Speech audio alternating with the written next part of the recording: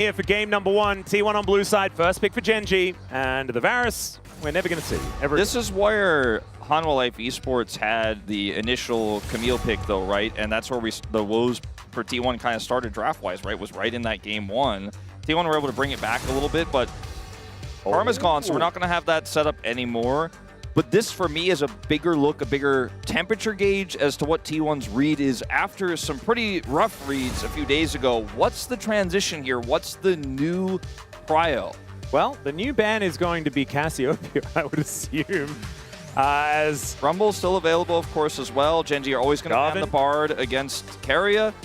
Well, it's interesting, actually, because they had Bard ban against them 100% of the time. Now banning Bard in this situation, which is understandable being against Keria, but I wonder how much they shift that and try and get the Bard themselves to do it later. That's denial as well. The Jace ban too, so T1 says, look, we've done those drafts, both of us. We're getting out the way. We're not going to have a repeat of what we saw there, but it does mean, as you said, Cassiopeia, Rumble, Jarvan, all big picks that are available now. And we're going to see what GENG going to take fifth. Ryze also has been jumping up in priority, and he's available too as a pretty safe blind pick.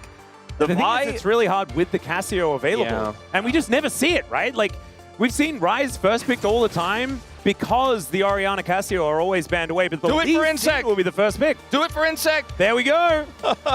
Thank you for bringing him along, Chijik. We really appreciate it because his champion is played in the very first game. With no Vi here, you know, locking the Rumble doesn't feel like a sure thing because you're playing Doran Rumble into Keen Sante probably in that situation as well, which is pretty scary to think about. So I think the Cassiopeia I much prefer.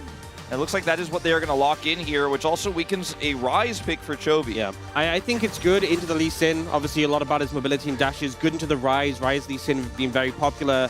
They might go to something else, but that does weaken the Lee Sin a little bit. We've seen Annie Lee Sin, but Cassiopeia is still a very good lane into that.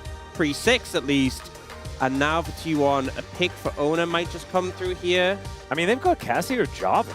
Feels pretty good if they do want to go there. Obviously, they can lock in a bottom lane here if they would like to, but we don't often see that until games like 3 or 4. Owner doesn't prefer the Jarvan. We've noticed that this season, right? He had a negative win rate on it coming into this weekend and has otherwise avoided it. Generally speaking, he's played less Jarvan games than most of our top junglers right now. So instead, he's looking for the Trundle pick here, which is curious considering how much Lee Sin can circumvent those pillars, but there might be a larger reason here as well. This already feels like a very control-based composition from T1, even with this, just with these 2 early picks. But the Trundle's interesting because we saw it initially as a counter specifically to Xin Zhao in the meta. Then it moved up to being a bit more like, oh, well, if they have Sion, we can see it played. Now they're coming out this early. On the other side, GENG go for Ambessa Galio. So Galio, a pick that does have setup for Lee Sin. Not the most fun, though, playing Galio into Trundle Cassiopeia. This is not a great time. No, and we just saw Faker do this, right? Into HLE, and it did not go very well at all in that particular matchup. Zeka kind of having a field day. Cassio went completely ballistic. So this could be a little bit of a risk here in game number 1 as the Vayne is the answer into the Ambessa. I thought it was almost 100% always going to be a ranged top laner here into this Ambessa. Could have been the Gnar, could have been the Vayne. I mean, in a crazy world, it could have been the Tristana, but this was left available, and T1 already have so much consistent damage with Cassiopeia. Now they have 2 threats, and they'll have a 3rd with Pays later on in this draft. And I think for GENG, you really, really need to now have a lot of consistent damage for Ruler. Moving into the second phase, though, T1 likely to target that, as they'll take away initially here this Rakan that pairs well with the setup for GENG's draft. Yeah, I really like the Rakan ban because he can play so well on the flanks and threaten getting onto this backline, even though he can have a tough time into Cassiopeia. With how the draft has played out so far, having this triple melee topside into Cassiopeia, Trundle, Vayne, you're going to need to get on that backline, those backline carries. That's going to be the goal for GENG. And GENG's bans are things that will stop that, make it even harder. Things like the Poppy coming through as a denial away from Keria here. I think both teams have pretty clear goals so far, but I think GENG are the ones who really need to bolster what they have so far to get on top of these key carries. Yeah, I think a powerful bottom lane is going to be pretty important here for GENG. We need a lot of damage, and yes, the Nautilus is going to be a big one. Maybe something worth banning away here for T1. They do want to get rid of it. I just think obviously has a lot in his quiver. If GENG go for Nautilus, it can't be Nautilus Misfortune. You know, you need a little bit more consistent damage, especially against 2 and eventually 3 consistent damage threats here for T1. If the MF combo doesn't work, you will always just get rolled over by the follow-up damage you'll never be able to compete with. Poppy going to be taken away first, so we'll see what this final ban is now for GENG. Bottom lane, so unknown. I like the Ashe ban. Works really well with the front line they have. I think Ashe as well has that longer range engage. You don't have to run into the Cassiopeia to get it off. They banned the Lucian, interestingly enough, in this situation. I was wondering if a Lulu ban would end up coming out. That's what I thought. Yeah. Because I think if you deny the Lulu here, it weakens the Mbessa pick for GENG, and GENG need that consistent damage pick, like, for example, Yunara Lulu. But T1 always have the first pick priority here, so they could grab it for Keria. Instead, it's just going to be Ziggs.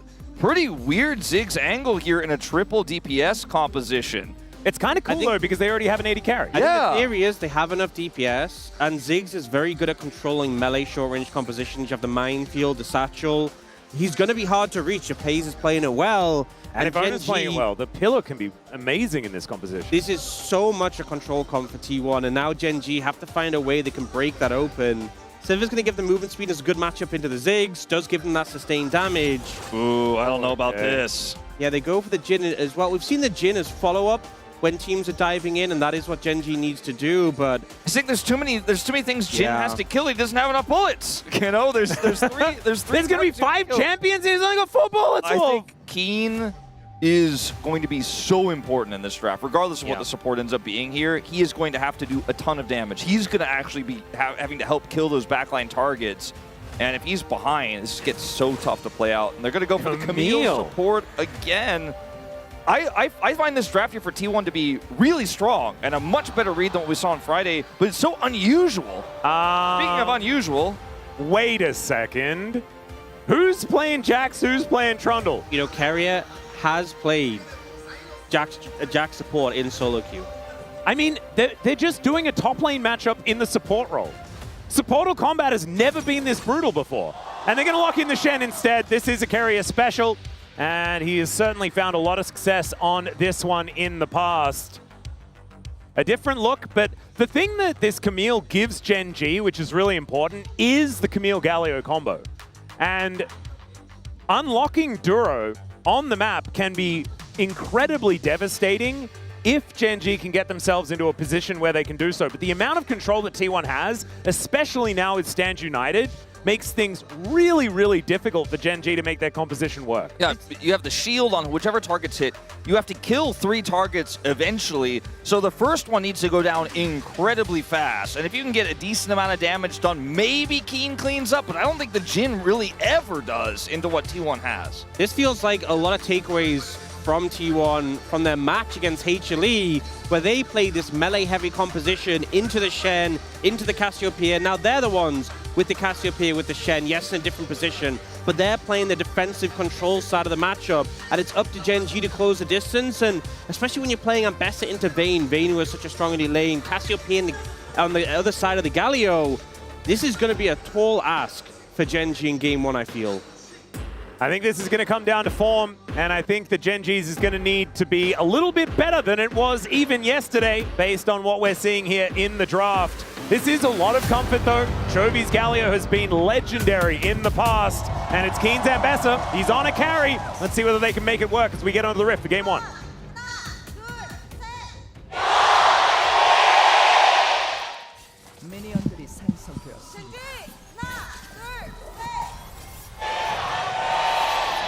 All right, here we are, ladies and gentlemen, onto the Rift for game number 1 of this best of 5. One team will go to MSI and the other will go home.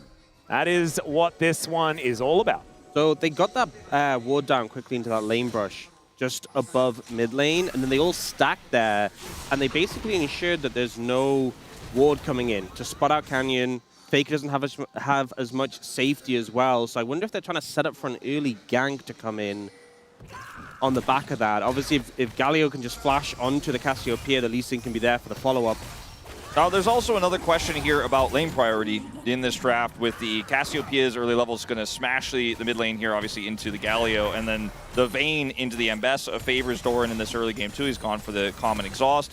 And down here, depending on how you play this Shen, if you can get level 2 first and you can control this lane, you can have a lot of power, but they're not doing that now. That is a lot of damage to that fourth shot. We're looking for another one, but it's just Duro that gets the work done. First blood over to the Camille. Just not respecting the level 1 of the Camille, the Ignite, so much power on top of the stun, and Carrier just gets caught out, especially the burst damage from the Jhin. Didn't have his dash available. And the Ziggs is never going to be able to match that damage. I think you really needed level 2 if you were going to actually go into on this. Space is going to have to satchel his way out. That was a great reaction. But I think you really needed to play that very differently as T1 if you wanted to look for the early aggression. It was too soon and way too close to that level 1 Camille, as you mentioned. This is a huge lead here already for GENG in the bottom lane. This is starting to get tricky already. Duro thinking about going for a back, but he is not going to be allowed to. As we check in towards his top side, this should be a matchup that Doran will eventually have a lot of control in. Certainly in the early levels will have a lot of control in, but it's still Ambessa, right? As Chovy, not going to have a lot of control in this one. There's a taunt, though. Shadow Dash from Carrier as they pull Duro back. They look for Carrier again. And now Ruler needing to grab this kill to try and equalize. He'll find it as Paze runs out of buttons, and this Jhin is becoming a problem. What feels great here is that Ruler gets the kill in this situation. Carrier was the one who got the kill onto the Camille. They also commit the Ignite from Carrier there and just end up trading 1-for-1. So they find the aggression, but they're not able to come out ahead. And you see here, Carrier uses the Q for the shield and then has nothing left. He's got nothing, right? And he's so far forward. There's just no escape. Even commits the flash there. Now with level 2, you can see there's a little bit more playmaking power here. Carrier is able to get the taunt, which sets up the satchel, and Duro is zoned. But all the while, Ruler is free hitting onto Carrier. So he has to sacrifice his life in order to get this kill. So it's not really a trade up for T1 at all, especially with where the gold went, as you mentioned, onto the Jhin. Well, now we're having a check-in on this mid lane. You can see Chovy is about 11 CS behind. Faker having a really good time as the Cassio on this one. And he was the one that was bearing the brunt of this on the other side last time he played the matchup. And so probably very happy to be slithering around instead of being the Galio. I think Galio definitely picked more for composition rather than for lane, though. So we'll see what Chovy can get done as he is able to leave that laning phase. And Canyon, I think we're going to need to have a microscope on in this game. I think that this Lee Sin needs to be so proactive when we get to especially the mid game, but even hopefully earlier than that. Camille sneaking around here, by the way. Great pathing from Duro. Yeah, he is going to look to make his way in as Doran. Probably going to have to flash this one. There is the sweep, and he's just dead. Doesn't even use the flash, just knows that he's going to go down a 2-1-1 Camille now in this game. Look at the vision setup that Doran had. He felt totally safe. He has so much information, but Duro's just able to skirt all of it and get over there, and he just did not expect it. Yeah. He's currently 100% everything participation in this game. I will say, good from Doran to hold the sums because you still had the hook shot from Duro. You don't know that he necessarily used it to get over the wall, so you have to be patient. If you flash and you get stunned after it, you're dead anyway. So at least he holds on to his summoner spells. Oh, Duro looking for that sweep. He'll get the flash out of Paze. I believe he used the satchel a little bit earlier, so didn't quite have it back off cooldown. Got to keep that defensive satchel into a Camille. So I'm starting to wonder, is Camille support the strongest support in the game? Hold up. Well, let's see whether Chovy can be strong as well. As the Justice Punch doesn't work, he goes straight into the canal as he looks to heroically charge his way out, and he will. But is Camille's support the strongest support in the game, or do LCK teams not know how to play into Camille's support? I mean, we've been playing into it for years. I know, but a Camille support game earlier this weekend where it did not go nearly as well. So I definitely think it's a pick that has high risk, high reward. And we're seeing the high reward so far in this game. We have a high risk as well. Public execution, and Keen pretty happy that one missed. I would tend to agree. Yeah. As we do have T1 trying to control the Scuttle Crab right now, but GENG are grouped here. We're going to have a little bit of a skirmish for it, potentially. Yeah, Doran actually getting traded on here with the Electrocute coming out of the Ambessa. Nice little tech to make sure that these short trades are deadly. Doran is still able to get this one shoved up, taking plates. Does have a little bit of a CS lead. It is going to be a gold advantage over to Keen, though, based on that assist that he was able to pick up. As Carrier and Duro both parked in this top lane. Both teams are just trying to surprise the other, but they're both aware of what's going on, and so I don't think anything should eventuate from this. Oren holding onto his ult right now and the exhaust, so has a lot of power, but his health is fairly low here, so risky to commit. I think this is not going to end up being anything. Owner is coming up right now, however, and is unseen. Wrapping around the backside here is the Ziggs is very self-sufficient without the support, but Ruler has Prio on the bottom side. Let's see if Owner can find something here. Yeah, they're just both of these top laners are just trying to act. You know, it's just a bit of an acting class towards this top side. Like, yeah, no one's here. No, we're just laning. It's normal. It's fine. Everyone knows everyone. Everyone is 100% aware. Yep. Yeah. And so the acting is, like, you're aware that it's acting, but maybe it's good anyway. As Pays and Ruler, like you say, just very happily farming off against one another. And this is kind of why you pick the Jhin, is to allow you to kind of equalize the amount of left alone to do what you want. And it's why I kind of like this this Camille support angle. Even if it is a Jhin, it's not something we necessarily see paired alongside it as much. And of course, the combo with the Galio. Yeah. Chovy did have to use his ult defensively earlier, and obviously Duro doesn't have his yet, but when that combo comes together, pretty devastating. We're seeing so much more, I feel like, this weekend since the patch hit, of just our supports abandoning lane and being super far behind in levels. Yeah, just becoming a second jungler, effectively, and looking to, and without farming, of course, and just looking to be an extra engage button to get the lanes ahead.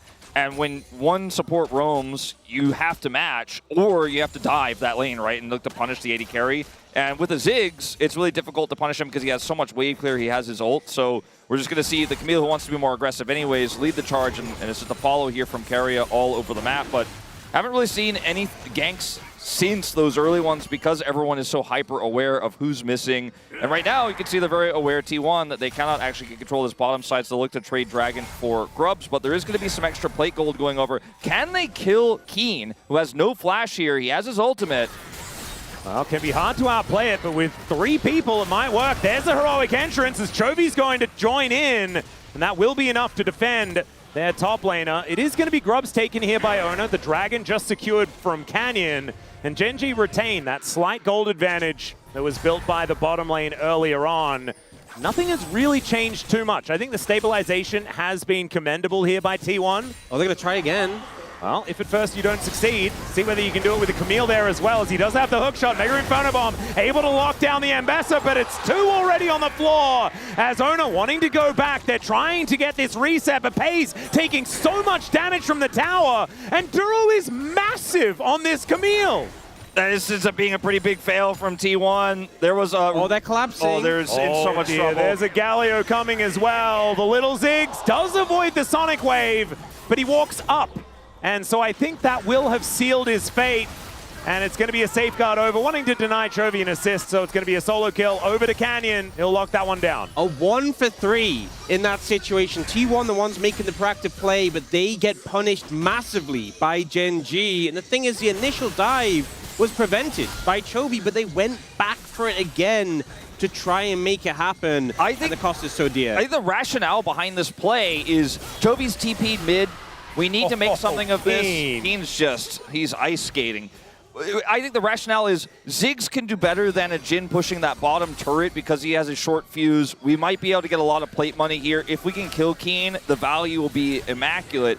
But Keen is able to survive here, right? Duro does so much work, and eventually, yes, you get Keen on the follow, but the turret ramp is insane, and Pays is a Ziggs, right? Like, he doesn't have consistent damage, he has to wait for his cooldowns. That last turret shot really seals their fate, and because it takes so long and they can't get this kill on the Duro, it gives plenty of time for, yes, the Galio teleporter, but he's coming up, he's walking up, here comes Canyon, and Pays just doesn't have any outs. The wave was so small as well when they went for that. It was definitely a rushed play. They're like, we need to get this kill now and get out, and just weren't able to disengage. You saw from Keria having low HP, he went in with that taunt knowing he was just dead. There was no way he was getting out. And I think the game plan was 1 for 1, but did not factor in the extended turnaround from GENG. We do now have level 6 being hit by Keria. Duro's about to come in. Big playmaking tool for the Camille, but the ult from the Shen is so much value. Certainly is. And Duro's sacrifice means that even Ruler is level 9. Like, everyone's level 9 on GENG's side, outside of Duro, who hasn't quite hit Hextech Ultimatum, will now finally do so. And that is a huge cooldown that they now have access to. Keen looking for Doran. Will be able to find him here. Bone plating does go down, but now Canyon's in trouble. The bouncing bomb somehow misses, but the Mega Inferno Bomb is not going to. That's a bigger circle. And so the Lee Sin is going to get pushed away. Not a lot of still trying to figure something out. And not a lot of setup here for Ruler to actually try to continue anything here, even though Keen has his ultimate. He's isolated on top side, so it should just be the scuttle control. And now they're going to look to try to cut Keen off, but he has flash and ult, so I respect the gusto from Keria and how proactive he's been here to try to get Doran ahead, but I don't think there's an angle here. And Canyon's very aware of this. He's already heading back top side. They're going to see him on this ward, and I think that's the end of that, surely. But Duro's here as well. You really got to be careful if you want to commit. Could backfire in a huge way, as T1 have spent so much time and so much resources trying to get this Vayne ahead, but he's 0-2. I feel like at this point the supports have spent more time top than bot lane. Yeah, this is the new lane swap, I think. We've just got completely different mid laners and bot laners. Okay, Duro looking for a bit of an angle here, but we know that Keria is waiting in that brush. He comes out. The double taunt is fantastic, but the public execution is also very good. Doran goes down. It's a 1-for-1 so far, but it's support for top lane. Ona flashing away. Canyon follows. He'll find the Tempest Cripple and the double kill as the teleport comes in from downtown as Faker swoops in and will be able to at least keep Keria alive. The teleport's so late that ends up coming through for T1, not able to turn around the play, and the target selection was just better from GENG. They take out the sustained damage off the Vayne immediately and then work through the highest priority targets. In this situation, Keria does end up getting what could have been a great taunt, but unfortunately Keen buffers it with the ultimate, so he doesn't get CC'd. He's able to catch onto the Vayne. Vayne goes down even with the Shen ultimate, and then you traded, as you said, top for support. And from then on, they just have way more damage. They focus down Ona, and then Keria there's no way he wins this. I want to point something out that's been going on for a while here in this game. Pays has not completed his role quest, and Rulers has been done for a very long time. You look at the CS, you look at the KDA between these two top laners, but Rulers already generated 500 gold the advantage, a lot of that in his earlier completed role quest, and that is going to be something he's basically always going to have. Pays will never be able to catch up on. His role quest is still not finished, and this is becoming a larger and larger problem here for this Ziggs, that they tried to get ahead, they tried to get those plates on the top side, it didn't work out, and Pays is just not in the game state he wants to have here heading into the mid game. And now looking for a second dragon here is GENG. It looks like Canyon will be able to lock that one down by himself, or maybe with a little bit of help from Chovy, who's going to rotate his way up. They have a lot of deep vision, though, and I think GENG will be able to very comfortably pick this one up for free. Earth, Wind, and Fire. Absolutely beautiful as we get a Cloud Soul. Thanks, T1. They are very reliable when it comes to Cloud Souls, and they're getting it out of the way in the very first game. Keen hitting that one-item spike of the Eclipse is such a problem for Doran, who had this Vayne matchup and was hoping to come out successfully. 0-3-2 now, and Keen feels like such a scary threat. They're still trying to four-man top lane. There are so many bad guys here as Doran goes in. Mega Inferno Bomb. They do manage to kill the Ambassador as Duro just has to get himself the heck out of there. Finally, mission complete. As Duro is likely to go down as well. It's a double for Faker as Chovy looking to trade this one. Ruler also getting some damage down in this mid lane. The cross map is pretty ridiculous here from GENG. Yeah, GENG are going to be able to grab this first turret in return. Keen not able to ult in that fight, but almost bursts down the Vayne. Imagine if he gets that kill before dying and they get the turret, would it be absolutely insane. But T1 want to turn this into a larger turret win here. This condemned flash was so nice from Doran. He actually messed one up earlier under tower, but nails this one. And with the Miasma follow-up, there's just nothing that King can do. And T1 want to get this turret. That's part of why they want to get this play, but they're still outpaced by the pushing Galio on the bottom side. They still haven't finished this turret here top side either. So yes, you got the kills, but the gold lead hasn't changed. Yeah. And that role quest situation that you were talking about, I can't stop looking at it now. Look at the gold, it's still not quite there. Exactly. Now. It's only expanded by another 250 gold. The more time you spend with role quest completed advantage in the bottom lane, the more that lead compounds, and you'll just never get it back as T1. You can't go back in time. Well, Keria is able to stand in the Spirit's Refuge. That's going to help him out against Ruler here. As Dura now in a little bit of trouble. Faker moving over as the taunt set up just to try and get this Camille out as the Rift Herald down very, very low. Secured here by the Jin as now Keen shows up and gets so much damage. Down goes Doran, the immediate revenge for the Ambessa. The curtains were called, and it is indeed curtains for T1 in that play as the Herald goes over to GENG as well. Keen's ults this game have been so good. Teleports into 4. Oh, Baker and Duro comes in. Speaking of ults, as now Chovy turns up with a gigantic taunt, and down they all go. Even Duro surviving the Mega Inferno Bomb in the end. It's nearly an ace, and they have a Herald on the turret.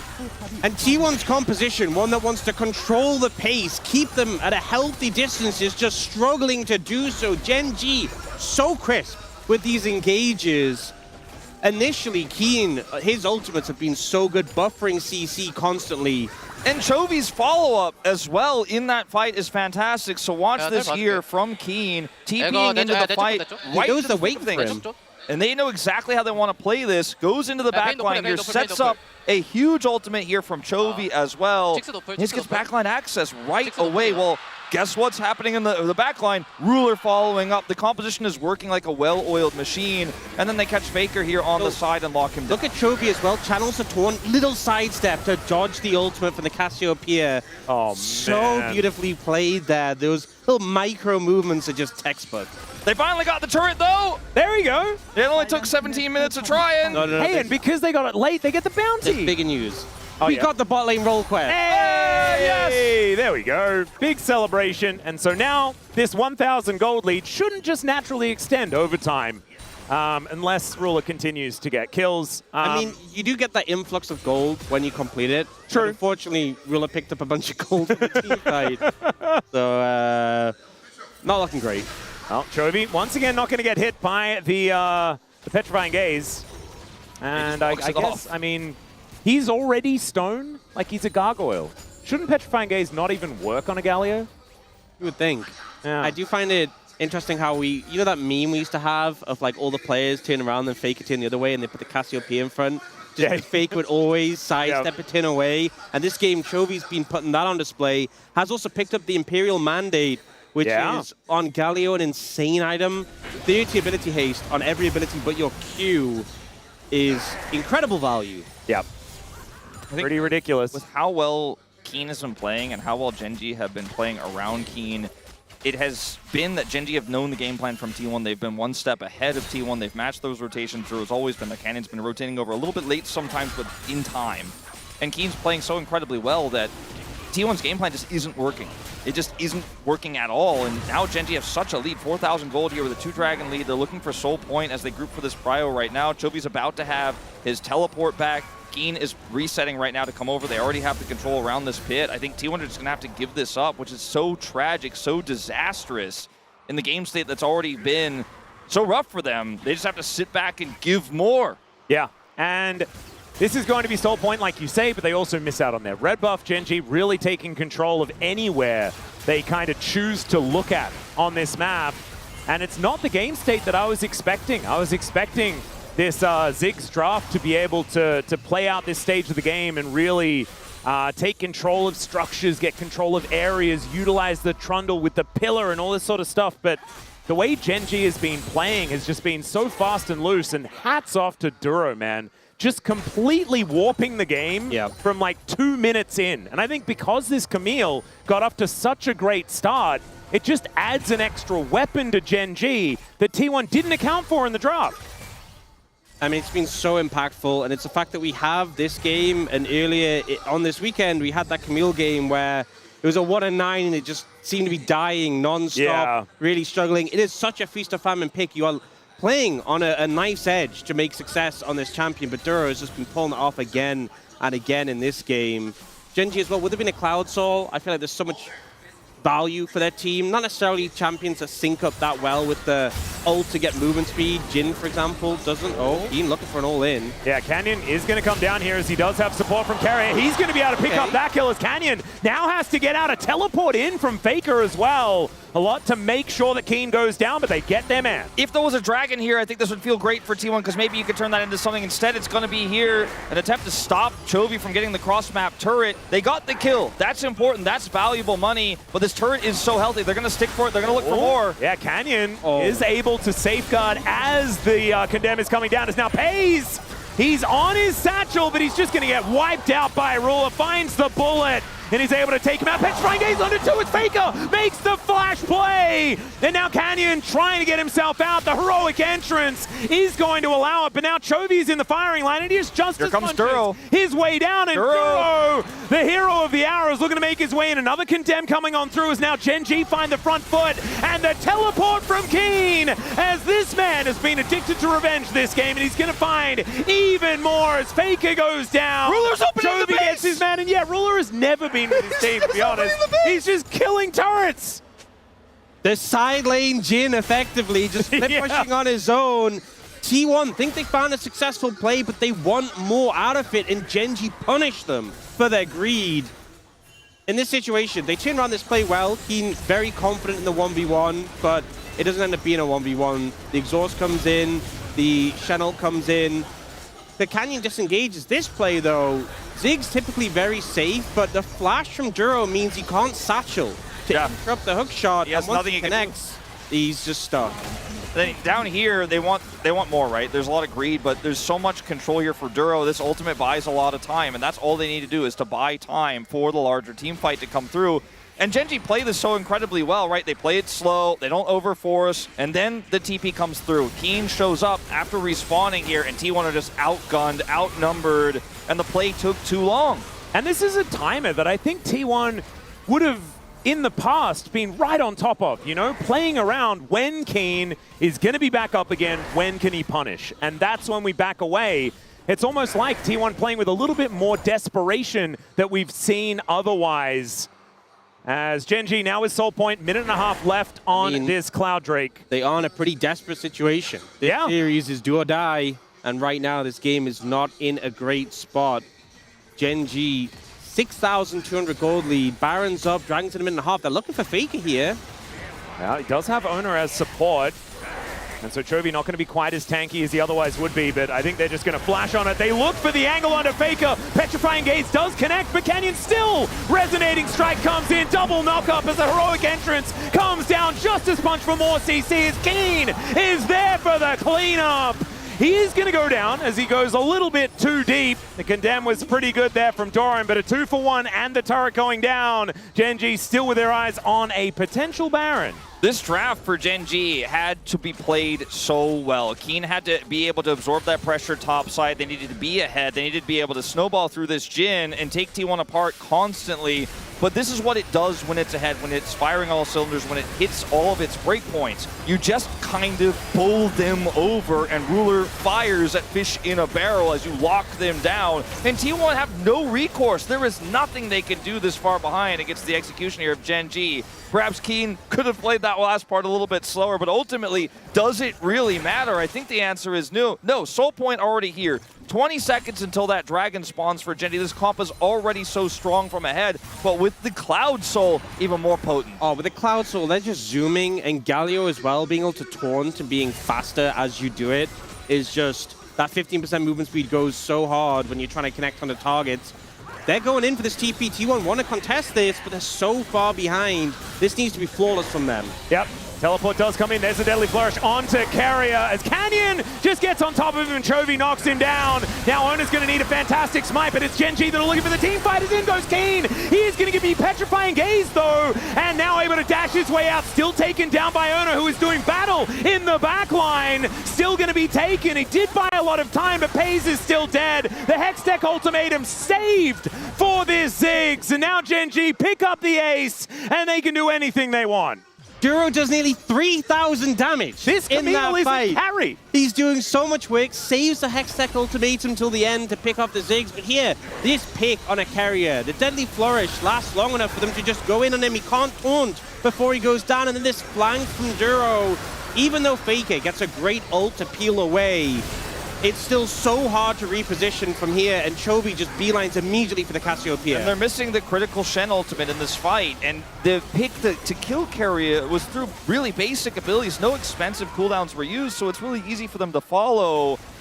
And they haven't broken open the base just yet, and the Dragon does go over to T1, so there's some small, very microscopic silver linings here.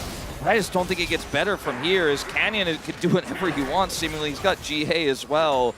Yeah. 2 levels up on Owner. Like, legitimately 2 levels up. Canyon. He's going to get hit by a Petrifying Gaze. That GA may not last very long as he does safeguard, gets the kickback onto Owner, and will keep that. Oh, never mind. Okay, still holds onto it. Calculated, I guess. Chovy is now here, and so the Lee Sin is going to be okay. No flash, though. Some aura farming, I guess. Yeah. Not necessary at all. Oh, there is a taunt. It looks like Carrier's one is going to be working out okay, but the Winds of War do damage now. Riftmaker now done for Chovy. And even though there's a lot of support items, like kind of for Chovy, he's still doing a lot. I think what those last 2 attempts from T1 indicated is that the damage just isn't there. The fact they couldn't even get Canyon into his GA and Chovy just seemingly not taking any damage right now. We've talked about a split pushing Camille in the top lane, but how about a support Camille at level 11 threatening an inhibitor turret in the mid lane, and now the inhibitor. Duro testing out his top lane career here in this game as now Owner getting taken down to about 2/3. King Tribute going to be helping him, but this is an inner turret still under fire. The siege minion is just sitting there, hitting. He's just got hit by a bouncing grenade. Oh, I think Canyon might be in a little bit of trouble here. Goes down to the GA, double knock up there from the heroic entrance as Chovy should be able to save the Lee Sin, but for how long, that's the question. Great interruption with the pillar, but it's not enough to save Carrier. And you guys were talking about it this whole time. Where's the damage? And you know what's so sad? If they'd gotten the GA earlier on Canyon, that would have been that whole kill there. But unfortunately, it's now just a 5v4 as GENG are pushing into the base. There's Duro. Yeah, looking for the angle once again. Hextech Ultimatum is going to be thrown down onto Owner, and he is going to be taken out. No subjugation going to work this time as Canyon looking to get on over here and take down this inhibitor as well. But the top inhibitor is also going to fall. The base of T1 just being turned into rubble here by GENG in game 1. And it almost felt like they wanted to just use Canyon as a Chovy ult point. Just stand near them so I can get a good ult. And he's just been walking towards T1 and setting up these traps. You know, sure, you almost got him. You got his GA this time, but it's not worth it. There's no real win as the dust settles. T1 have been able to bring this to a nearly 30-minute game, but 2 inhibitors are down, and that dragon is going to spawn eventually. As we see this attempt to kill Canyon, but it's just Chovy following up. Look at who's also following up, the Jin, right, from Ruler. And there's no way for T1 to realistically, with the low damage they have, do anything here. The pillar is cute, but Carrier dies in exchange for the GA, and the siege continues. They turn this into a double inhibitor take after all those T1 tools were burned on a GA. And so now just focus on the bottom lane and take the dragon when it comes up. They're just at the point where any target is easy to take down. You Hextech Ultimatum, the Trundle, he ults, it doesn't matter, he will just get massacred. Canyon now 3 levels above Owner on this Lee Sin. And Ruler, Chovy, and Canyon all haven't died so far this game. Their carries have been incredibly safe. Keen and Duro just absorbing as much of the pressure as possible. It's pretty textbook here from GENG in game number 1. One of these mid laners has a completed Rod of Ages, but he's over a level behind the opposition here in Chovy. Oh, man. Let's not look at that one, though, because Canyon is almost 3 full levels. Yeah, he was a moment ago just 3 levels, you know, on the casual, like you're kind of cheating, but now we're looking at almost the full 3 XP bars.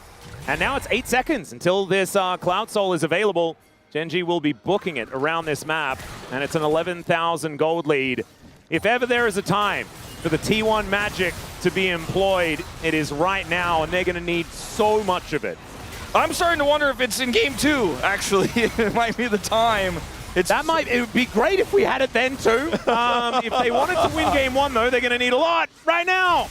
And let's see what happens with the siege on the bottom side as they're all grouped up right now. Baker a little bit extended. Oh, public execution will be avoided here, but the Petrifying Gaze also does nothing. And Carrier, oh no, he didn't sign up for this. Well, actually he did. He pressed on the Cassiopeia, and he's going to go down as well. That's going to really create some problems as GENG are running so quickly, and they are looking for this last inhibitor and probably some Nexus turrets afterwards. This should just be the game if they just keep the push up here. Triple inhibitors is a death sentence, and GENG, the sidesteps they keep getting on these Petrifying Gazes have just been insane. The microwave from them. Oh, Q going to get picked up here as the kickback onto Pays. Canyon finds it. one more time. Keen's going to go down, though, and now Doran, with that ulti running, looks for the angle, gets a double kill here, as Ruler's going to be taken out for the first time this game, and Canyon gets on top of him. Down goes Doran. It was some heroics in the end, but I don't think it's going to be enough to win them this game. But maybe they won't lose just yet. As Carrier, going down. Faker with a full health bar, looking pretty good. But Chovy looking to get on top of him. The taunt is not going to work. Petrifying Gaze onto just Chovy is not enough. And now it is just Owner against the world as GENG move in with their army of minions and look to take game one here. As, man, looks like GENG are hungry to defend that MSI title. Canyon looked out into the crowd and sent a wink to Insec, and then he went straight into the back line, man, and said, I'm ending this game right now.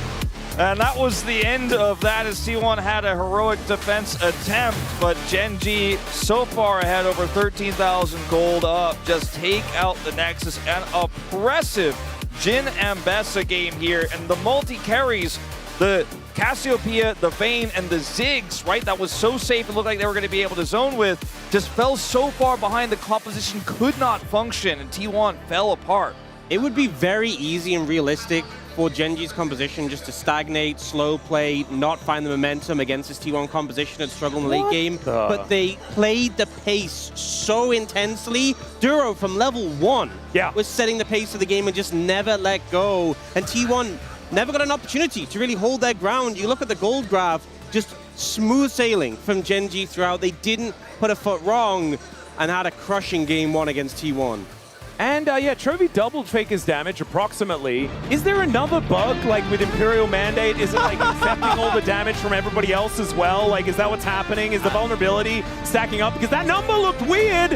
And Chovy just continuing his POM form. But, ladies and gentlemen, this is a best of 5. T1 are known to bounce back. And let's see whether they can as we take a short break. The Space going to break this one down. And then we'll see whether we can reach a best of 3 with a comeback in game 2.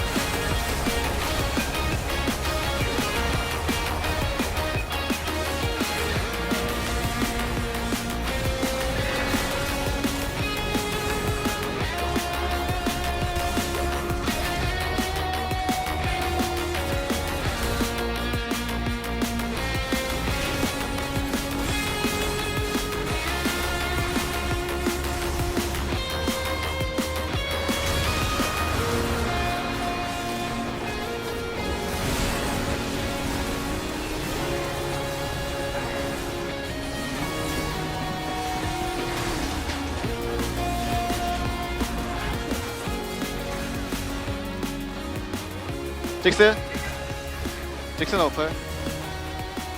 베인, 야 이거 베인 봐야 돼. 벤츠 아저씨님 왼쪽으로 와주자. 베인 노플. 너무 빨렸다. 베인. 나이스. 이거 타워 위에 타워. 멜레. 야 이거 안 될 것 같은데. 이거 바로 보자.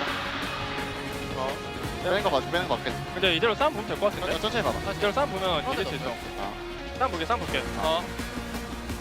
그 카시 노플. 돈만 잘 패봐. 다 패했다. 나이스. 끝났어. 나이스.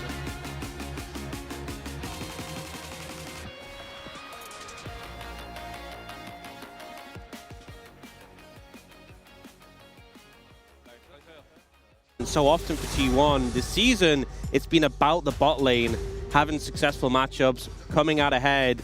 We've seen the meta of Road to MSI shift because of the new patch a bit more towards having the support roam, having your AD carry be independent, and that doesn't feel like the sort of style this iteration of T1 is as good at playing as previous iterations.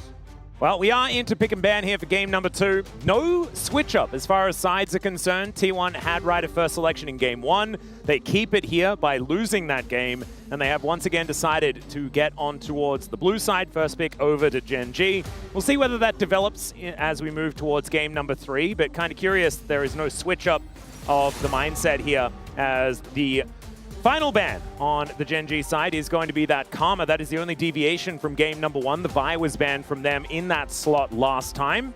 Well, and that is going to be alleviated here as T1 take away the Rise instead of the Karma. Banning the Rise now because the Cassiopeia isn't there. Now kind of deliberating because they banned Jace last time, but the Vi is available as well. And just a lot of picks in general. Sion banned, which it feels like they're trying to set up and bait GENG into an early Jace pick with this. It absolutely feels like that's the idea. With no Vayne, Gnar stocks are always up, but with the Jace here, it seems like a pretty obvious call for first pick here for Keen, but Keen doesn't necessarily need to get that early pick here. He's got so many answers to the Jace himself. A pick away is what it feels like for Chovy. This could be a triple flex if we're being honest. I know we've seen more mid, but we've seen the Anivia into Jace, we've seen the Anivia support, although it hasn't been as present in the recent meta, but keeps those options open. And also, if we do end up getting T1 taking the Jace here, Cassante is still available. Keen Sante still there, so if they were trying to bait GENG into taking it, they have not gone for that bait. That's the thing, I think, with Doran playing Jace, you feel like Keen has more answers than the other way around, so it feels comfortable to go for the Anivia first. Vi picked up early here might mean something like Vi Ahri. Vi Lissandra probably not feeling as great with the Anivia matchup, so we'll see what Faker has decided to go with here. Could also be Annie, but probably not. It's a little bit less common with the Vi. Yeah, the Annie Anivia I feel like we have seen a few times, so it might be an option, but instead they're going to go for some different fire, as the Rumble will be locked away here for Doran. And I think in this situation, GENG could just end up going for the Cassante, for Keen, or... I mean, one thing is the Galio is not an option in this situation. We've seen the Yorick into Rumble be somewhat successful in terms of these options you have. But T1 with a lot of potential to set up a dive-heavy engage sort of composition, which is kind of what came out. Whoa, that's not what I was expecting, is they just slammed the Xayah Rakan. I think both. The Xayah is great into the Vi in isolation, but also we've seen Rakan Vi Rumble look really, really good, and to be able to both have that added safety and deny a Rakan follow-up for Keria with how proficient he is at that champion just feels like a 1-2 punch here from GENG in a big pivot that I don't think T1 would have seen coming.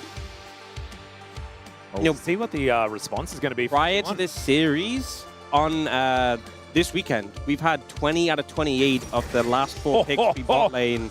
So getting a bit of a turnaround, the fact that we're prioritizing this bot lane early on. I thought you were telling me that we're going to have jungle Rakan and mid lane Xayah.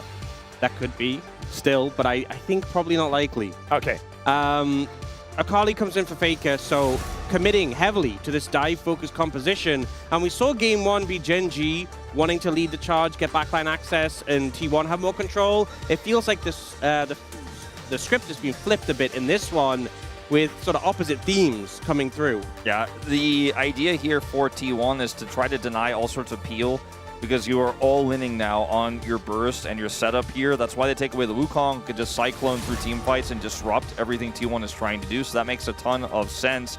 See what their final ban ends up being here.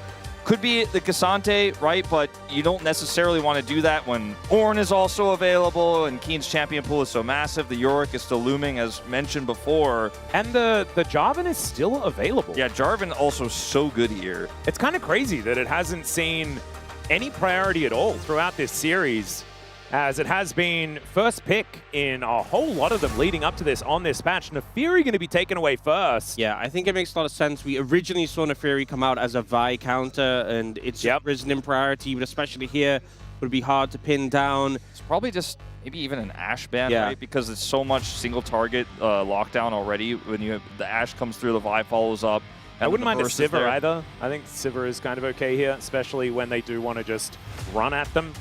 I think a little short-ranged for the Sivir in this situation. Yeah. Xayah Rakan and Anivia. I think Ashe makes sense. The arrow also As you got to said in the first draft, good at circumventing the control that Anivia offers. You just fire the arrow, cancel the ult, and everyone can follow up. So now up to T1 to decide what they're taking into the Zyra Rakan. I'm worried it's a Lucian lineup here. We had this exact same, not the exact same draft, but the exact same situation where it felt like FaZe was priced into playing the Lucian in the bottom lane, and it didn't work out. It's a lot of great follow-up to the Vi Rumble. The Kalista! Okay, I like this way more, because this is way more flexible on how it's going to team fight later on than the Lucian, which is super binary and falls behind, can't really function.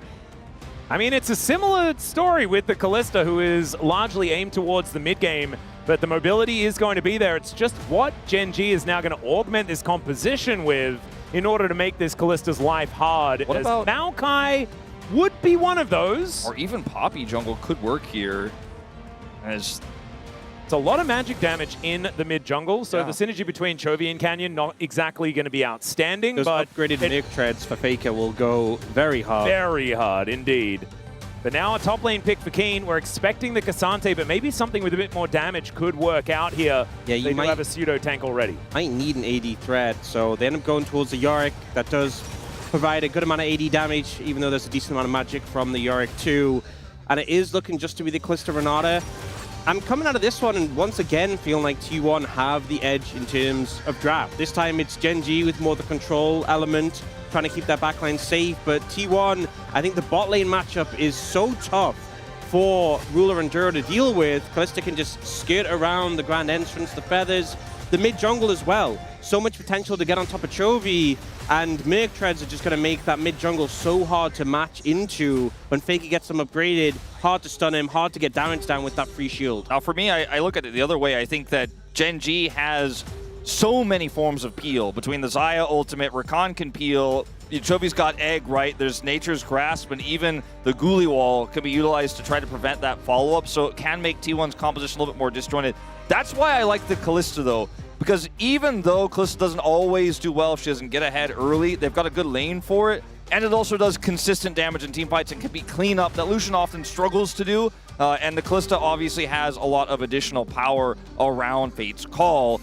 Not to mention, FaZe actually has the kill record at MSI on Kalista. Yeah, I was going to mention that as well. He is really good at this pick. With how game one went and how defensively GENG were able to basically weather the storm and then turn into an oppressive comp, I worry that might happen again here with what T1's put together. We'll just have to find out. I do feel like there is a lot of cohesion between the champions here on T1's side, but we'll see whether the players can mirror that as we get into the Rift here for game number 2.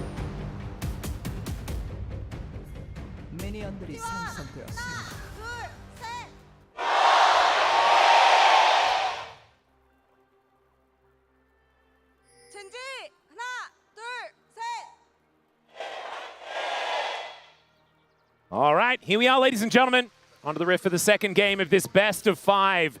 T1 looking to even out the scoreline like they did successfully against Harmalife Esports on Friday.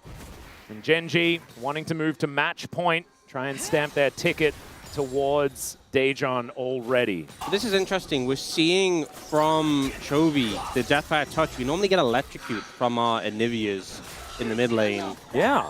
We've seen a little bit of both, but it definitely has been more Electrocute focused, especially in matchups like this where you're laning into someone who has Electrocute and you want to be able to match that extra burst damage. So I do find that quite interesting. I think it has to be said that Faker's Akali has been incredible this year. Especially in best of 5s. Yeah, it is just a thing of beauty, and I think there's a lot of confidence in this draft for T1 as a result of it. A lot of comfort picks here, including Doran's Rumble. So, you know, this is a draft that feels like it is incredibly T1 build, right? It is a draft they have such good mastery of.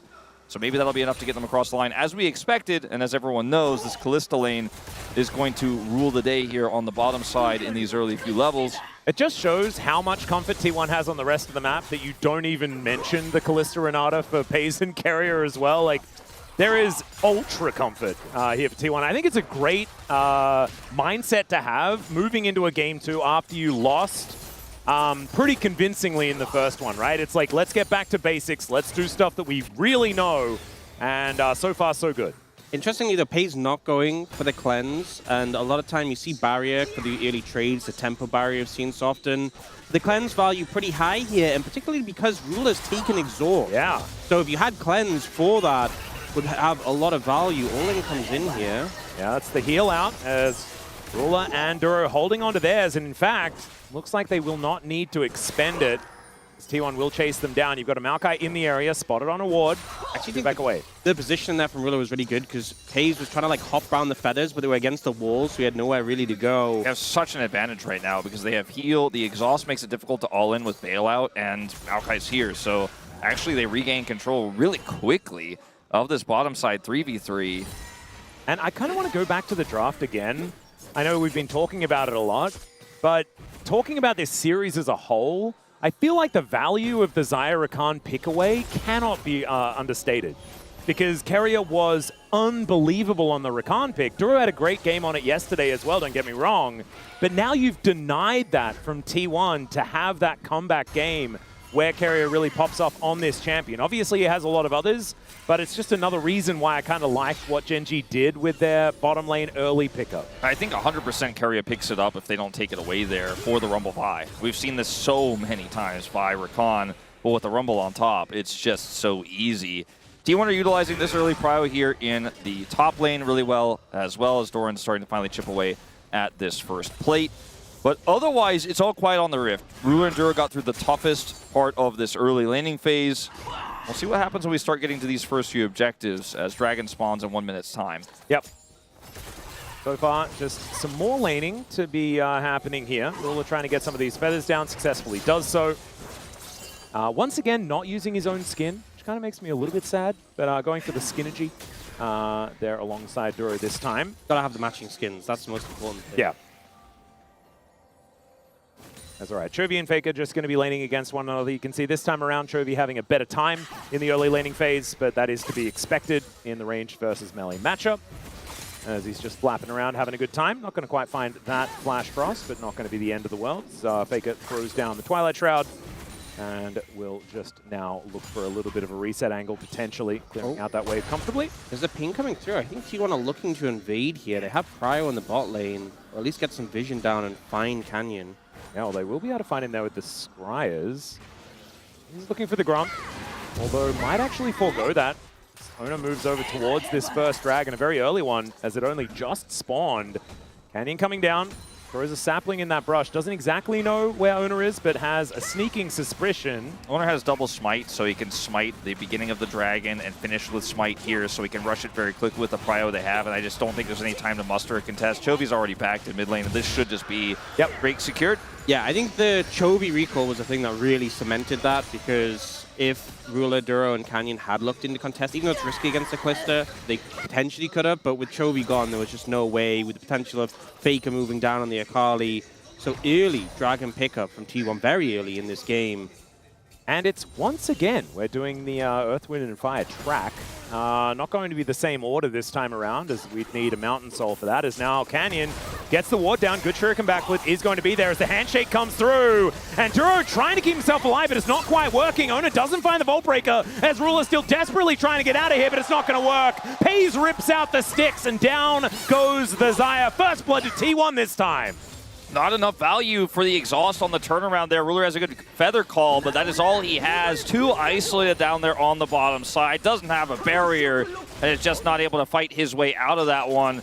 But this is, again, a numbers advantage here, as look at where Chovy is on the rotation down. Super late here. And yes, Canyon could deny Faker entry with some help from Duro, but it doesn't matter when the Xayah is just getting Kalisted there on the bottom side. Yeah, and doesn't bring the sums, because even though Pays was low and the exhaust could have kept Ruler alive longer, Pays still had barrier, would have just been away, so holds onto those for now. Keen trying to catch Doran out there with the baby cage, but it's unsuccessful. Yep, actually doing a great job on this Yorick so far here in this lane. We've seen this go a few different ways, right? It can be relatively even, but we have seen the Yoriks have a pretty good time into the Rumble as well. And so Keen is mimicking more that one this time around, as he's hitting ease, and that is obviously the way that you win. Does have a slight gold advantage as a result. Gold, though, is pretty even, basically.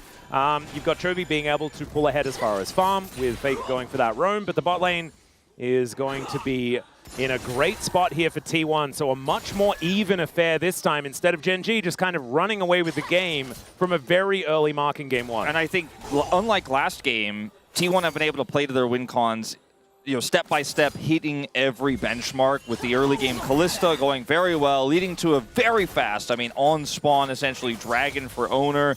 The bottom side prior they budgeted so much for in this draft is getting them the leads they want to have, that they need to have.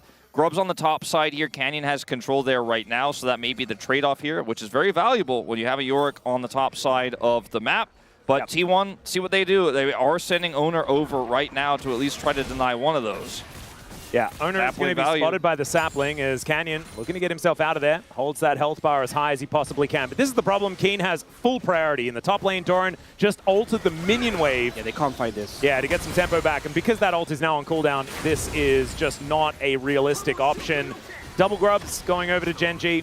Looks like it is going to be a consolation grub to go over, as that will be the 2-for-1 in favor of GENG as far as that is concerned. But because of that really, really early Drake, it did give T1 the ability to actually come over and contest, which they otherwise wouldn't have had. And I do think at least getting one grub on that situation, considering Doran was pushed in, low HP, had just ulted the wave, I think the fact they get one is at least something out of the situation. Level 6 for both of these bottom laners, but not really an all-in timing. Duro and Ruler do have the wave advantage right now. Canyon does have Nature's Grasp and is somewhat nearby, so certainly could be an opportunity if they could bait T1 in here, but I think this is just going to be a little bit of a look-in. Like so often, the hallmark of Maokai has just been that ult bot lane. As you walk in from the side, it covers the whole lane. That's been such a common play. Faker... Oh, stun going to connect the flash forward from Chovy as Faker is going to get out of there. Holds onto the flash, though. So Chovy with a little bit of an overestimation of his damage potential. Doesn't have Electrocute proc in that final shot. If you look at his items, he certainly doesn't have a lot of ability power right now either. And I think Faker just... Like Catalyst, it throws a little rocket in. I think Faker at this point was just able to realize there's not enough damage there. He doesn't panic and he walks it off. Yeah, it doesn't burn his flash or ultimate. So Faker feeling really good about the situation now with Chovy being down flash. If Owner wants to show up mid, Chovy could be a target, or for this Dragon in 30 seconds, if GENG want to contest it, then mid laner will be vulnerable. Well, let's see whether Owner can get over there and lock this one down, going for a reset prior. If that is going to be first item collected, then that is going to be a big advantage for the Vi, and I hazard to guess that the Sundered Sky is coming in. There it is, Rageblade also done for Pays, as Doran throws down the equalizer once again. Man, he has been defensively equalizing all the time this game, as the Maiden is going to be taken out. Keen not protecting her that well. Canyon showing on the top side here, so I feel like T1 has kind of free reign to set up for this Dragon. Yeah, and I think that Doran's going to just escape here, likely. Sapling will just barely get him to have to stay. They need to get something crossed if we're going to give this Dragon up. I mean, it's double Dragon here again with very valuable elementals. That's a teleport to the top lane from Carrier, though. He does have the Unsealed Spellbook to allow him to get up there, but still, Owner is sticking with this Dragon. I think that's enough. That Unsealed Spellbook pick gets him the defense there, denies Canyon, and they get double Dragon into Chemtech Soul. That feels so rough, the fact that it's the double Dragon that you secured, you put the priority on it early, and then it's a Chemtech Soul, which doesn't bolster your composition. It's great for Kalista, though. It does help out Kalista, that is true. Especially with Bailout. It's for sure not the one you were hoping for with this heavy investment towards the bot side of the map. Yeah, and GENG are going to double down on this top side as Ruler is looking to grab some extra plates. Pei's doing the same thing in this bottom lane, as we can see here, just ripping through these plates himself. Things very even as far as farm is concerned, but that first blood going a long way for this Kalista, now augmented with a bunch of extra money as he takes crockery from these structures. And Ruler is now going to have to back away, scries some stuff first before he does head back home. First items, though, have been collected by both of our AD carries. I think going back to the Chemtech Soul point, for T1, it's not necessarily about the soul you're looking for. It's about how much you want GENG to force fights for it when you're at your strongest in mid-game with mid-game Akali and mid-game Kalista, right? And that's where you want to be forcing GENG in those uncomfortable fights. And GENG can look at this and say, you know, I will give you soul point if we don't like that fight, because we're going to scale up with our Xayah, with our Anivia, and we're going to be more powerful later. The fact that it's not a Hextech soul point, for example, gives GENG the ability to say no. Yeah, and I think that's what feels so unfortunate about this, because T1 right now, they have a significant gold lead here, but they need to win team fights with that gold lead to hold on to it, to maintain that advantage. And if GENG avoid those fights, that's when it gets a little bit trickier. Yeah, Leandres is now done for Canyon as well on this first strike Maokai. And so even though Owner does have a bit of a gold advantage, over time, I think the Canyon should be able to comfortably move back into an okay position. I think ironically, this sort of game pace and the slowing down of how the early game has progressed is really what T1 wanted last game with their composition they had there. And GENG kind of demonstrating when you are playing that more slow-paced, controlled composition where you have picks that want to come online later, this is how you just avoid interacting where possible. Yep. Trade things back and forth as much as you can. 2 minutes on the Herald. That might be the next opportunity for T1 to start themselves a fight. But the problem is, I feel like in the last game, Doran versus Keen was much more volatile. This does feel like Keen just has control of this wave over and over again, despite the fact that Doran does have a lot of money towards that top side. Keen is just making things work on this Yorick, very close to that first item. And over time, will just become more and more of a menace in the side lane, able to get map control for GENG when it could otherwise slip away, like you mentioned, based on the compositions. Very quiet mid-game, favors T1. They're looking. Or sorry, GENG, rather.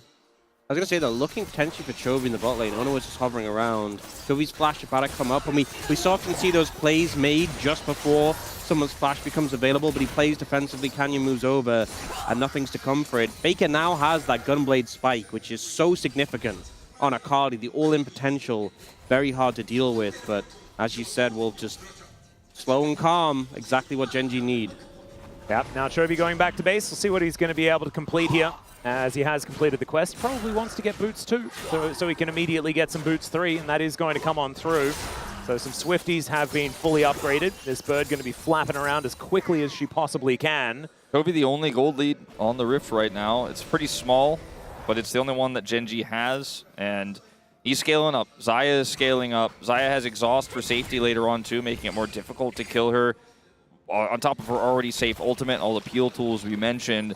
Right now we're looking at this game talking about the Glista lead, right? The explosive power of the mid-game for T1.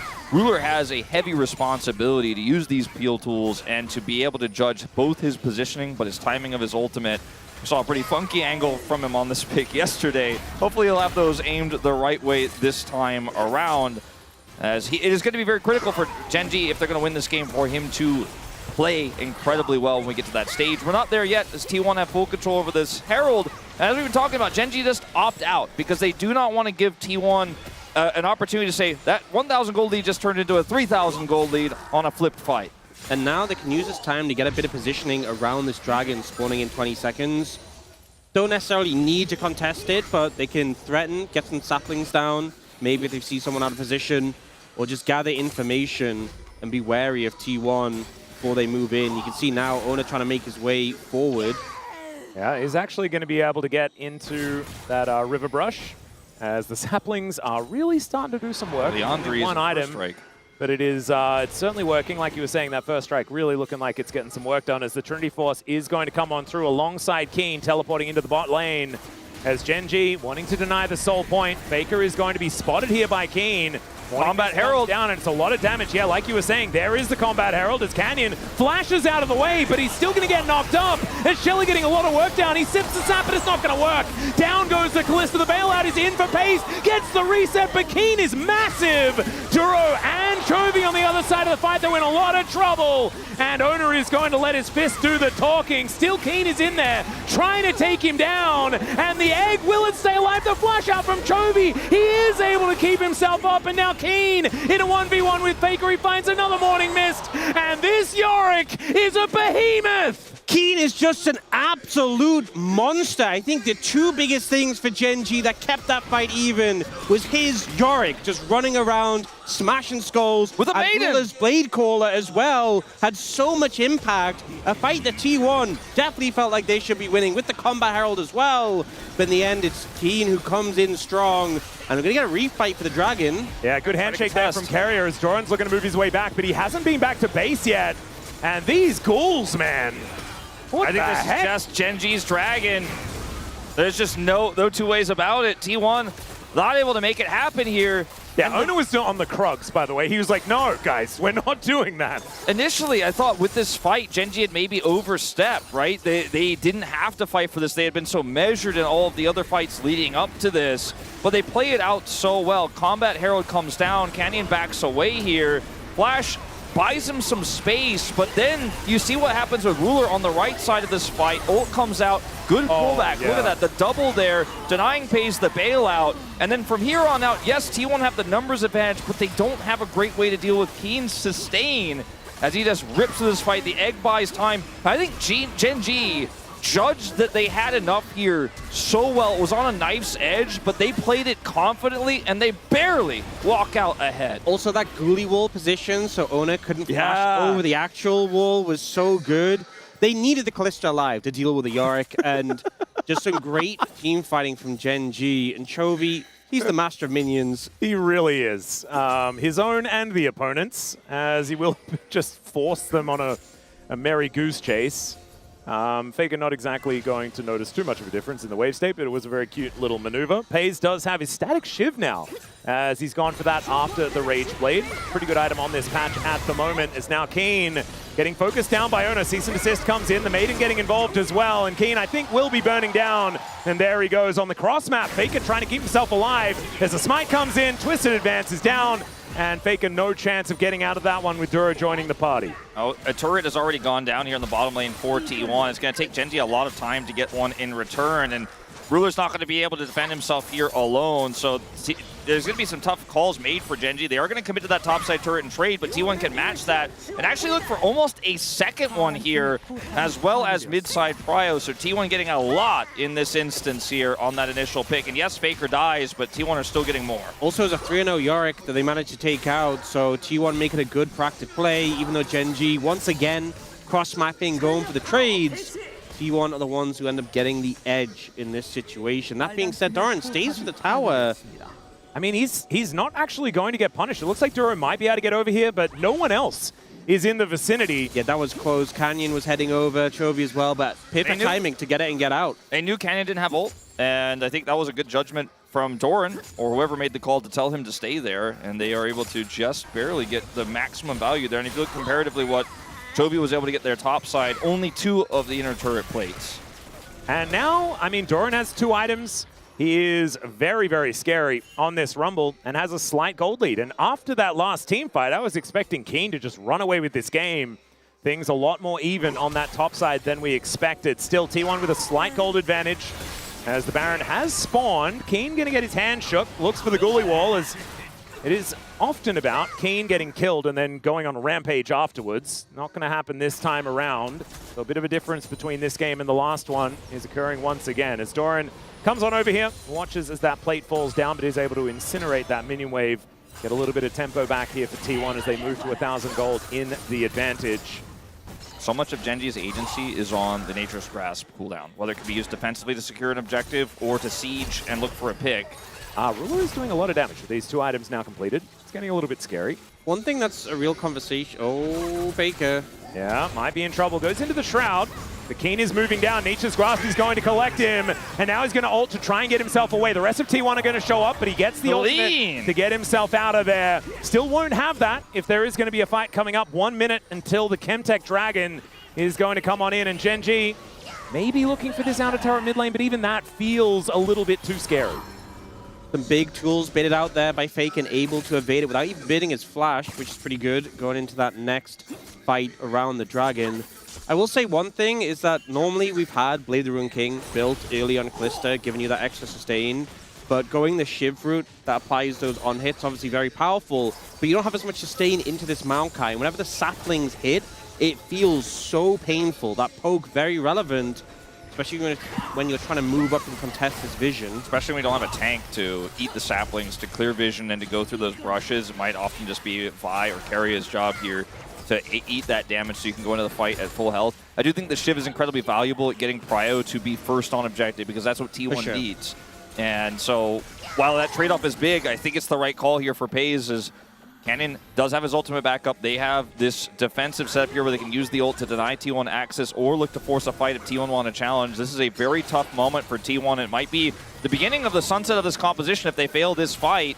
Well, Faker makes his way over. His ulti just came off cooldown, but once again, Keen is going to find him, and oh my goodness, these Qs are doing so much work. That's ult bin by Faker. Yeah, he's out of there already. Oh, Keen is doing such a good job of just keeping this Akali accountable. And with Faker baiting his ult to get out of the Uli wall, T1 pull away from the fight.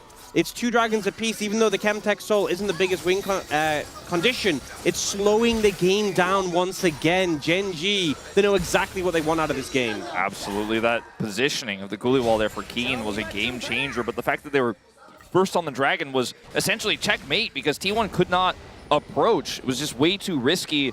Maokai and there. Nivea first to the play It's does insane. feel very unfair. When you got a Rakan there as well, Yeah. and if you want to try to get on top of that AD carry, he's got ult and flash and exhaust, so And very, then the very Graves tough. Keeper at like 1 billion health in a very good position as well. Feel like Keen really having a great day so far today. But T1 hold on to a gold advantage. They got those first 2 dragons, so the fact that GENG have taken the last couple doesn't mean quite as much, especially in combination with the fact that it's a Chemtech Soul, so not exactly the most sought after. But I do think GENG utilize it pretty well. Chovy just got his Rod of Ages level up, so he's now level 16. Oh, 2 levels above Faker and has that rank 3 ultimate, which is a big problem for T1. And where does Faker lane as well? Because laning into this Yorick just feels impossible for basically anyone. But the Anivia is difficult to deal with as well, like you were mentioning, that level advantage. He does set up have. here so easy if they want to trigger it. Oh, Faker looking for an angle, but once again, the saplings are going to find their mark, and it's the slow that's the most devastating here, stopping the Akali from getting on top. And they're just buying time. Like, Ruler's IE is coming up soon. Yeah. You know, that's all they really need. And with 3 minutes till the next Dragon, he should be able to have it for that. And I don't think T1 can look for a Baron start before then either. If they could get Vision, if they could get Prio and try to look for the double smite with Callista Rend, maybe getting the Baron could be what keeps them in this game. But otherwise, their clock feels like the hourglass is running out of sand here. And you see how they try and collapse in on mid when GENG are pushing up, but with that mid tower still being there, they can just retreat back. You're never diving in Anivia Maokai on the tower, and instantly the pressure negates. They're trying to break out of this setup that GENG is playing right now. The Yorick, as you said, in the side lane, such a major problem. And I do think that the sun hasn't set on this T1 composition just yet, but they're going to need to make something happen. They're going to need to find an avenue to get this fight working. Maybe that classic T1 Baron is going to be the angle. Look at Ruler doing blue buff right now. They're just giving him all the money so he can get that IE as fast as possible. Understandable. And the only big advantage here in this game is Ona over Canyon. And I don't think Canyon really minds too much. He just wants to press an ultimate button and CC a few targets and then maybe even go down. Ona will be imperative, will have the GA coming up pretty quickly. Now he's on Wolves. Ruler is just hard farming right now. Got red, got blue, got Wolves, got Wave, and he's just rotating around, taking all the gold. Ooh, and I think they're just done for Pays, though. Yeah, that's true. Maybe an angle. Now just looking for this outer turret in mid lane. Ruler going to burn down the flash out. And the cease and desist not actually going to be pressed here as Chovy now potentially in trouble. Faker liking this matchup a lot more as there is the perfect execution and gets the egg. But he's in range of the turret and is not going to be able to take down Chovy on this Anivia just yet, but gets him ready for the next bout. Ruler decides to flash instead of ult, which I think is correct because it's more value for a potential fight he thought T1 might look to take after his flash was burned there. He has IE now. He doesn't have his flash. Ghoulie wall comes in, and Keen says, well, I think I'm going to have to get out of here.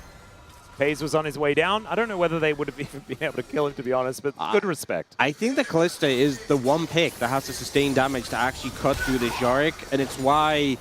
I mean, we haven't had many fights this game. We haven't had many actual 5v5s, but if Callista is alive, that is the only person who can really shred. I think GENG are doing Baron. Like, they are like, I have Wait, Maokai yeah. ult, T1 cannot get there. A positional prio, we talked about it so many times. Ruler doesn't have flash, but it won't matter if they can never touch him. This ward is Handshake. pretty ridiculous, though, from T1, as Chovy going to get engaged on. He flashes out of the way. There's a Nature's Grasp. Zona separates himself. The hostile takeover. Gigantic, but once again, Keen is going ballistic. Pays trying to dash around the fight and does Mega Cone his way out, and it's T1 that find every angle, and only only Canyon is left alive. T1 punished GENG for going for the aggressive Baron. Chovy was on the front line with no egg, and they immediately target him. Pays kiting like his life depends on it, and it absolutely did. Watch Owner when he goes in here as well, as they initially catch Chovy. Flash is on him, despite the charmed defensive attempt there from Duro.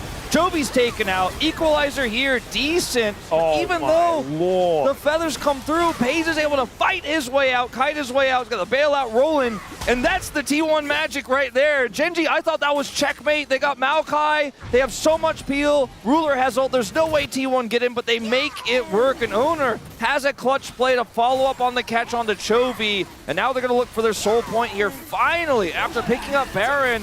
And now they're 3.5 thousand gold ahead. Pays' Kalista is crazy. He's got QSS online from that fight.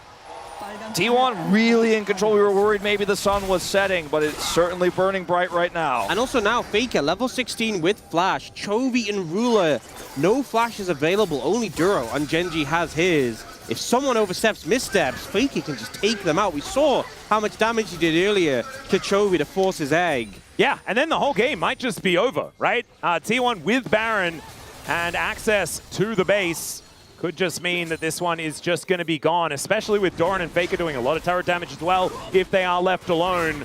And not to mention, of course, Pays, who is just an absolute machine. Still, 4,000 gold isn't insurmountable, but it is starting to feel like GENG are falling that little bit too far behind, right? This is the kind of snowball that this T1 composition absolutely wanted to have. This is the momentum they were lacking for most of this game, that really a composition like this once, and GENG had been able to negate and shut down. And I think what's going to be a little bit frustrating is the fact that the Baron was started by GENG. I think maybe the thought process was we can force a teleport here, and that can be enough. And now Equalizer coming down on the tower. Yeah, handshake is good. Featherstorm going to be invested here by Ruler. That is a big cooldown, exactly what T1 wanted. Yeah, and I think when Owner charging his Q and his ult available, if he doesn't press R there, he probably just dies, and letting the turret go is the correct call. But now he has another safety tool lost, and T1 still have a whole minute of Baron here. They want this inhibitor. Yeah, they're going to take the Maiden as well, as Canyon looking for a little bit of a potential engage. Cooling wall, and the actual wall! He's going to get the GA out of Owner and probably secure his life as well. Hostile takeover doesn't find the angle this time as Pays is behind the base gates. He is in so much danger. The bailout not going to work as Ruler stays just barely alive. Carrier going to fall, and T1's Baron will stop there. What a beautiful play from GENG on the punish. The wall was great. There are so many things they can build. What game is this? And Ruler is able to just realize that as long as I walk away here and they can't get kill me, the bailout doesn't go through, then it's over as Pays tries his hardest. But initially here, it's the catch on to Owner. They get the root, the Coolie wall, and regular wall. Dash is interrupted, as you say, and then Pays is like, I gotta get in here and carry this fight, but they get the charm on him. They put him in the bouncy castle. When the bailout comes through, Ruler pieces out. You know what? Says, you cannot kill me. You're not gonna get that extra auto damage to look for the Ren to finish. I'm going to say it. Say it. No, he didn't. He didn't need to do that.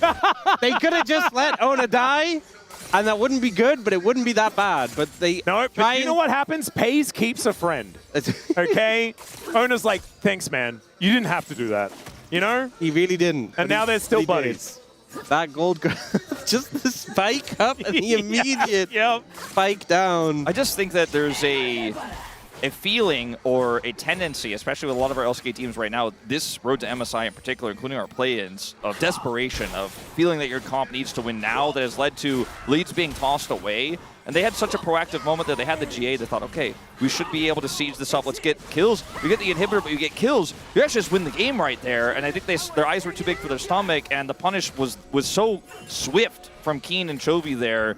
And Pays felt like he had to salvage it. He felt like he had to do that because if they lost that, they lose too much control over the map. And then GENG stabilized again off of just one pick, and they thought, we have to force.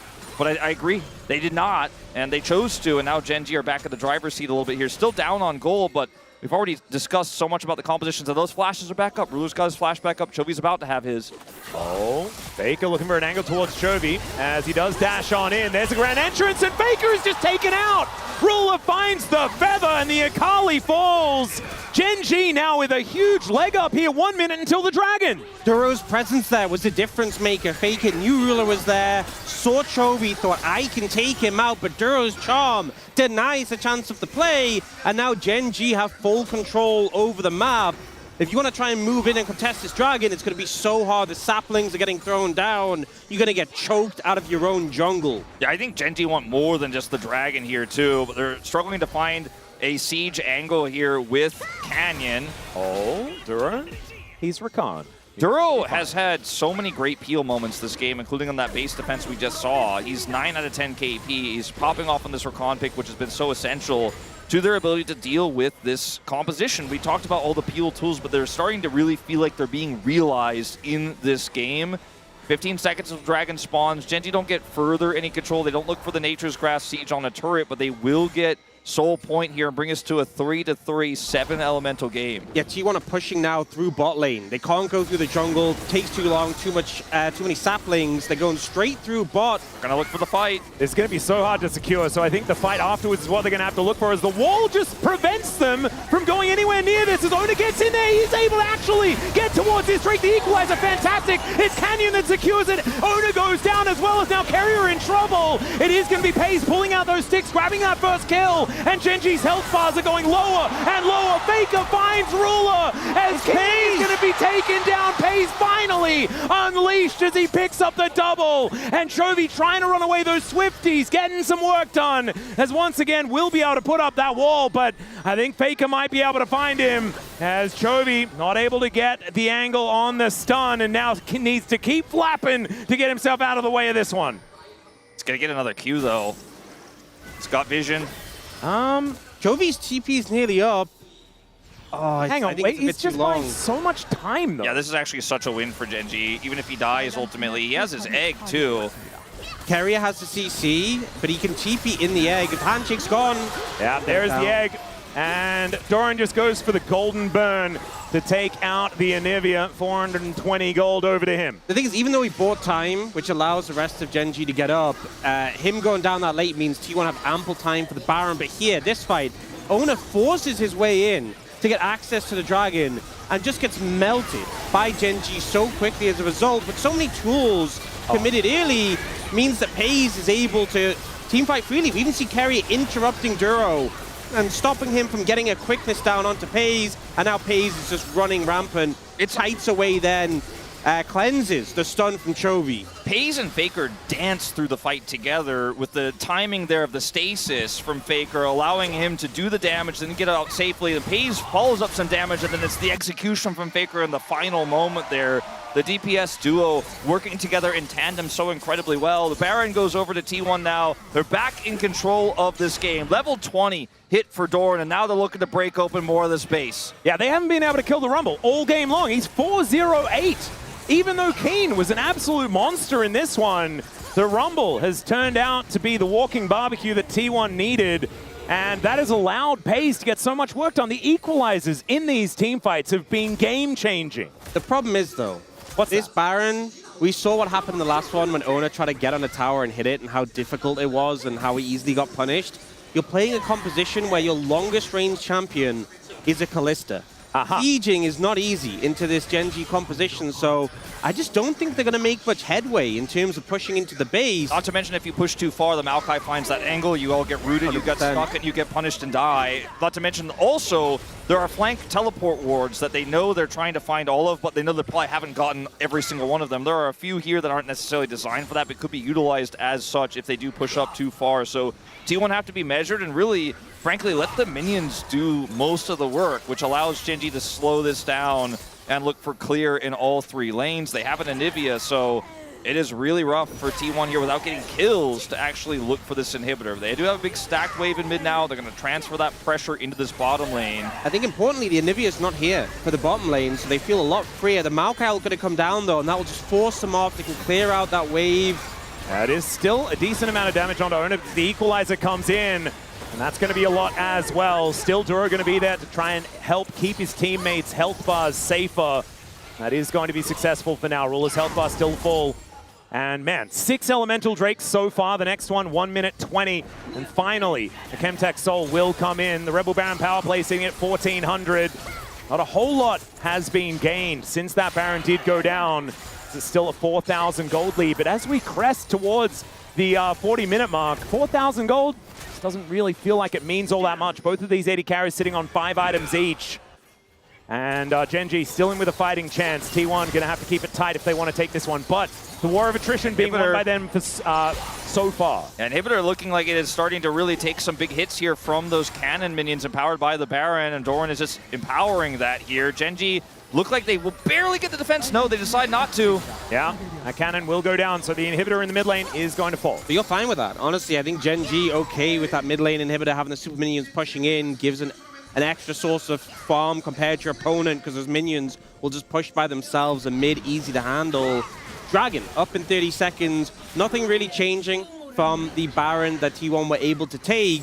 And once again, we're looking to see these two teams throw down and play for the Dragon Soul. Yep. 900 gold was the Rebel Baron power play in the end. So not a massive amount, but a teleport in from Keen. Looks like GENG do want to fight for this soul.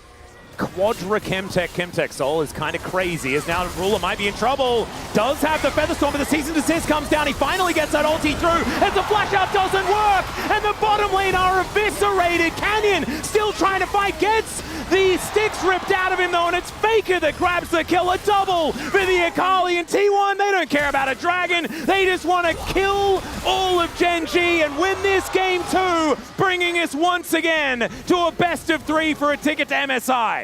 Keen does end up getting a kill onto Doran, and Chovy is buying time, but that mid Inhibitor is open, and Pays is going to end this game. There's no way Chovy can get back, and I think we are going to a 1-1 series They're here. just escorting him, keeping him under lock so he can't get back to base. They'll push through with the super minions. He will eventually go down, and T1 will equalize the series. A beautiful game from T1. There was a hiccup, a couple maybe, but they held strong, and man, Pays on this Kalista.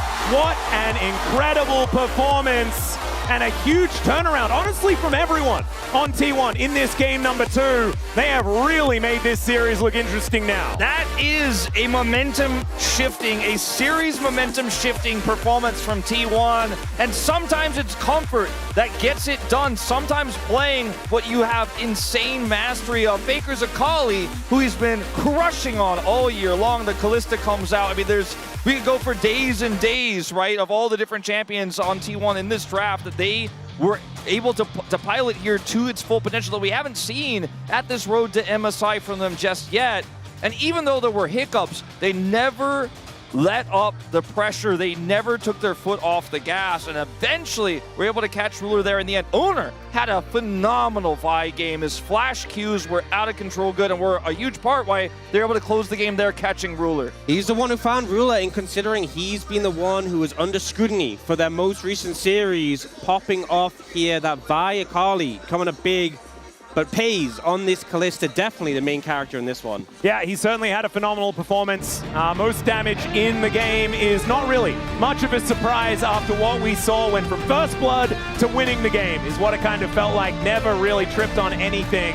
And so this guy's Kalista remaining legendary, but he will not be able to play it for the rest of the series. What does T1 and GENG have in store for us as this one continues? We're going to take a short break. When we get back, the Space going to break it down, and we'll have game number 3.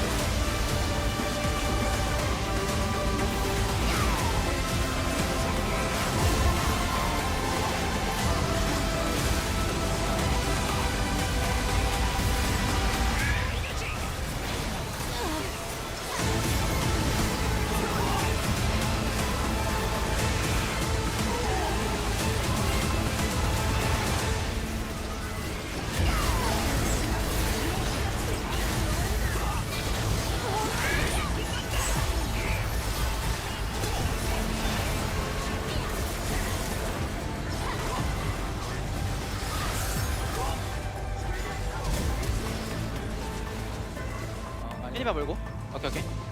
여기 나와 있으면 걸 생각할게. 네, 여기 와드. 빠졌고. 와볼래? 야 잠깐만. 애니비 아 아니야. 애니메요. 애니비 돼. 애니메 저 이거 좋은데? 잘 이러면 잘 볼게. 좀 빨렸다. 잘. 나 딜가 안 나. 괜찮아. 잡았어. 잘 잡았어. 여기 알겠어. 좋다. 애니바 잡으러 갈게. 이게 유릭 사운드야? 요리 빠져. 아래 좋아. 내가 애니가 지만 끊을게. 야 이거 텔 탈 거야. 아 없다. 아, 미드라인 없다. 큐당충. 프리다. 큐당충. 보고. Here because as Engage starts to go by the wayside and we have less and less engaged tools, you know, when you have a pick like Ezreal, it's so hard to lock him down. It's so safe. And when you are able to get your hands on it, you have so much agency moving into this third game. The Lissandra pick that we did mention, I think, is an interesting shout out. I think it's definitely one that we've been seeing a lot, but it needs a strong jungle pairing, and so many of the classic ones are already gone. Well, the Orianna going to be taken away here, of course. Cassiopeia is fearlessly banned. So they don't need to worry about that one. The Karma could be a ban here. The Rise still very high priority, and that one is what's going to be taken away. In the last game, this was backed up by a Scion ban, but the Varus is still up, and so probably going to need to be taken away by GENG unless they want to leave that as a ban that T1 has to go towards. Your first pick, then just make T1 ban it. You're Yeah. already absorbing the Bard ban, so I feel like don't do a favor for them. They ban away the Karma instead, denying the prospect of Karma Ezreal, which we saw the last 2 days. And I imagine a Varus ban here. Could get really interesting if it's not. And where does the Varus then go? Because we've seen it banned in every single game for what feels like the last 6 weeks or something like that. Some you hold the absurd flex. amount of time. I think you hold the flex for... Oh, yeah, you have to. But where do they eventually then decide to put it? As it doesn't matter. It's going to be banned Yeah, away. we don't have to worry about that. They really made me nervous because I said the Varus ban was going to be the one thing I knew was going to happen, and then they waited until the very final ban. I wonder if we saw a lot of these engaged compositions in the last 2 games. I was thinking the Annie might rise up in priority. We saw an early pick from it from the other day. With these junglers being thinned out a bit as well, Annie Wukong feels really solid. The question is T1 going to deny it, or are they just going to let it happen? That's the question, because if you take the Wukong away, then you're effectively saying we're going to have a little bit of a weaker early jungle into the other meta jungle picks that are available. So it comes at a cost, and if you leave it, then GENG get Annie Wukong, and the composition is simple to play. Looks like Owner's ultimately going to decide to take this one away from GENG, and we'll see what Faker wants to play into the Annie right now. We've seen a little bit of Aurora as the counter pick. Maybe that's the way he wants to go, but Pei's taking a page out of Gumayusi's book here with a Senna lock-in. All right. So early priority on getting the Senna secured before much has happened in the draft, and we saw it work to great effect when it was played by HLE, especially when you had the front line that could lead the charge and Senna can just attack over the top of them. It's also something that can operate from a very safe distance, which is relevant against Yanni. I wonder, though, if GENG are just going to slam like a Jarvan here in this situation, because obviously as an immobile AD carry, not much you can do against that. They will, though, prioritize that Jace first and foremost for Keen. And the question is, for T1, with Jace being picked here, do you pick a top lane to respond, or are you going to pick a mid to respond to the Annie? Yeah, or do you pick a support to pair with your Senna as well? I mean, you could lose a lot of things that have a lot of synergy here with the champion. It's actually interesting because Senna Wukong was actually a lane that I believe Gumakeria played. It is, at MSI 2022. But that was fasting Senna back then. Yeah, it was that old Mad Lions lane. Yeah, it was a weird one. Yeah, so Mel coming out here for GENG. So potentially looking for a kill lane. And if I'm T1 and instantly thinking there's a prospect of it being like Mel Pike we've seen. Yep. So protection for the Senna might be really important in this situation. And they might opt to prioritize that before anything else. I just don't know if there's anything that's safe to pick right now that you can lock in without the trade-off of losing your top, wall against this Jace pick that Keen has his hands on already. And with the Mel pick here, you have already insane poke with Mel Jace, and you have the engage with the Annie. So now you've got to be wondering, what do you ban away? You probably take the Pike away first and foremost, but what comes after that? There's also like Jarvan still available, which seems so scary to be playing into when you have this Senna who's so immobile. The Pike makes complete sense. That's taken away. I think for the side of GENG, 2 lines of thought. You can just hammer things like the Aurora away from Faker. Nautilus away from carrier. Yeah, we've seen even like Victor be pretty successful in recent games. I feel like T1 need another big damage threat with having the side in the top lane, and Senna isn't the highest DPS AD carry either, so they will just take away that Victor. All right. One more ban here for T1. And do they protect Faker's pick, or is this going to be more towards denying the jungle from Canyon? You guys have been mentioning the Jarvan, and we were talking about it in the last game as well. He was ignored there. It's almost like he's been like shadow banned. Nautilus? Neferi too. Pretty scary. Yeah, Neferi is a strong matchup here. Nautilus is something they could use against you if you don't pick it up yourself. Nautilus is the ban that I'm most worried about for if GENG get their hands on. You're going to have a really hard time because that's all they don't have right now is follow-up engage to the Annie, follow-up CC. I think this is probably going to be an Aurora ban just to protect this matchup for Chovy a little bit more. And they have so many different options they can go with here in the jungle role for Canyon right now. And I think that's why T1 decided not to target that because it's too much. And there's that Lissandra. Yep, shout out to Wadid, who was saying that the draft was going to revolve around this one. Not going to happen in the second round, as Faker is going to have that one denied. And I do think, I'll say it, Faker's Aurora has not been iconic, right? Yeah. It's not his best pick. I was going to mention it, but I also didn't want to mention it, you know? GENG have made that clear in this last Lissandra ban that they're not as worried about it either. Well, let's see where he does decide to go instead. It's going to be carrier on the cow. The carrier Alistair has been an absolute menace so far, and it's so similar to what Mata used to do. But now where it was just give me the cow, I'm going to win us the game. You've now given the information to GENG about what your support pick is so they can respond. And Faker already knew the matchup, so perhaps just trying to buy time to discuss and see what they're up against before making that final choice. So they might have put the Jace into the jungle, and then they're putting the Zehen top.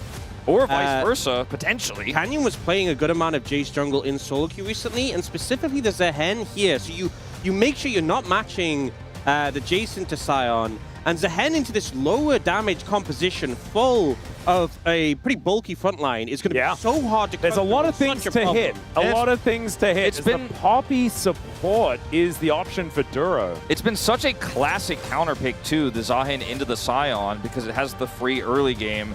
The Poppy, it's a great choice here as well. There's so much range, but also hard engage in this comp for GENG. It's ended up being a brilliant draft. Let's see what Faker is going to play here in response to all of this. This is going to be the crux of this entire composition, what holds it together. He's got a lot of thoughts. I think they picked the Alistair first because he wasn't sure yet, and this is going to go down to the last second left. Olaf! Okay. So Faker has played this before. I was actually there. I'm not sure it's Faker. But it could be Faker. I think it's Doran, and they're putting Sion mid Sion. Because Chovy's just never going to be able to cut through or really have pressure against the Sion. And the Olaf, you can actually have kill pressure. You're no longer given a free lane to the Zehen. That's very tricky. A great call out. Although, well, this reminds me, was this the first MSI that he played Olaf mid and just ran down his opposition?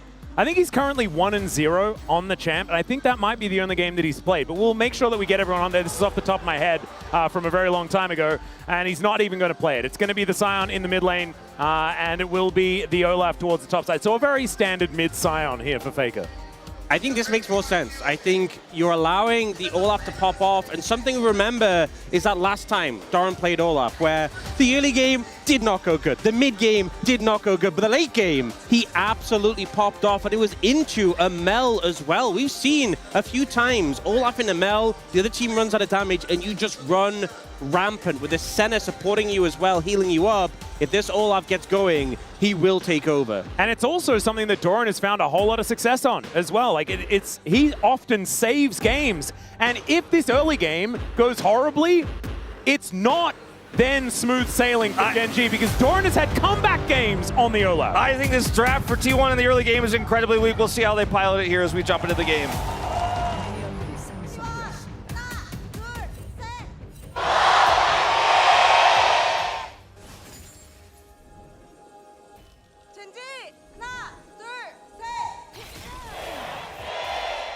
All right, here we are, ladies and gentlemen, onto the Rift for the third game of the series. Wolf! So you're telling me you have an Alistair center lane, you have a Sion mid, and an Olaf that can match well, okay, into the Zahin top side. And how are you going to get out of this early game without wounds? How are you going to get out of this early game without some scratches, right, is the question I have, because this is so much range in this comp here for GENG, plus the engage, so the backline access of the Senna, you're going to have to play really well. You're going to have to be the one that makes the first move with your incredible front line and your Wukong to keep the Senna alive. But if you fall too far behind in the mid game, or you end up with a situation where you have to fight a dragon you don't like to because they got double dragon and a Tex soul, there's so many ways this can go wrong. But I do agree that it's a very creative answer, and I think it does make sense. I do like that they opted for the Sion in mid and the Olaf in top for the reasons Ox already pointed out. Let's see how they weather the storm, because early times are not going to be easy times for this T1 draft. I think the one thing I'm really concerned about in this game for T1 is Zahen, because I think even if the Jace, Annie, or Mel get fed, there will come a point where they can't just combo the Olaf and he can become a real issue. But there's a hen into 4 melee champions. If he's fed, I don't think T1 have an answer to that. So even though we've seen before Doran not have a great lane on the Olaf and come back strong, I think the bigger issue here is going to be Keen being enabled by that. So this top lane matchup going to be very important early on. Well, this mid lane matchup is Faker using a very large health bar in order to try and stay alive against the Nanny. Olaf is just going to wander past the turret and look to take out all of these minions. Keen realizing that he probably wants to get some experience in gold, and so isn't going to stop him just yet. Azona is finishing his full clear of the bottom side. Canyon doing a very similar thing as he did. Just have a bit of a check-in towards the top lane just to make sure that Keen was going to be okay. He was, and then he gets himself to his Krogus. We haven't seen the jungle Jace in a really long time. It was very prevalent at the beginning of this year when it got some changes to its jungle clear, and we saw it a lot at Kespa Cup, for example. It was almost permaban for a while because it was so strong in the jungle. Even though it wasn't winning, if you guys remember, like it was almost always banned, and then it would lose on the rare occasions we did see it on the Rift. But it is definitely a lot of power in the mid game and zone control with an already robust range poke on the Mel. So if you try to punish it as well, there's so much peel with the Annie, the Poppy, and the Zahin that's going into the melees. There was also recently a match in the LCS, I believe, where Inspired did something similar to this, where they flexed it into the jungle to give a better top lane matchup. So it's interesting we're seeing that again here. Yep. I like the creativity. I also like that this is obviously deliberate as well. Holding onto that flex, you pointing it out, Ox, that he has been playing this one in solo queue. Yeah, I do. It is funny because you see the picks Canyon plays in solo queue, and it's like Jace, Diana, Quinn, and Bessa. And you're like, well, he's been practicing these. How likely are we to see them? Yeah. And it's Maokai, nice when one shows up. Yeah. But definitely, don't always go into every match thinking we're going to see Quinn jungle. This stat here, Chovy was the last one to play it against Fate. Chovy actually 2021. He did play a ton of mid-Sion in 2021. And I mean, I say a ton, it was like 3 or 4 games, but you know, when no one else was doing it, that felt like a lot back then. So he actually has a lot of experience with this pick, but now he's playing into it with this Annie. A little bit of a different story at the moment. Like, Chovy was the mid-Cassante guy as well. Yeah, and the mid-Aatrox guy. Yes. Renekton also, although that I think belongs to Showmaker a little bit. Yeah, there are certainly a lot of melees that Chovy has liked to play in the past. And it's kind of weird. It's reminding me of, like, you know, 2012 TSM. You know, just watching Reginald run around the Rift on Sion before he became a real champion and not just a stun that would build only Doran's rings. Oh, what a time to be alive. What's interesting is that we had the change to the role quest where you no longer get that empowered recall, and now you get 8% extra AD and AP, which just is not offering much to Faker right now. Well, Ruler is going to go for a little bit of a merry jaunt here. Finds a snare onto Pays, though, and Canyon going to show up with a shock blast. There it is. Well, that's the thing about Jace jungle is he doesn't have that great CC setup that a lot of junglers have, but he can at least just kind of hang out and get some first strike gold. If he doesn't see the angle for the kill, he just shock blasts in and at least collects some money for his trouble. I think what's nice is at least the lanes have a good amount of setup. The least is Keen in the top lane, and he at least can flip them back, and it's a longer lane. But mid and bot lane, there's a lot of CC to work with, which I think is kind of important if you are having that Jace jungle. Otherwise, it is just that farm into first strike poke. Yeah, and on we repeat. saw even the Mel can you do Senna setup for the Jace potentially if those rebuttals do come through. Well, Chovy does now have the bear in hand. Faker can go back to base and then ulti back if he would like to. Only taking a bit of damage here from Canyon as the decoy comes out.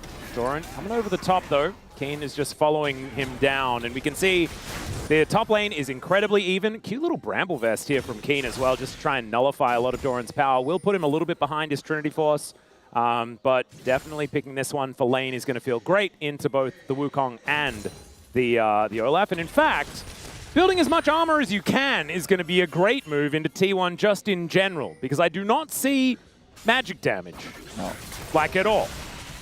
The Scion shield explosion. Sorry, I apologize. Wait, Alistair's got a little AP damage? ratio, you know?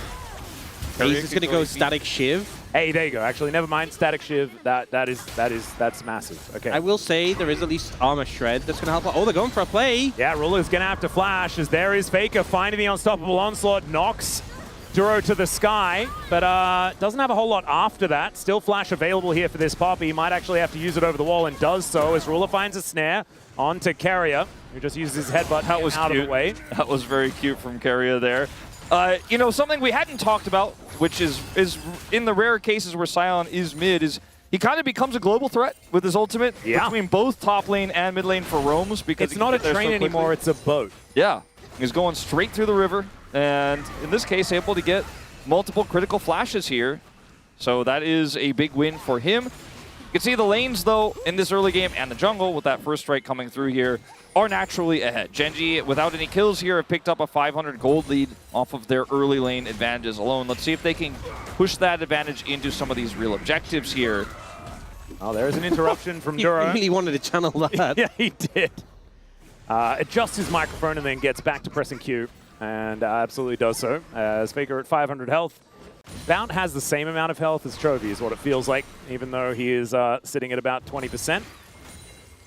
Just Scion things. That's only going to get worse as this game goes on, as Canyon going to be starting off these grubs, and there is no monkey in sight. They have I think he should control be able to vision. take this. They have control vision on the entrance there. They have vision on the dragon as well, so he feels very good about this. Oh, that's a bear.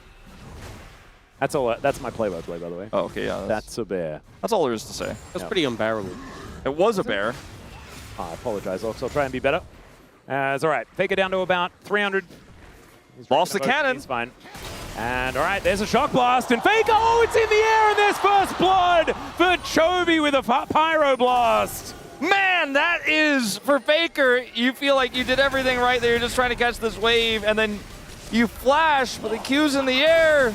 And Canyon just presses EQ from off screen, and that's what kills you. It's the worst feeling ever when you flash and you see you're already dead when you hit the ground. I'm wondering, was the shield on cooldown? He didn't have enough mana. Mana was so low. His mana was pretty low. That might have been it, because I was thinking maybe he's like flashing to buy time and shield, but the shield never came through. That definitely would have saved him. We'll probably only know if we get the first-person view there of Faker, but we'll see when we go into the replay if we can.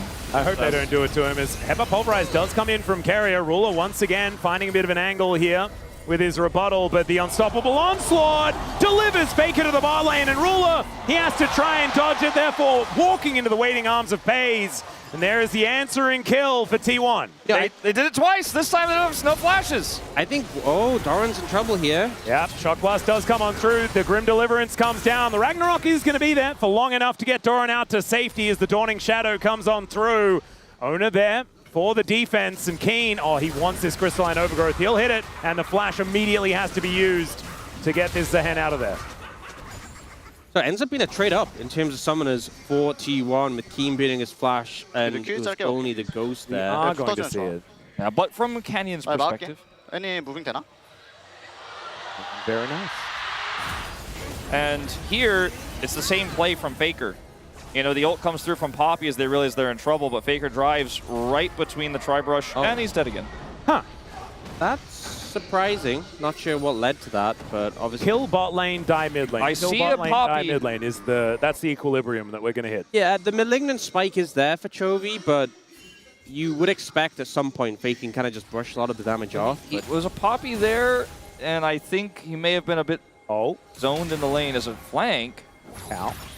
Question mark. As Ruler this time doesn't have the rebuttal, he's going to get snared. There's the heroic charge back, but Carrier running real fast with that Ghost, and Ruler has nothing he can do. He just dies. You know, I think with the Mel, you're so good at playing into sort of longer ranged abilities. You have that rebuttal or just anything you can reflect, but into things like a Scion or an Alistair, you just don't have tools really to outplay them. If you land the root, great. If they sidestep it, if it misses, if it's not used at the most effective time, they just get on top of you and then there's nothing you can do. I'm looking at this enemy composition as the Mel, and it's kind of nightmare fuel. Yeah, it's not really working. And it's, you know, when you're this far up in the lane without flash, very easy to punish you, which has happened now twice. I mean, really three times. The first time they got the flash, and then the next two they were able to get kills before he came up. As Chovy just whittles away at Faker, and Faker pushes onto Chovy for one more auto here. Just tries to charge Q? I don't know. He really likes pressing Q. Yeah. The shield was on cooldown as well, again, in this situation. He used it early in a trade, so didn't have that available. Nice sidestep there by Carrier, and then holds the combo for the Steadfast Presence from Duro. And does a short combo at the end, just to catch out Ruler. Really well played to set up that one. Pays now with the static Shiv, especially when you're playing into a mage in the bot lane. Having extra wave clear that the Shiv offers goes such a long way. Obviously, this is the standard build to go the static Shiv early on center, but it's definitely a big pickup when the enemy Mel has Ludens already. I'm starting to very strongly feel like Doran is going to have to do some heavy lifting in this game because Faker is so far behind. And the Senna is ahead, but that doesn't necessarily translate to a big mid-game or anything like that yet. She needs more souls. No. Canyon's here again. Oh, not one more time. Chovy holds the flash, decides he doesn't want to go for it. And so now Faker going to have to try and keep himself alive. Channels another Q, and now Ona makes his way in. Canyon flashes. Dawning Shadow comes down, and there's the flash from Ona to follow, and down goes the Jace. Ona here to save the play, and now Carrier will find the flash from Chovy as well. This Triforce spike on the Wukong, you can see after the initial flash, they weren't sure if they wanted to extend the play, but Ona's like, no, I have the damage, follow me. And he absolutely did to take out the Jace and Chovy, having a flash as well, punishing there the attempt to threaten Faker's tower. And the thing is, so in terms of Faker's position in the lane now, he has upgraded Merc Treads. He's going to get the Koenig Rukin soon. He'll feel much better then, but I'm a little worried they'll just switch lane and put him into an AD champion after that. Yeah, that's what I'm most concerned about. I mean, there is a, you know, the bottom laner obviously is also AP in the Smell, but the Zahen lane can work really well. He actually went the Glacial Shroud just on that base, so got a bit of armor first. But yeah, damage comes in from that Shock Blast, the Magic Shield doing nothing there.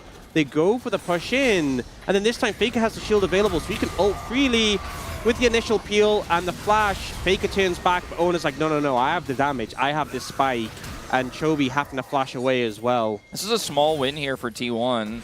Really evens out the gold quite a bit.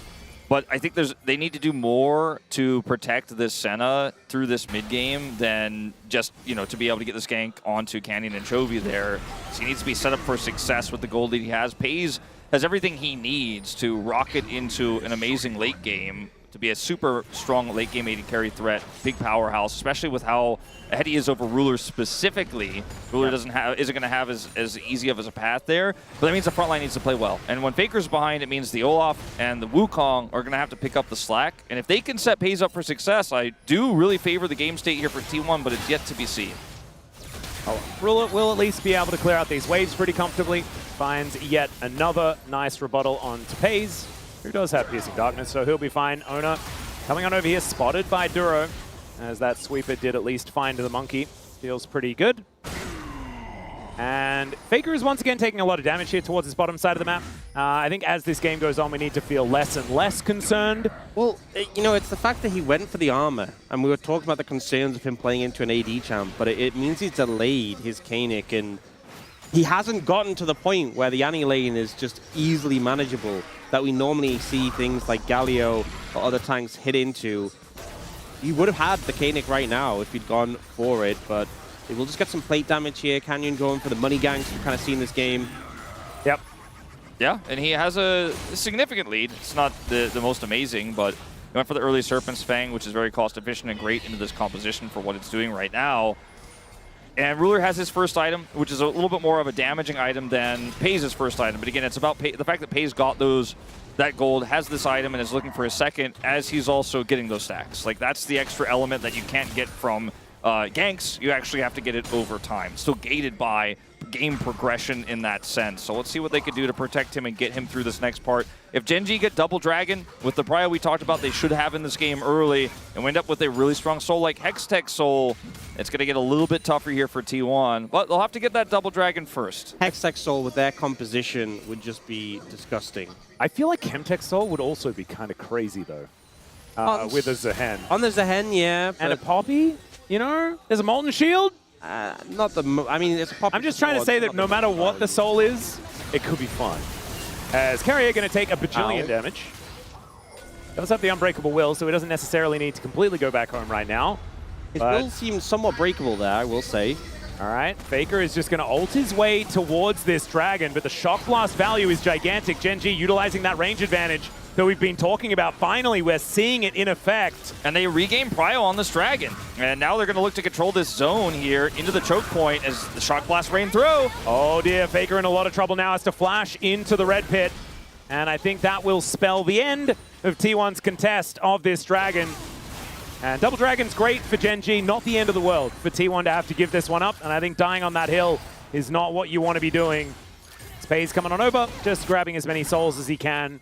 Feeling good about that. As Duro looking to gank and Olaf. Let's see whether they can get the Ragnarok at least.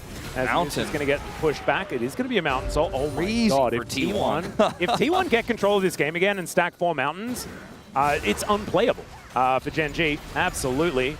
As now Doran taking so much damage. Dawning Shadow is going to at least soften up Chovy a little bit, as the exhaust was used just to get rid of him. And now Pays throws the Rift Herald towards this outer turret in the mid lane. Ruler not with enough wave clear to clear this one out quickly enough. As first turret is going to be the race here as Ona finds Canyon. Canyon does get the Hammer Boot back and does have himself a Blast Cone in order to escape. But that is going to be first turret going over to GENG and extending that gold lead. Yeah, should see Pays answer here in the mid lane. And Ono with a lot of pressure. He has to be careful of Chovy over the wall. Yeah. Oh, low 4 health! And Ono is able to just turn around and say thanks for the red buff. You know, the Wukong was once upon a time a counter matchup in the top lane for the Jace. You could see in that interaction with the Cyclone moments before that Canyon doesn't want to interact with him in the jungle at all if he can help it. He just wants to be very far away from him and a layering in poke. So I thought it was great that Owner found that pressure angle in to get on top of Canyon there and make a small edge. The value of the Cyclone in team fights is really high, but when there's no fight to be had, it's not really a cost that you're giving to actually utilize that to get a little bit more control. So really nice angle there Owner found. Still finds himself, though, with all that first strike gold and the extra farm here, significantly behind in the matchup as Cyclo Sword comes through here for Canyon. Yeah, big spike. Yeah, huge. Has the Siphon's Fang as well, which is great value into the Olaf, into the Scion in particular, and some value into the Senna for the ultimate. We have now got the Kaenic Ruka in for Faker, so he should be able to just weather the storm in this matchup pretty comfortably. Still taking a lot of damage here from Chovy, who is just able to walk around and hit him with as many spells as he can. I've never seen an Annie worry about mana more, because he just needs so many spells, because this health bar is so large. His damage numbers on this Annie are going to be above average. Absolutely absurd. Yeah. Let's just say above average. I would hazard to guess. I think a pretty safe guess as these Shock Blasts hurt. Looks like he's going for the Leandri seconds. Yeah. Really going for a burn-based bear. Which You got to do it. I mean, look at this comp. Yeah, I mean, it's great value in this situation. Obviously, going for a one-shot build only really matters if you can reach Pays, and even if you do, you have to deal with the rest of the team. So It's okay. Ruler's got the burst for that, right? Yeah. Canyon's got the burst for that. They are the ones who kill the Senna. You're the one who And also, if boys. we're being honest, if Chovy drops a bear onto Pays' head, I think whatever build, it's probably going as long as it's good. got some ability power in it. Well, we might see just avoid stuff after that, and then, man, he will just not really worry too much about the champions on T1. So does Chovy. Faker completely out of mana. The flash forward to block the unstoppable onslaught. Apparently it is a little bit stoppable, but Faker isn't. He's able to walk his way out as Tib is able to come back and join this fight. And that is Duro hoping that that was the other Wukong, but the decoy can't walk. So they watch him leave. So Faker will be able to keep himself alive. Pays' ult was a huge difference maker there for Faker as well. Faker just gets out. All right, well, GENG, they don't lose anyone. And they do, I guess, theoretically gain some tempo in that play. But Doran still able to catch this mid-wave. Chovy moving over and will be able to utilize his brand new Leandries that he just put together. Minute and a half on the Drake, probably going to be their next point of contention between these two teams. Oh, for sure. Oh dear, yeah, Carrier is in a little bit of an odd spot. There is the Keeper's Verdict though. They get rid of the cow, and that is now Poppy ult on cooldown. Yeah, trade of support ultimates will feel pretty good, I think, for GENG because they're not necessarily that worried about ulting people away with this comp that has a lot of poke, whereas Carrier needs that durability. Yeah, especially for that dragon fight. But with the Zeeks, it does give a lot of ultimate, gives you the ultimate ability haste and just some ability haste. So 50 seconds, I think it will be back up for Carrier by that point.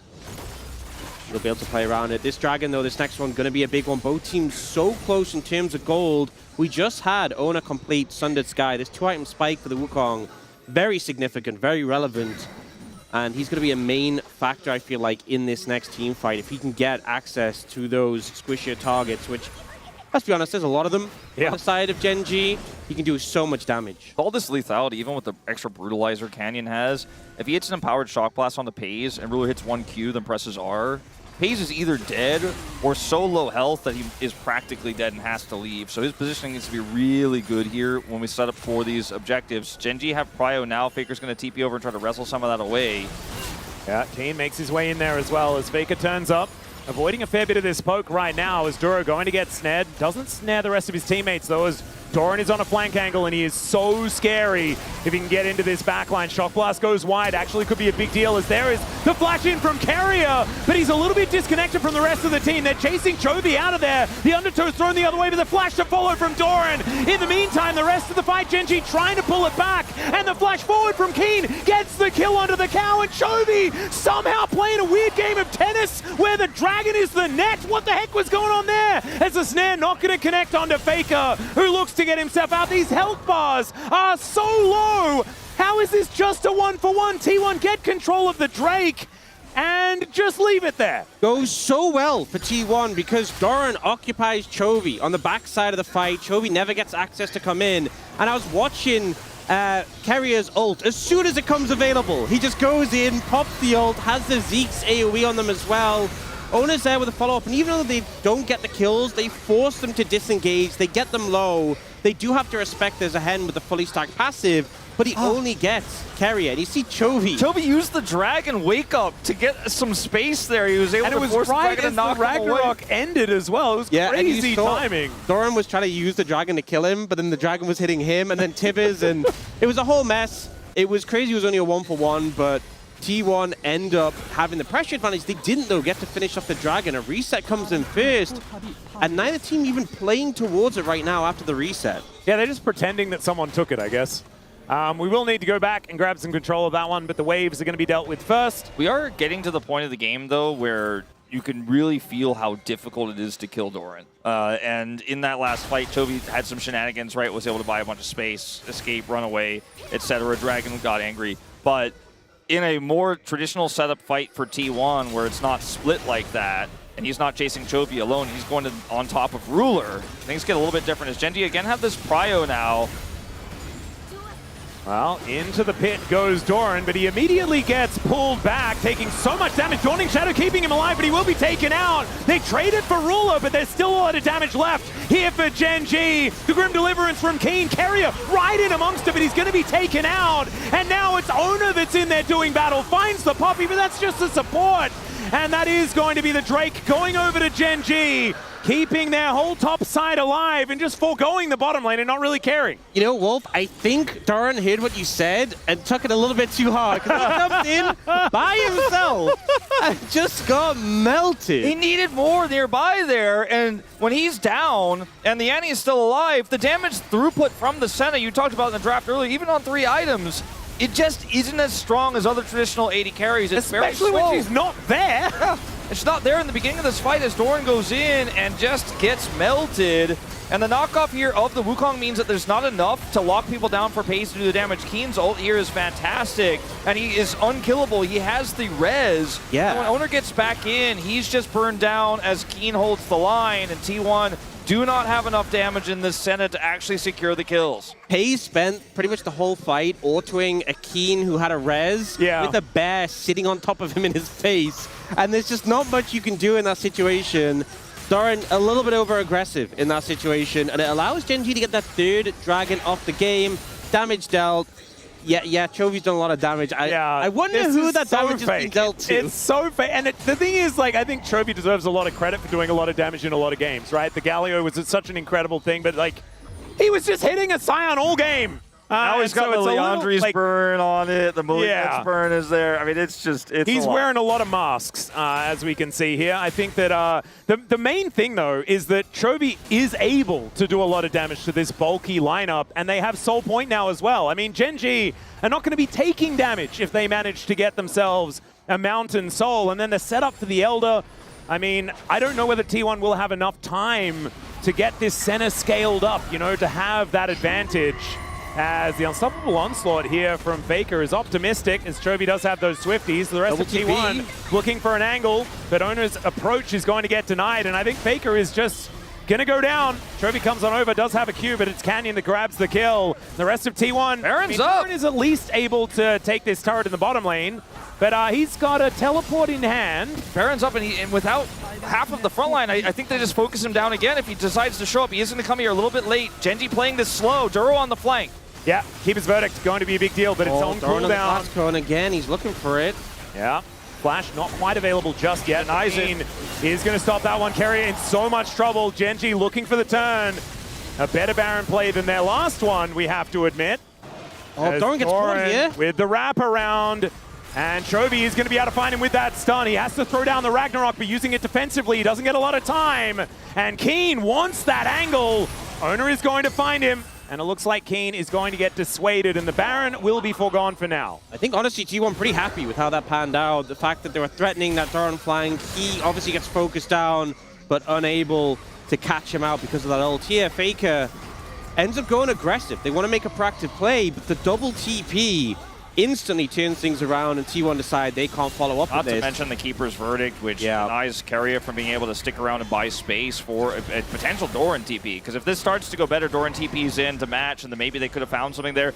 But like you said, denying the Baron felt like best case scenario for T1. They're able to do that, because if they lose the Baron there, they lose the Soul as well, and that means Mountain Soul goes over, but they were able to fight tooth and nail to hold on to that one. And the only gold lead here is FaZe, right? He's getting bigger and bigger. He's post 70 stacks here on this Senna, but the rest of the team is so far behind that it doesn't necessarily matter, and we mentioned this so long ago in the game, is going to be a big responsibility for Doran to maybe be a frontline so that FaZe can actually go with him in terms of target selection. Doran gets on top of somebody, FaZe layers that damage with Faker there. They just haven't been able to set up those phalanxes for the FaZe. They haven't been able to find the right targets, and it keeps being someone from T1 goes in and gets burned down, and FaZe is like, I'm trying back here, but I can't quite get it done alone. 50 seconds until that dragon spawns here, and T1 absolutely cannot give this one up.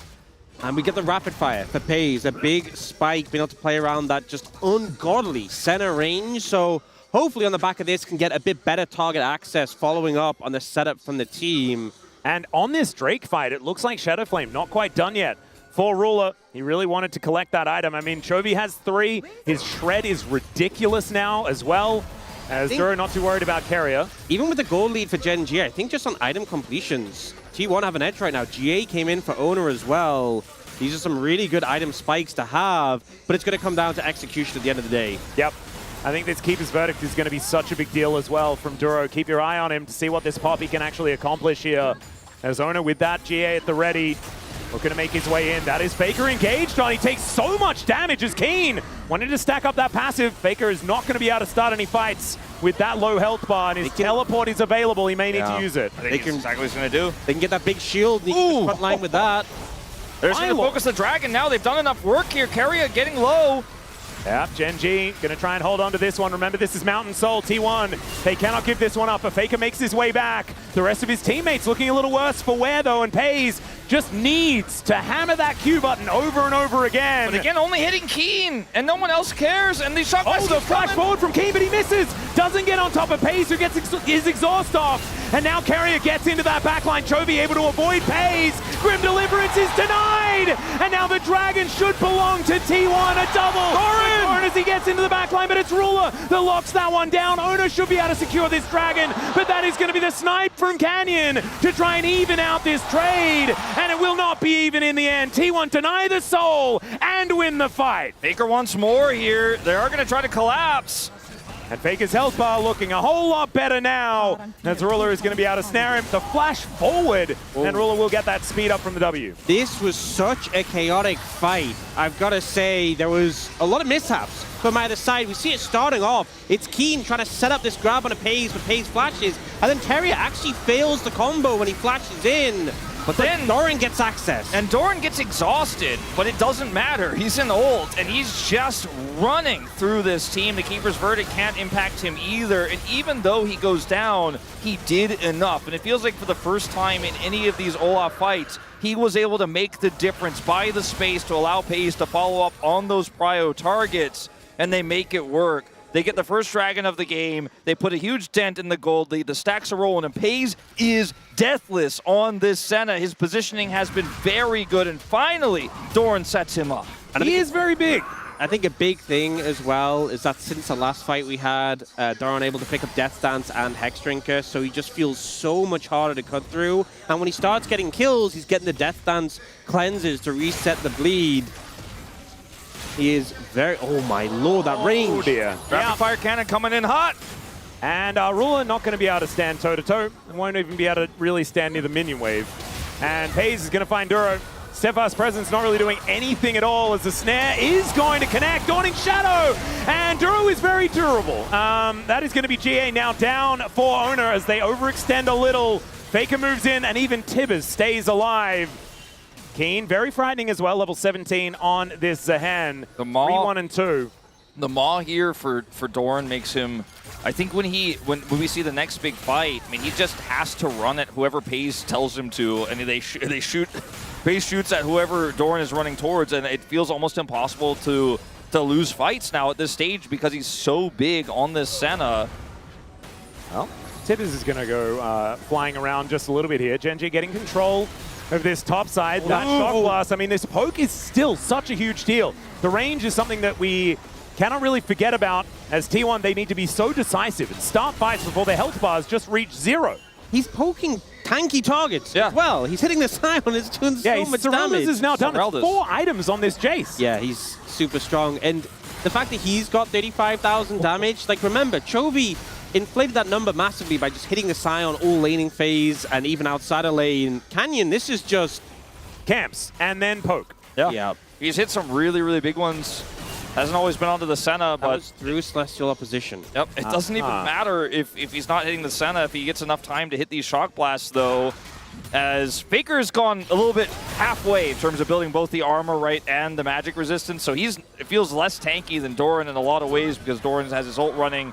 He is level 18 at this point, 3 levels up on Faker, but it's all about whether or not the Shock Blast hits Paze or if they get enough time to Shock Blast enough of the front line with Chovy's burn damage coming through. They can't start a Baron yet. They don't have a traditional AD carry. They do not have enough control, so this game is once again going to slow down a little bit here, and I think likely the next fight will be on the Dragon, not the Baron, in about 90 seconds. I am terrified to see the damage if Canyon hits a Shock Blast onto Paze. Yeah, I was just thinking that. As the Shock Blast is going to connect onto Faker. That one, the thing is, we're not too worried about. So much I would love money. to see his first strike numbers. Because, I mean, that's the thing with First Strike is that, you know, obviously in lane, if you're playing a laner with it, you can proc it pretty consistently if you're in the right matchup, but you don't have the damage to really back it up. This is the point where Canyon has the damage to back it up. This is where First Strike really spikes, and he's just printing more and more money. Unfortunately for himself, he only has 1 more item slot, but he's getting towards that pretty quickly. Yep, BF Sword now in pocket as well. We'll see what he's going to turn that one into as a GA is probably on the way. Owner does now have 4 items himself. Black Cleaver is now done. They've got a couple of those. If you can start stacking these Mountain Dragons as T1 as this game gets longer, it's huge, but we're already so late into the game. I don't think Soul's on the table for them, but denying it from GENG is massive, and that's permanent if GENG get it, whereas this Baron is only temporary, and all of those inner turrets are still up. So getting Baron doesn't mean you're sieging to win the game either. You're playing against so much wave. God. And yeah, he is big. He is the biggest. He also gets 2 extra, you know, bling bling control wards because why not? I've got so much money.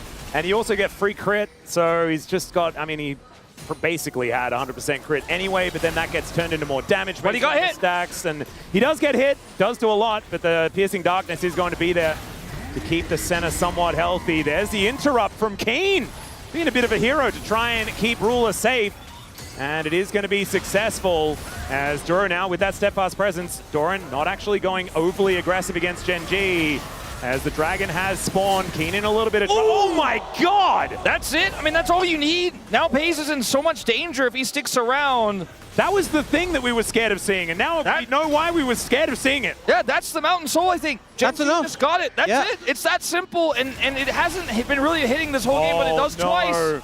Doran realizes that he's probably been seen based on the movement of GENG, and the Keeper's Verdict is not going to come He just up wants through, to but make that is sure just a free Owner doesn't Mountain Soul. steal. He just wants to make sure Owner doesn't steal, so he channels it. If Owner runs in, he just knocks him away. They wait for it, secure the Dragon. It felt like in that moment you could see GENG couldn't even believe that T1 was giving it up, but they did. And yes, he's got a lot of stacks. He's got 100 crit. He's got the additional damage from the IE. But if he gets hit by 2 shock blasts, if he gets hit by a third, he dies, and they might lose more than a Dragon, so he has to leave, and the Dragon goes over, and now GENG can put their focus on the top side of the map. Isn't it so unfair, though? You just get hit by one ability from Canyon, and then, oh, well, I just hit a massive item spike. I was ready to play the game. I guess I'll just go and take a break. I do have a solution. What's that? Don't get hit. Ah! I have another solution. Have your front line stand between you and the Jace. I think that is that included in Don't Get Hit? Yes. Okay. It's a great strategy, though. That helps with the Don't Get Hit. It's on this very deep flank and is now trying to find an angle. Oh, TP coming in. They're going for a play. Yeah, Keen actually cancels his back there as well, as Carrier is going to find him. Faker looking for an angle here. Let's see whether Keen can actually buy enough time, because Doran and Owner are both running up. This is a Pass is going to follow as, yeah, Keen does have the ulti. He's doing a lot of work and has charged up the passive. It's going to take a long time as now Canyon gets on in here. There is the chase as they look to get on top of Doran, the Dawning Shadow, to keep him alive as it's both of them going down. In the meantime, though, Pace just dead to Chovy. The bear burns him down, and Chovy throws a Q into a decoy, but eventually finds the right Wukong, and Faker might be able to push Chovy away, but the damage, it has been done, and GENG will wipe them off the map. This felt like a winning play for T1, but then Pays gets exploded by Chovy, and suddenly, without that damage, without that DPS, without that Senna, everything falls apart, and GENG will claim the Baron. And it is so crazy how much damage Doran took from Canyon at this late game stage. We're like, oh, Olaf, he's going in, and then he goes almost 100-0 as well as they trade their lives in the beginning of this. And we're going all the way to the beginning of this replay, which is a little bit longer here, but it allows GENG to group up. But watch where Pays is on the left side, where Chovy is trying to match him. He has to go super far away, because if they catch him, he dies, but he needs to rejoin his team because he feels like they're starting to lose control of the top side fight. He ults here, but watch Chovy. Chovy does not wait. He's got a control ward there, and he just 100-0s him. And Pays' first death, maybe his last in this game, is now GENG have so much siege to push and control. They have the Mountain Soul, and it gets so much harder from here. You know what's crazy is that we were talking about how Chovy's gone for this more burn-heavy build. He did obviously just finish the Rabadons before that, but Pays had Cleanse and Flash, and I just don't think expected to get one shot. Well, the way Chovy was walking, he looked like he was clicking on the team fight, right? Yeah. I mean, then just he faked it really well. Flashed on his face, and he was just dead. But I think in Pays' mind, he's like, I don't die here. I have Cleanse Flash. He was pretty late with the Cleanse. Yeah. Either way, an impressive play from GENG, and now full control in their direction. 4,000 gold to lead, but the... Oh my lord! Okay, Canyon. He's now got 6 items. Like, this guy, you were mentioning the money printer. He doesn't need the money printer anymore. He's a damage printer now! Yeah, he is. And my God, the accuracy is going up the later this game goes, and with more and more items. That's a good pairing, as Pays obviously has a lot of sustain, and given a little bit of time, can get his health back to full, as you can see here. But man, you get hit by another one of those, and suddenly you lose an inhibitor.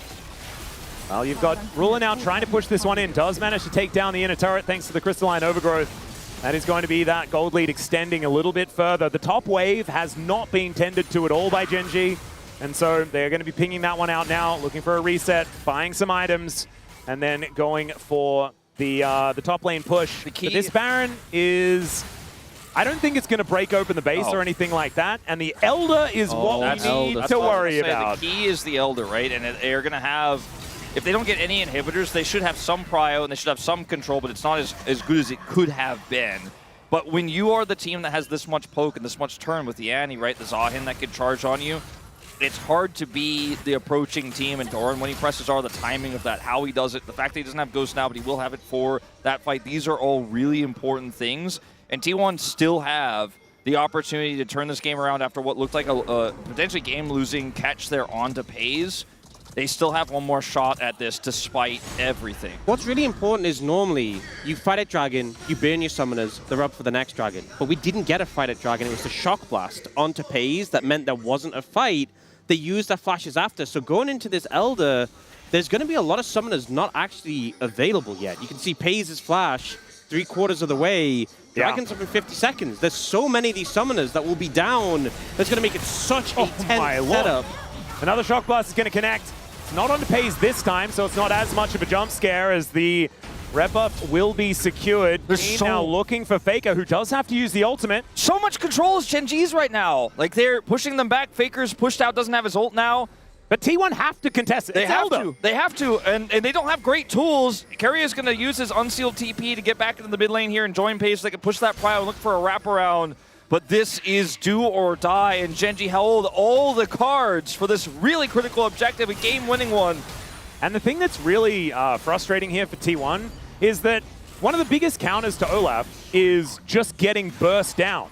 And GENG's composition does that. Like, that's its whole job, is to burst a target and take them out of there. They even have a Mel for execution. And so I feel like what we've seen from Doran in the past on this pick just feels way less possible unless he finds a beautiful angle to avoid a 5v5. They're looking for him. They don't know where he is. They're like, where is this Olaf? I want to see him. I need to know where he is. It's behind them. Just TPing for the shield right now. Oh, it doesn't actually have it. Oh, he doesn't have it. Yeah.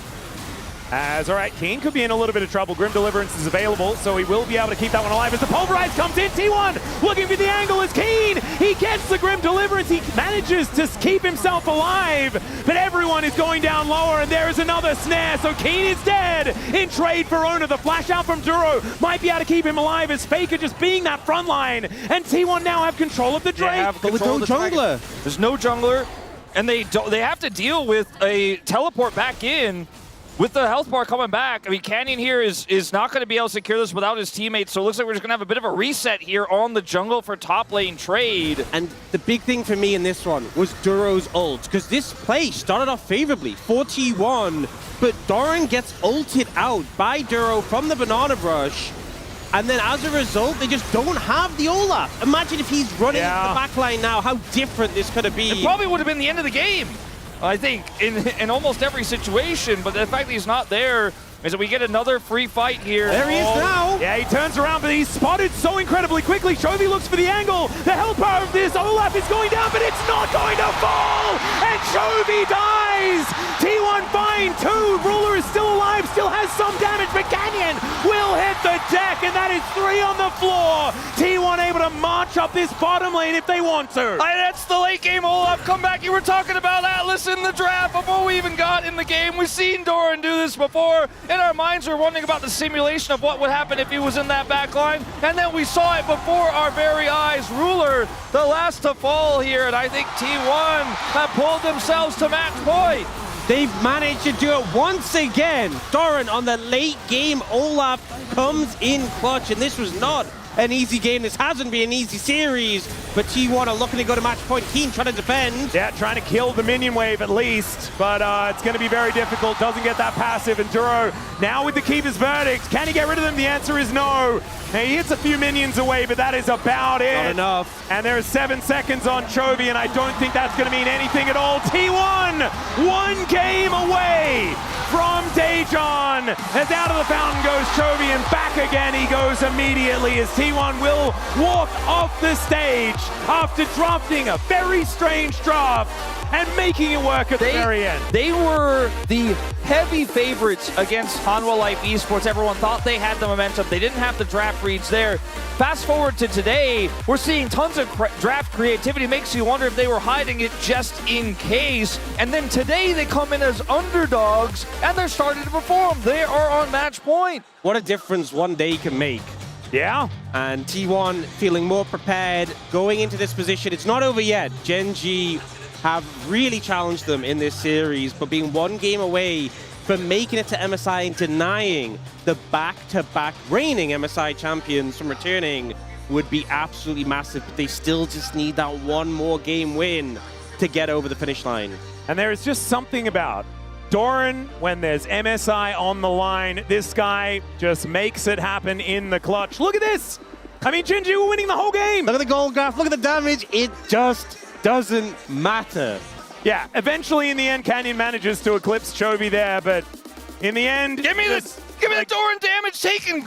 Yeah, I Where's mean, that one? the fake damage taken is pretty absurd as well. But in the end, I mean, it all comes down to that one team fight. They managed to take it down. No Elder required. They destroy the Nexus, and it is now match point for T1. They still need to win one more, but momentum is on their side as we look to go to a short break. The space is going to break that one down afterwards, and I'm very intrigued as to what they have to say about the champions picked in this one. We're going to take that short break, and we'll see you for maybe the final game of this series right after.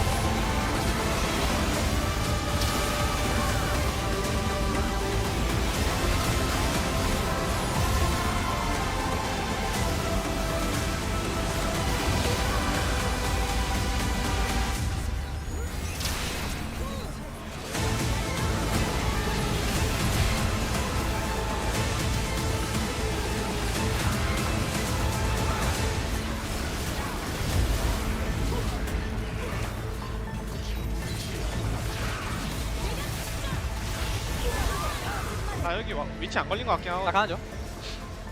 올라봐. 우리가 그냥 거의 생각하자. 나 위치 좀 볼래? 찍다 얘 가는 찍다. 중. 나 지문으로 나갈게. 지문으로 알았어. 나갈게. 궁 어쩌, 궁 어쩌. 야 센스 나와봐. 센스 나와봐. 왼쪽 매도 풀 매도 풀. 나와. 애니플 있다. 우리 아래 우리 아래.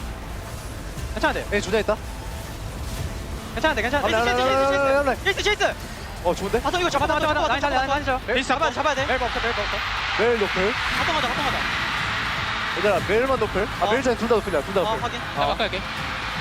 나 공대거든. 바텀 와줘야 해. 바텀 깨야 돼. 갈게 가. 이거 나 혼자 안 돼. 나 네네. 그냥 몸 넣어도 돼요. 아. 나 다이브 볼게 있어 하나. 그 스택 타는 것만 조심 그냥. 스택. 얘매 띄운데. 나멜 갈게. 매일 노플. 멜 봐봐 멜. 천천히 하자. 둘이 잡아. 매일 잘 막겠다. 바텀은 끝나. 확인. 나 진짜 갈게. 할게 볼래? 끝내자. 바텀. 아 좋다. 아 나이스. This is going to be a tough task. It feels like we're kind of sending another first seed because these two have been to the last like 3 MSIs together. You know? Yeah, it certainly does feel that way. T1 end up on blue side again here with this choice here of GENG of the first pick. So we'll see what they want to do with this in this draft as we get very, very deep into Fearless. A lot of people do prefer the counter pick, but not GENG in this situation. So it makes you wonder what that first pick they're really gunning for is ultimately going to be. When Engage is starting to become a premium, that could be something that they've got their eyes on. Well, Varus going to be taken away second here. The Rise is the notable ban that has not been taken just yet. And GENG, will they be banning that away? Do they want to get themselves a Karma? Or do they take away the Karma here and allow these Engage supports to sort of roam free at this stage? Interesting, some of the picks have been really high prio in the LCK regular season. Obviously, the patch has changed, but I was going to say, Caitlyn and Jarvan are picks that have been largely overlooked throughout this weekend and are coming in as these late bans. I was thinking maybe those were the sort of picks that GENG would opt to prioritize coming out of this draft, but not going to be the case. Karma, though, left available here for GENG to take if they want it.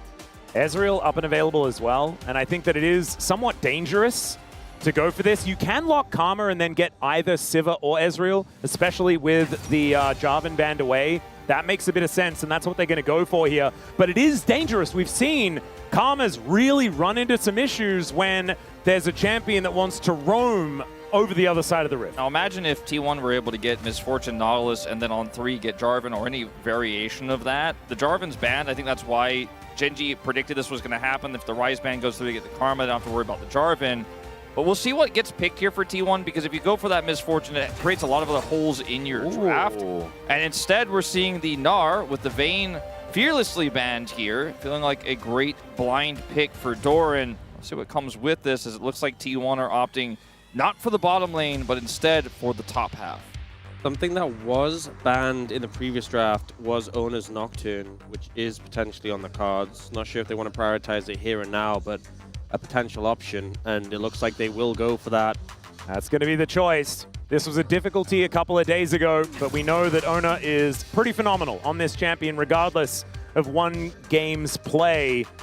And let's see, GENG not going to have that Ezreal denied. They can go for the Karma Ezreal if they would like to, or they can focus on getting some counters out onto the map, as Karma can pair with a lot of different things that are still up and available. There's been a lot of weird stuff picked in the AD carry role, as Canyon thinking about the Xin Zhao. So Xin Zhao Karma, I think it's phenomenal combination. Yeah, it's just going to be the Xin Ezreal. You could have considered a Sivir, but you really don't have to right here with how much power there's already packed into this bottom duo. The response here is an interesting one, because if you go for your top side lock-in, it means that you can do something that's good with the Nocturne. But again, we've already talked about Faker's Aurora and how we don't expect him to play it. maybe the Lissandra is an option here. Yeah, I was going to say that's a safer blind one maybe.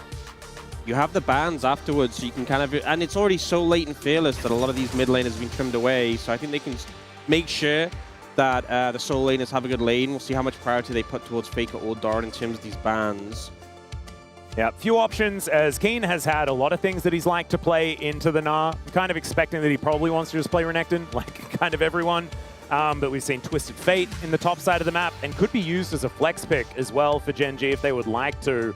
Although they will be locking in both of their champions at the same time, so things should be a little bit face up. Nautilus, I think, has to be banned by GENG here, as the Sylas ban is great for the Gnar. Oh, that's such a good read, actually. Yeah. There's some amazing ults. It almost looks like you could see Ryu's reaction to that. Like, dang it. A little bit frustrated, but they were able to read that one. Nautilus feels so good with T1's draft, because I think Lulu as well is kind of absurd. yeah, those two, because you can make a Lulu scaling lane there. Nautilus allows you to just chain the CC together, and ultimately they'll ban Sivir instead, which is quite interesting. I think maybe scared of a Sivir Yuumi that we've seen sometimes that can sort of just survive the harass with the sustain from the Yuumi, the spell shield, and scale up to be pretty monstrous with this team composition. They end up taking that away. There is still the Ashe Seraphine on the cards. So I wonder if GENG are at all concerned about that. There's that TF that we were talking about, and I'm actually assuming that that is a Keen ban. I think we've seen TF into Lissandra in the past. T1 were like, oh, are they going to ban mid or ban top? And they're kind of hitting both bases. Yeah, exactly. Both of those picks could go in either lane. Yeah. Yep. Dudu, of course, making the Sylas into Gnar famous this season, as it has been used in the past as well. I mean, there's potential for a lot of different things to come out here for Keen in the top lane. I think this is because the Nico Nocturne combo is so threatening, and obviously they're playing the Ezreal relatively safe AD carry, but playing into Lissandra Nico Nocturne is just nightmare fuel, literally. I mean, I think that GENG could still play Renekton. It's a little bit tricky here. There's obviously the ability to play Tristana, which we've seen in the past, which gives you an additional AD carry threat. And I mentioned earlier, they left the Nautilus up. So I think just MF Nautilus, yeah. yeah, You're right. It is definitely something I expected to see banned, and we didn't see that. We saw the Sivir, then we saw the Nico. They pivot, and it's going to be Inara Lulu. All right, well, Chovy has your Lulu. If they do want to pick it away, that's going to be where it has to go. I don't know whether that is going to be the case. I don't think so. And Faker has had a lot of experience with Lulu mid. as it's still one of his most played champions, even though it's fallen out of the meta a very long time ago. He did have to play it many, many times. That's the Aurora that you were talking about, but that's a gangplank. Keen is one of the picks we've seen from Keen and they lock it in. Keen and Keenan are the two players in our region who love to play this into the Gnar more than anyone else. It gives you a lot of extra scaling damage and a global threat. Just makes it so hard to sort of skate around the battlefield as a Yunara as well. But also gives a second very real threat to GENG. So regardless of what their mid pick is, there's so much single target focus from T1, and you're going to have the Gangplank as a second target you have to take down who has those oranges to cleanse on Lissandra ult, for example. They go for the Ahri, not a matchup that typically you would see picked into the Lissandra, but we have seen it was specifically Lissandra Nocturne played into Zeka's Ahri earlier this weekend, and he managed to evade a lot of the threat quite effectively. In this meta, I'm never a fan of Zilean. If you res your AD carry dies a second time every time. We've seen Zilean work well, I think, in solo lanes and in other places with different drafts than this one. I wasn't really buying into that hover. I think it was always going to be Lulu, and Carrier wanted to, give the fans a little bit of hope that he was going to play one of his weird things, but that's just not going to happen. I mean, with Nocturne on your side, and the fact that this lane is incredibly powerful, it's just such a brain-dead choice. Like, anyone could make this choice. Everyone would make this choice. Not saying that Carrier is brain-dead because he made it. I mean, anyone could make this choice. And Keen, on this GP, gives you a little bit of extra explosive power, but it is also a pick that can be vulnerable into this comp and can be pushed on in side lanes by this Nocturne. I like T1's draft more. I think they got a lot of meta picks here that work really well together, and GENG kind of found some answers that aren't that convincing, but at least they found some answers to what T1 put together. But T1's draft is proven, and GENG's is not. I think in terms of the cohesion in team fights, T1 definitely have it, but I'm a little bit concerned about you have a Nocturne into a Xin Zhao, gonna have more early pressure. You're playing into Ezreal Karma, you're playing into the GP, the Ahri. I feel like the early pressure is there for GENG. Can they snowball that into an advantage that will win them the game? Yeah, I do think that there is a winning lane in top lane for T1, but outside of that, it should be a lot going in GENG's way, unless Faker can get the better of Chovy, who kind of self-counterpicked himself in this one.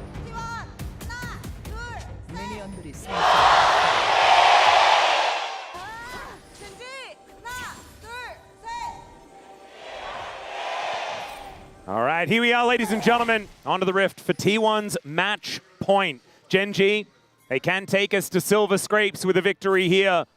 T1, they could just punch their ticket to Daejeon right now and be our second seed, meaning that our first seed from regular season would be the first one going, and then our second from the regular season will also be going. There's something nice about that, I guess.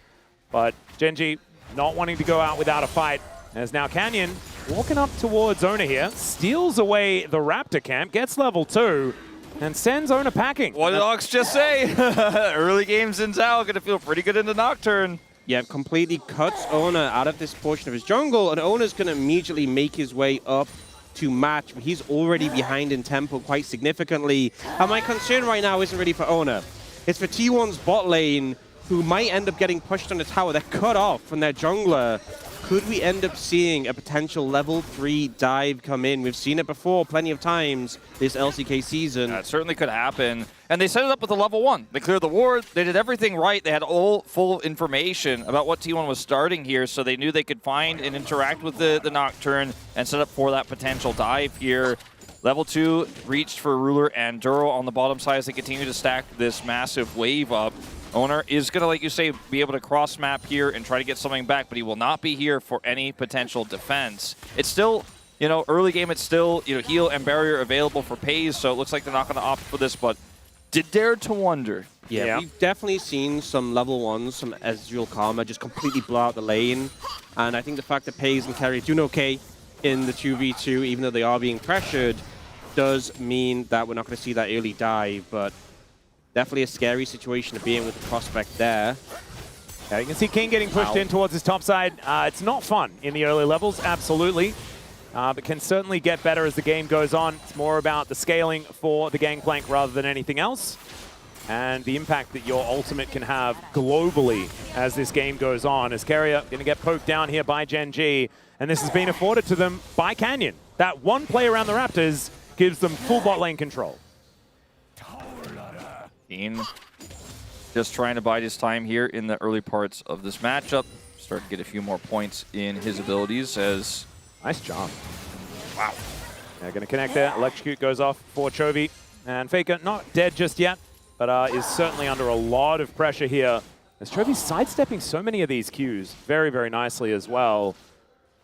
Canyon was ready to do something on that play, but instead he's just going to look to start these Raptors up and continue the jungle dominance. Oner has no smite. Yeah, so Canyon should be able to take this one if he would like to. There it is. Smite does come on through. As the heal comes down, Polymorph is in. Canyon is going to do the walk maneuver. Greater heals there, the movement speed allowing Canyon to get away after stealing those Raptors. So he's feeling pretty good. And would you believe Oner going straight to Canyon's Raptors in return? Well, that'll do it. Should be able to take those ones down. Keen is looking a little worse for wear, but he gets the cannon. So honestly, what more could you want? You know, it's interesting because there was definitely a resurgence of Gangplank when Death by a Touch came into the game. The trading power of that rune, really extreme on the back of the parlay, but obviously has been nerfed a good amount since it was released and now doing magic damage, but Keen just opting for the grasp in this situation. Yeah, I do think that it works a lot better too when you're playing against a melee champion. And I think a lot of things do. Yeah. I do think that in this matchup here, you're not going to be getting that much grasp early, but Canyon's going to cover this top side and should be able to put Oner down here. Yeah, Oner really wanted to stop the back. He did do that. But Keen is obviously able to teleport back in whenever he would like to. Meganar is going to be hit here by Doran, as that is a lot of damage onto Pays. Mystic Shot's landing, but he's also able to turn it. Barrier, the flash, and Ruler's just dead! Nothing he could do, and he opted in for that! The Arcane shifted forward, and the thing with this Ezreal Karma, you have poke for days, you have the harass, but when you get caught in to a full all-in, there's minions in the way, the passive is stacked up for the Inara, you don't have as much sustained damage.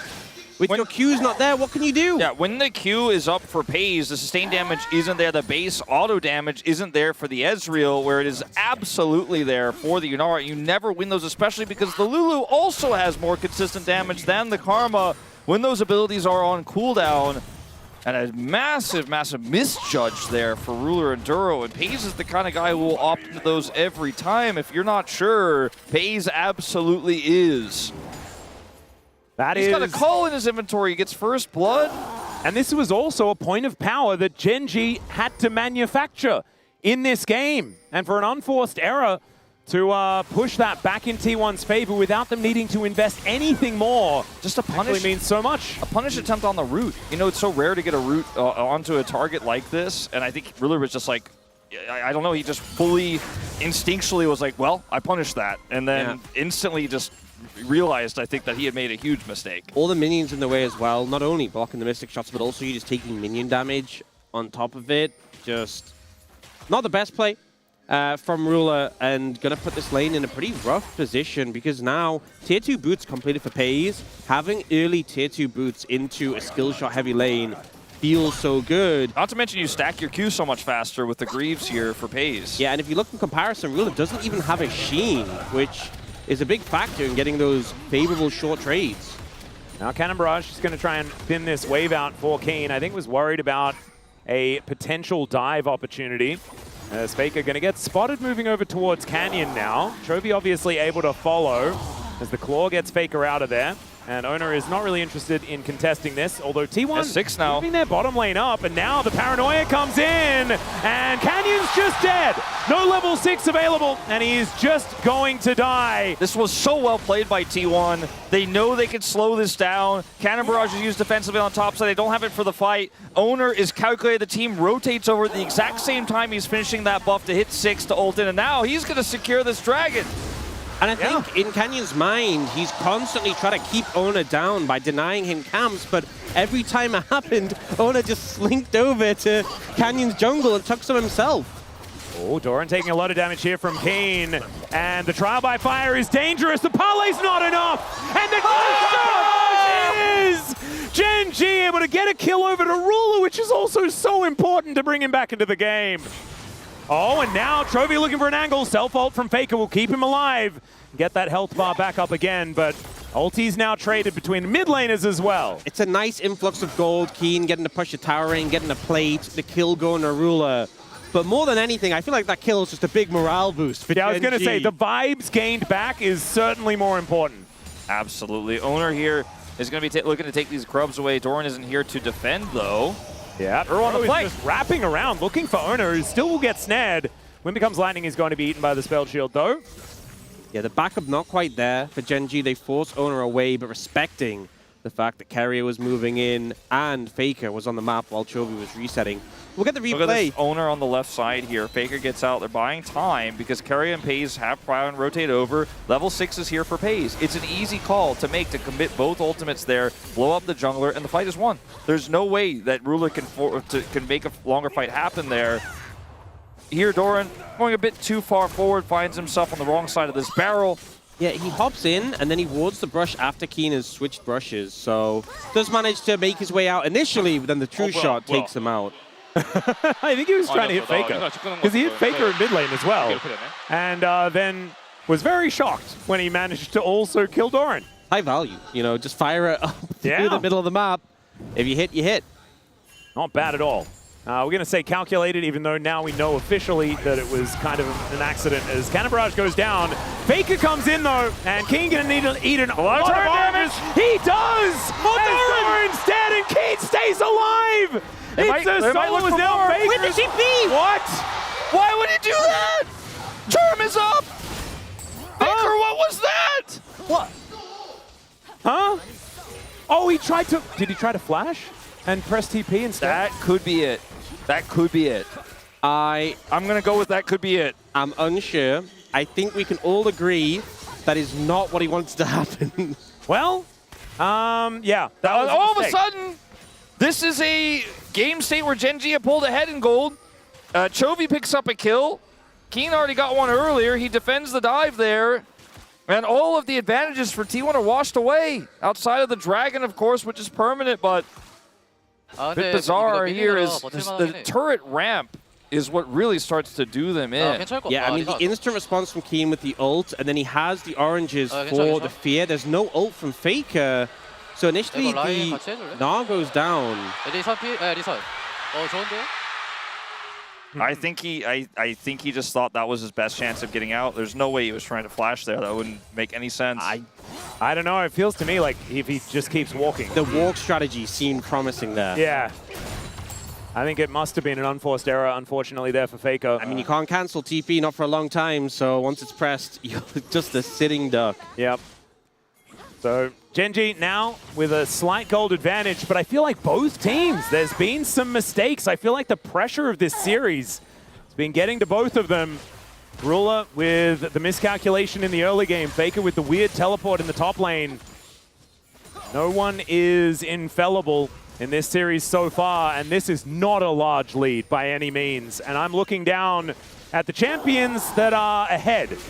And Yunara being 700 gold up is a scary prospect, as Chovy going to look for Faker here, but doesn't find the orb. It's scarier when you consider that she'll, in 13 minions' time, have a Cole's worth of gold advantage additionally over Ruler to push him up to 1,000. So, very, very strong Yunara. A lot of great setup. Scary now, though, is Keen has got Essence Reaver, so mana problem's no longer a thing. He can just trade heavily with Doran. He's approaching that level 13 big GP power spike. And at this point, he can just walk up to him and spam Q, and there's not much Doran can do about it. Yep. This is where the matchup sort of turns, and you're probably sitting at home, you're like, oh, well, why did he pick this? He's just been like, you know, getting pushed in lane over and over again. Well, this is why. As now Faker in a lot of trouble, takes the claw, gets to safety, and does have now a lot of his health bar missing. Yeah, you are Lissandra, so you're inherently somewhat safe with your ult and your claw, but he doesn't have TP, so having to back here is really going to hurt, especially with this dragon spawning right now. It looks like we're going to have maybe one dragon apiece here. See the back of Pays right now as Canyon starts this dragon up, and GENG get a huge win here as Faker was concerned about Prio on the dragon, and he found out he didn't have it. Oh, dear. This is not where you want to be backing, as owner is on a ward and is therefore going to be interrupted. That is going to guarantee that this dragon goes over to GENG. As teleport back to the top lane from Doran, they are not interested in looking for that one. True Shot Barrage is not going to quite find the interruption there onto FaZe. And it is going to be a Ocean Soul. I kind of felt like that was what was going to happen. I believe the first two Drakes, yeah, Infernal and Hextech. So they're very cool ones. And you look at all the items that just came through that would have been nice to have. Yeah. For that dragon is the Hex Plate, the Kraken Slayer, and the Ardent Censer are all bought as the dragon is taken. We're kind of learning why they didn't decide to fight for that one. Yeah. The wallets were a little heavy, needed to get to the shops before they really wanted to make anything happen. Level 11 here for Doran, as Faker is able to get himself away from this outer turret in the bottom lane. And a bit of a park in mid lane. Ruler obviously wanting to hit that Manamune spike as soon as possible. And there will be a moment, even though the Ezreal is 1,000 gold behind, where he will be stronger than FaZe. And we'll see whether GENG can leverage that. Potentially. If he hits that 2 items and this lead is maintained, then yeah, that can be a point where you're stronger. But if FaZe pulls ahead further... Yes. If he then kills all of GENG and buys an Infinity Edge, I would say that FaZe would be then ahead. You know what? I would agree. But sometimes it's good to point out the obvious, though. I think there's more to it than which items the AD carries are holding. It's how the fights are set up, who has vision. It's not the items you have, it's how you use them, Wolf. Is that what you're it's saying? how your teammate sets you up to use them when you're the AD carry, because sometimes you don't get to do anything on your own. You have to be given some help, as that was a great charm. Chovy's been popping off on this pick into a counter pick. Yeah, that is probably a dead Duro. Yeah, I would say so. Okay. So just in case Duro wanted a flash, he probably would have died anyway, but just in case he wanted to, he didn't get a chance. No. Flash polymorph from Carrier. They're like, we are killing this guy no matter what. And definitely ensured that one. Absolutely did. That is going to mean in 23 seconds time that T1 will have control around this Herald. I do feel like it was perhaps a little bit of an over-investment, as Keen is going to get ulted and then presses oranges. Yeah, that was pretty bizarre as well there. He is not the target that you want to hit with a Frozen Tomb. Let's just say that. Yeah, a lot of resources expended from T1, and now we have the Herald up and available. Your Lulu doesn't have Flash. You're down 4 ultimates. And they're the big ones, actually, because even though Gnarl is big, it has like a tiny cooldown, so you can kind of spam it. So I think T1 not going to be able to contest this Herald at all with how many they've expended. And not to mention the barrage means that Keen can use it without even joining the fight. And because he has TP, he can join the fight, but he can make an impact without that. Yeah, GENG should be confident here. Yeah, and I mean, Faker does have teleport, but Keen has Cannon Barrage. So if T1 are going to try and walk through this choke, they could have cannons. I like this choice. FaZe has made the right choice. He's just going to keep pushing with his cannon wave here to try to get some plate damage done. And he won't be able to do what a Herald does, but he can do a little bit. I think a big factor is T1 posturing, just to make sure GENG did group up, so FaZe does get access to the tower. If you just don't send anyone a Herald, they'll just have people in mid defending, as they do now. Oh, Canyon. The ult's back up, by the way. As the ulti plays a little bit of Nocturne tennis as he does flash his way over the wall, but the eye is going to get taken here by Keen. He's fighting against FaZe, but Carrier is there to back him up. I have a feeling that this Gangplank is not going to live, and he is going to go down. That is going to be the kill onto Doran, though, as now Faker is in a lot of trouble buying time, but it's a double for Ruler. He finally goes down, though, as Chovy looks for the angle, but doesn't find it, and FaZe kills the rest of them. Quadra kill for the Inara. This huge cleanup from the 80 carry of T1. 7-0-0 now on the Yunara, and GENG in shambles after that fight. T1 didn't contest the Herald because they didn't have the ults, but the aftermath, as they came up, they saw a window and FaZe was unleashed. I'll take late game win condition coming early for 700, Alex. 7-0-0. Yeah, I feel like we kind of manifested this. I don't want to take responsibility, but I do feel like we should be a little bit careful. Initially, it looks like the teleport timing here and the angle for the teleport is super disjointed, and that T1 have really misjudged this situation. But when you look at how the fight breaks out here, Faker buys a bunch of space, but FaZe is alive, and Faker, as he dies, does so much damage that FaZe is ready to go in here and finish it off. Flashes over, has the barrier, and knows he has the damage, and there's just not any outplay opportunity here. Nice try comes through from the Arya and the Karma, but he just cleans it up a Quadra, and this guy just keeps doing this. He keeps getting the Quadras, he keeps getting the Pentas, he waits for his moments, and he seizes them well. And you know, Doran and Faker, Doran getting a 3-man ult in that choke, and then Faker following up, doing all that damage to set it up. T1 in a winning position right now, but still looking to set up for this dragon, and GENG trying to approach. Yeah, see whether GENG have some fight left in them. Cannon Barrage back up and available. In fact, every ultimate is there apart from Doran's.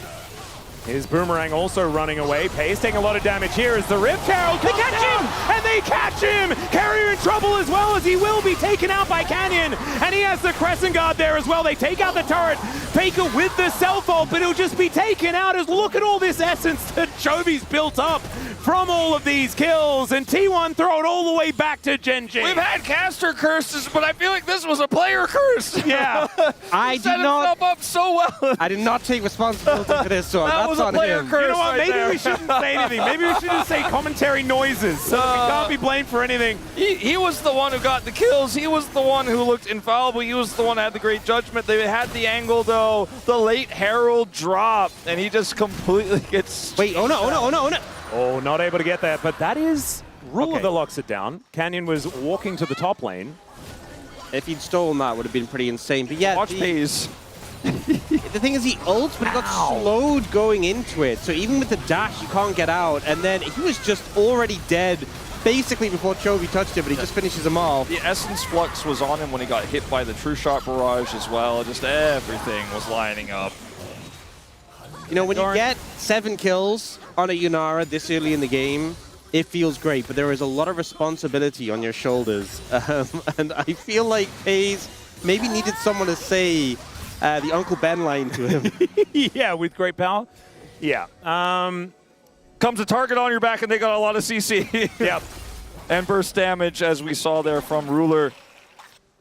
Well, FaZe is now, you know, he's going to learn from that one. He's still massively far ahead, but he's the only one on his team with an advantage. And once again, it's Chovy is massively far ahead, and so is FaZe. It's happened in the last 2 games at this stage. Last time around, though, it was T1 that were able to get the better of GENG. We'll see whether GENG can play it better this time to bring us to Silver Scrapes. Now they have that third item for FaZe, because until he purchased it, it was like, I have a massive gold lead, but it doesn't necessarily mean anything right now until that item is exactly complete. what you were talking about has occurred, Ox, as well. Realist hit his 2 items, which normally feels great, but FaZe is on 3 because he got 4 kills in that earlier fight, so yeah, not very fair. So I will cancel talking about the 2 item spike. For the Ezreal this time around. It's one of my favorite things to talk about as well. I'm very sad. That's okay. King going to be able to take down this outer turret in the bottom lane. Faker going to return the favor on the top side of the map. T1, a lot of Baron control right now. A lot of vision control on the entrance to the river. Quite tempting to start this one up with this 3-item Yunara, but instead they're going to set a trap. And GENG, like, don't take the bait at all. You say that. Great Charm is going to connect as the Wild Growth from Carrier. That play was absurd! That is illegal. You're not allowed to do that as Keen turns up. And now the flash out. There's the Crescent Guard as Faker gets into the backline, finds the Frozen Tomb onto Keen as the Gnar comes back, but Faker is already dead. Ruler standing his ground and FaZe taking matters into his own hands, but the barrel is just so big, and it's Ruler's turn to carry this time. Maybe I am allowed to talk about the item spikes, because Ruler's could be a gonna build penta. a third as he picks up the triple. You best believe he was yelling penta, penta, penta, but now they're yelling Baron, Baron, Baron. They'll go for the Baron. A crazy play. It looks like Kerry was caught, but he goes for possibly the most aggressive sick. Lulu play I've ever seen. You're always thinking about the Wild Growth on the Nocturne, but here he turns it and flash self-ults. And then the double knock polymorphs Chovy after, so he can't ult away. Exactly, and Owner's there to follow. But then they chase a bit deep with Faker on the Lissandra looking for the triple root here. Everybody's dashing through this cannon barrage. So much damage comes down. And then FaZe again steps forward, gets greedy, gets caught here by the barrel, and Canyon collapses through, and there's just too much damage. Owner can't escape, and now GENG turned what was an incredible play from Carrier into a winning trade and a Baron. My lord, this series is... And I kind of want to talk about something that you mentioned. I don't know whether you wanted to mention it on broadcast, Wolf, but you were like, this is the first phenomenal series that we've had, and it continues to deliver. Yeah, it's like, honestly, after the first great game we had, which was game 2, I was like, well, that was the first real game we had of this whole event. And you're excited. You're like, I got my one game. I'm very happy. It's been a great And we season. got a series, right? And that's good. I could walk out of this happy, but ooh. All right, Duro doesn't have flash, so he's very dead. It's just going to be taken out. That is going to take some of the wind out of the GENG sails, as this Rebel Baron power play was already not exactly powerful. So even though they will have him back up for that next dragon, he's the one who needs to be there setting up vision. So it does mean T1 can just push in and contest any of this vision in the dragon area. All right, 34 seconds. 80 carries with massive advantages that they shouldn't ordinarily have. Like, I mean, not obviously the advantage is pays over his opposition, but both 80 carries have more gold than this you're is the thing. supposed You're like, to have. They're you're looking at it and accelerated. you're like, oh, Paze's lead isn't that big. He mustn't be that big. But that's because Ruler is now huge as well. Yeah, he has endless hunger at 23 minutes, which is not actually natural. Especially not when his opponent is 9-2. Yes. You'd think that perhaps Ruler would be a little bit further behind. That And is not it's the a cool case. storyline we talked about earlier about how these players just constantly replaced each other on each other's teams, and the I don't want to say rivalry, but relationship that they have as a result of that, and probably pride that they have to want to try to defend their legacy against each other. It's very epic to see how this game has turned out, as this dragon will ultimately go over to GENG. It's soul point for Ocean Soul, which isn't the most exciting, but it is certainly something. Yeah, even with the pick on Aduro, T1 just don't opt to prioritize it. Keep Faker up in the top lane. He didn't have TP when the dragon got started. It is up now, though. And Doran was down in the bot lane, although obviously pretty close to the dragon. So they'll just continue to buy time. The Red Bull Baron power play is 0. It's actually plus 52. Sorry, it feels like 0. I don't think 52 gold is all that important. Canyon took a red buff. That's going to move it to 150. True Shot Barrage is going to stop Carrier from going home, and Carrier doesn't really care about that one. So not a whole lot to come from this very early Baron, as you would expect from one taken this early in the game, I think in this current iteration of League of Legends. Now we have to think about which composition, as we get later and later, feels better to play, because both of these comps scale really well. You got GP Ezreal, right, and a Karma that's scaling up here, and then on T1 side, you have Yunara, and you have a Gnar who can be a threat in side lanes. I think that there's more threats for T1, which is why I trust their scaling more. I think they have more ways and more consistent options to kill Ruler, to kill Keen, to kill Chovy. And the Karma being, kind of a big shield bot isn't necessarily going to make Paze too scared. It's more about Chovy, and he's the real one who has the extra damage, or Canyon, who could potentially get on top of Paze if he's overextending. I think right now, even 1,000 gold behind here, this is currently a favorable game state for T1 as a result of this, but we will see how this all pans out. Arm guards here for Chovy, which gives him some extra flexibility. Paze is quite strong. Yeah, I think one thing, though, is that even though T1 have a lot of ways of getting on top of the carries, GENG do have a GP and an Ezreal, and even the Ahri has more sustained damage over a fight than Alessandra if you're getting the resets. If Paze dies, I think T1 just lose so much pressure. These last couple of fights have gone badly for them have been because Paze died. So all the eggs kind of feel like they're in the Paze basket, whereas GENG has a bit more insurance in case things go awry. It's really going to come down to that 80 carry for T1. He has to step up, get the damage down, but not step too far. Yeah, this is the thing. He can feel that he has all of that responsibility, that he cannot let that force him into precarious positions like it did the last time around. True Shot Barrage lands on the Carrier. Didn't like that. That took a lot of damage. Shielded Paze, though. That's a true support. There you go, beautiful. This is a tense moment here, but a bit of a calm before the storm of this spawning Baron, this spawning Dragon, which would be soul for GENG. So the IE is completed, and you can see that's a number, or rather an item above what Ruler has, but there's nothing to fight for, so it feels probably pretty frustrating for Paze, who's the solo gold lead here for T1, that isn't able to utilize that advantage right now, and GENG aren't going to give him that chance. We'll see if Ruler can't form up that 4th item before we do eventually get to these objectives here. He's 1,400 gold behind, but probably getting close to picking up that Shojin. Yeah. Could be relatively soon, and that one is going to be ready. It is going to be Serpent's Fang done for Keen before he builds an Infinity Edge or anything like that, if the Gangplank would like. And he's the reducer. He's got the healing reduction, the shield reduction. Yeah. If he hits a barrel and pays, he's got the health reduction. Yeah, he does definitely have we certainly have had a few, if Pays gets hit by large damage numbers. Yeah, problem games be a prominent focus point in this game.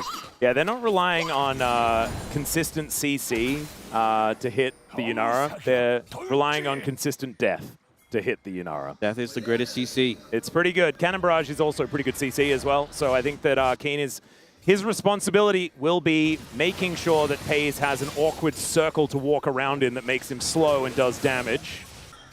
But we'll just have to see how these fights are going to be set up, because GENG, oftentimes in these moments, are very good at just building a gold lead. Right now, this 800 gold, this minuscule advantage that they've had, has been held for such a long time. And you guys were talking about scaling. I think that by the looks of things, T1 are just very happy to let this game go late and be better in team fights, because that's how they've won quite a few of their more recent games. And it's certainly been the case. We've had a lot of comebacks throughout this tournament, and this gold lead is so tiny. But T1 have a lot of tools. They're going to have to pick their moment correctly. Speaking of, we're going to have that TP in for Chovy here as the Dragon starts to spawn. Faker will match it after buying as he finishes his back right now. Yep, Ocean Soul on the cards here for GENG. True Shot Barrage going to be avoided by Doran. As Keen... Area is so important here is Wild Growth, how he chooses to use it. Does he honestly, one barrel can be the end as Pays goes in. There's a Paranoia as well. Cannon Barrage goes down, but not a lot of value coming from that one as Keen still able to get a lot of damage from the grave, but he will go down. And T1, can they get back in? Wind becomes lightning, Doran stays alive. And GENG, I think they're going to have to give this one up. I don't think the game is worth one Ocean Dragon. I don't think so. Faker did reset, doesn't have TP, so just trying to run back over here. Pays trying to get the red buff and heal up off it. Doran didn't get a whole lot out of this Mega Gnar.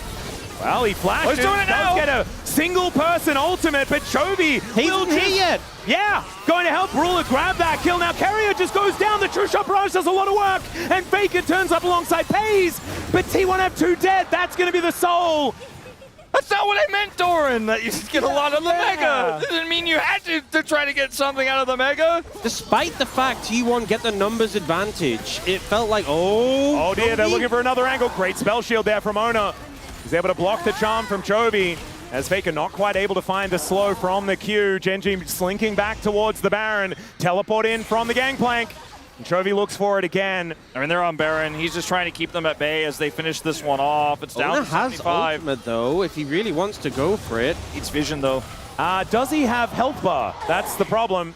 As Keen, these barrels just do so much damage. 4 seconds until he does have the Cannon Barrage back up, and that is second Baron over to GENG. And I want to talk about this real quickly is... You can take your time, I think. Yeah, because we're going really early into this one. The Wild Growth usage here is great again.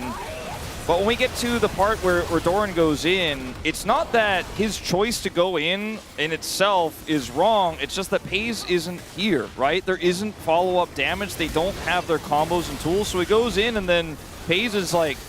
well, Yunara without ultimate as well, like, just doesn't really do as much. I over the wall. If everybody was together there and the targets were a little bit lower, sure. But it just felt super forced there. And GENG were already going to get the Dragon if he doesn't do it, but then they get an extra kill. They turn it into a Baron, and this Baron looks like it's about to be way more relevant than the last. Well, they're looking for an angle here as Canyon just presses Crescent Guard. So that is going to be ultis traded for the junglers, but also Pays.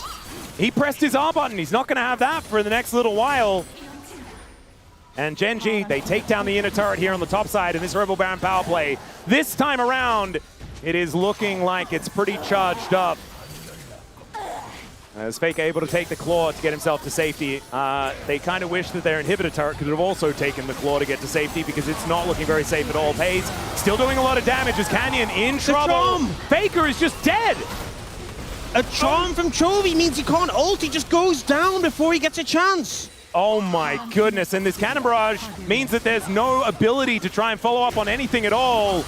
The poke damage from GENG just kind of ridiculous. They're trying to end this game right now with the whittling down of these turrets. 3 cannon minions charged up. They just can't clear them. Yeah, Chovy! and the flash from Chovy not going to quite connect as they look for pace. He still almost dies. Ruler is keen, wanting to get the barrels down. Doran charges up that Meganar. He throws the house around, but the base is now exposed. The Nexus will just be focused here by GENG. And cue the Silver Scrapes.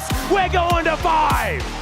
Such a tense game coming down those final moments. Faker tries to make the big play, tries to go in, and a charm shuts him down. It feels like T1 had what they needed to win that game. They had so much gold on Pays, but some missteps, some missed movements, the pressure getting to them, and GENG claw this back to take us to game 5. Oh, the burst damage in those final moments between Ruler's true shot, the barrels coming through. Pays thought he had a second lease on life with that wild growth, but he absolutely did not. And this game was so back and forth, but it did, like you say, Ox, start to seem like, hey, T1 have all the pieces in place. All they have to do is put them together and win one team fight. They failed the dragon fight. They gave GENG some agency there. Faker tries to go for a big play, and GENG and Chovy snap the neck of T1. And you put it best earlier, it feels like this whole series is Pays versus Chovy. This game felt a little bit more like Pays versus Ruler in the kills, but the high impact plays that both of these players are making, their agency is so high right now. Feels like whoever wins this 5th game, it's gonna be one of the two of them that picks up POM. Oh yeah. And honestly, like I don't remember the last time I saw Yunara get this fed and not just win the game. But I think Yunara has found a little bit less success as this season has gone on, and we were waiting for one of these older gentlemen to step up, and it wasn't Faker this time, it was Ruler. Faker has another chance to do so as we cue the Silver Scrapes. We head to a break, the Space gonna break that one down, and then we'll have game number 5 to see who's going to MSI alongside HLE.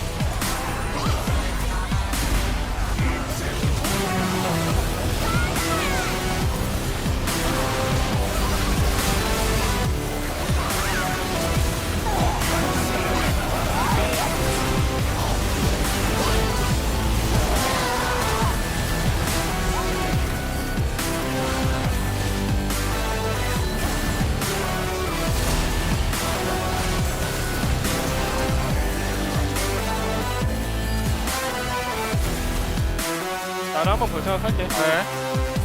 천천히. 나 살짝 실렸다. 또.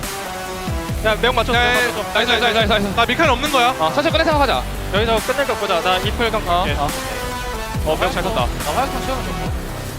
딜러들 뭉쳐있지 말고. 대포 많아. 대포 많아. 라인 지워줘. 얘들아 공 언제 돌지? 라인 내가 지울게. 몰라. 소실 절만해. 빠르긴 해 근데. 유나한테 한번 받고 난 빠질게 이거. 실력 좋으니까 천천히 하자. 대포로 끝내면 돼 천천히. 한번 볼게. 포킹하면서. 잡았어. 유나 로플. 나가. 타워. 유나 로플. 천천히 해봐. 끝났어. 타워 와줄래? 타워. 나이스. 와. 나이스. Korea has utilized very effectively. Yone is the first ban though, here from T1. I think maybe they want to look for a potential early Azir pickup in this situation. That's what that signals. Yeah, I think so. And maybe GENG just susses it out and bans that one away. But obviously first, you need to get rid of the Bard. The Orianna needs to be taken away. There's a lot of homework that when you are second pick, you need to do. And T1 might just throw that out the window and force you to only ban 3 champions and leave some of the other crazy ones. We already listed that there are 4 that have to be taken away, and T1 just may not agree to take any of them. Yeah, I think you have to take away some at least, because I know there was the big 4, but there's also the fact that like there's Jarvan as well. Ideally, you get one of those big picks, and then they have to ban the rest. I mean, something's getting through. It already is. Something is getting through. The Azir is a consideration for sure. But Orianna needs to be banned, right? There are still some... I think he'll probably ban Orianna in this spot.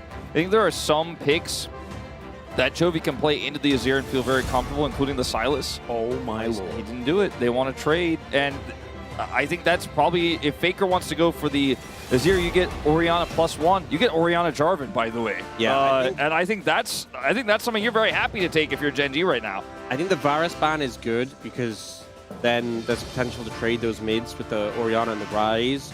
But now it's up to Gen G because they will get a double pickup. Yeah, I think you just ban... Right now, you ban Ryze, and you say, if you want the Azir, we'll play Orianna Jarvan. If you pick the Orianna, you don't get the Jarvan. Okay, they ban the Orianna instead. Going to be taken away. I think this is a bridge too far. I think that Faker has been so good on Orianna for the last 10 years. So I don't think that that is a risk worth taking. We've seen some teams try it this season. It hasn't worked well, but then the Ryze gets through. Yeah. Is it a Talia pick here for Chovy? I wonder. Oh, this is game plan because he willingly gives this Ryze up instead of banning it to try to get Jarvan plus the answering pick. What is the answering pick now to the Ryze with the other choice they've made? Talia Pantheon, you know? Victor and Talia are probably the big ones in my mind that we kind of have seen playing into Ryze and at least having a successful, the Victor in particular, successful early game. Wait. Canyon wasn't kidding. It's locked in. Okay, so this is a flex. Yep.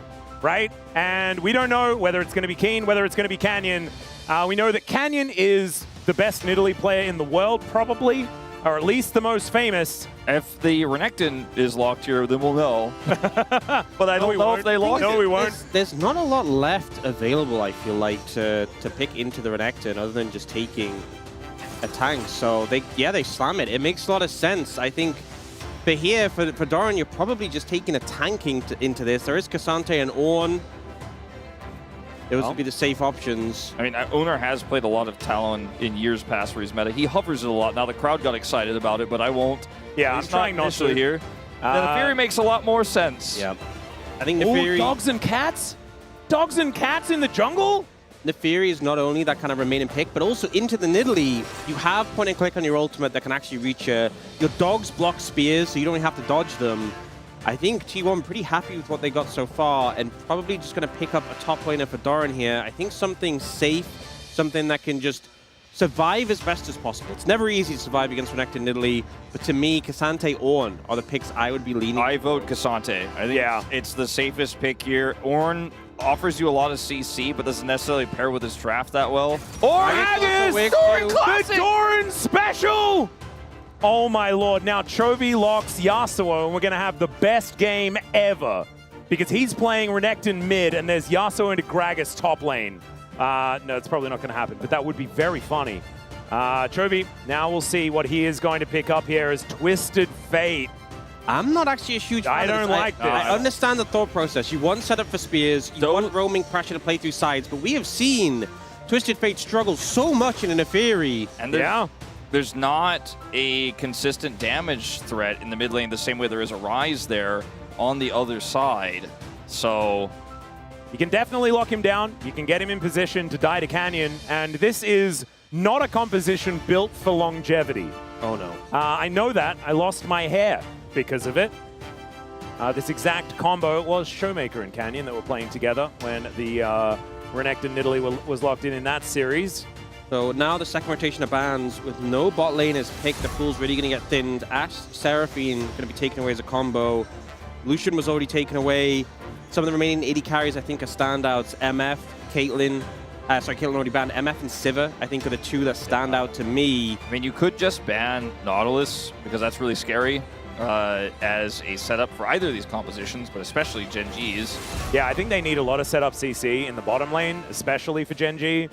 with Canyon the one that needs to be facilitated. So I would agree with you. The Blitzcrank ban signifies potentially a Thresh lane here for Keria and Pays. I would not mind a Thresh ban here, but it does leave a lot open in terms of 80 carries. You know, with GENG's composition, I wouldn't put it past them to go something even like a Kai'Sa in this situation. They match the Wow. Thresh, like I was saying. All right. Like, they could just pick Nautilus on 4 here, and then you can go either MF or Kai'Sa. Kai'Sa's a rough lane in the MF if they deny it, though. It's a tricky one. I think you probably want Nautilus, and then you hope to try and pick an 80 carry that can weather whatever they pick up. That's probably what you're looking at. I mean, Keria can play Kench here still with a lot of different 80 carries. Aphelios for Pays, Jinx. There's the knowledge band we expected. This feels really strong right now, position-wise for T1. And so what is now the list of champions that are available? I mean, Nico is a standout. Yeah, that was Nico's a banned big last one. time. Rel is available as an engaged support. Leona, technically speaking. yeah, not something popular. for setup for the Nidalee is what they're probably looking for here. But Duro is... Even Milio as well, though, when you have a TF, you could have gone like a longer range Milio comp, and the Milio buffs the TF range. But they will just go for the MF. Not going to be able to get the MF Nautilus. But that kind of feels like one of the strongest laning picks left in the bot lane.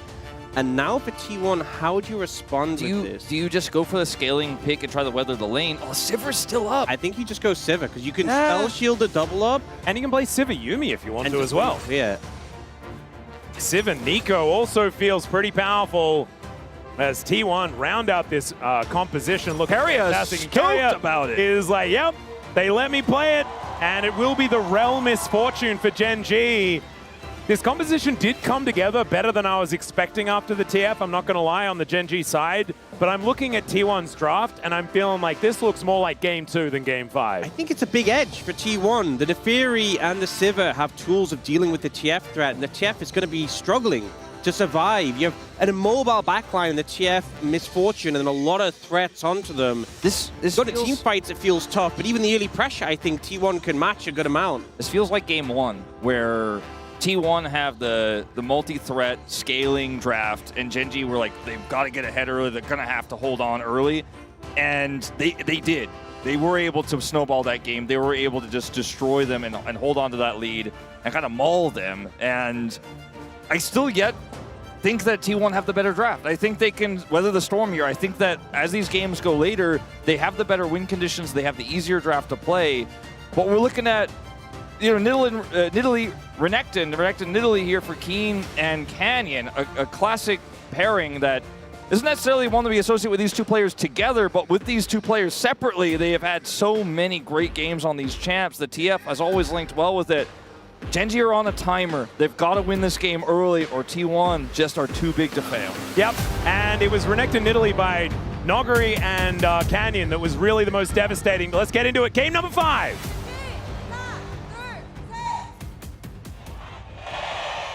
미니언들이 생성되었습니다.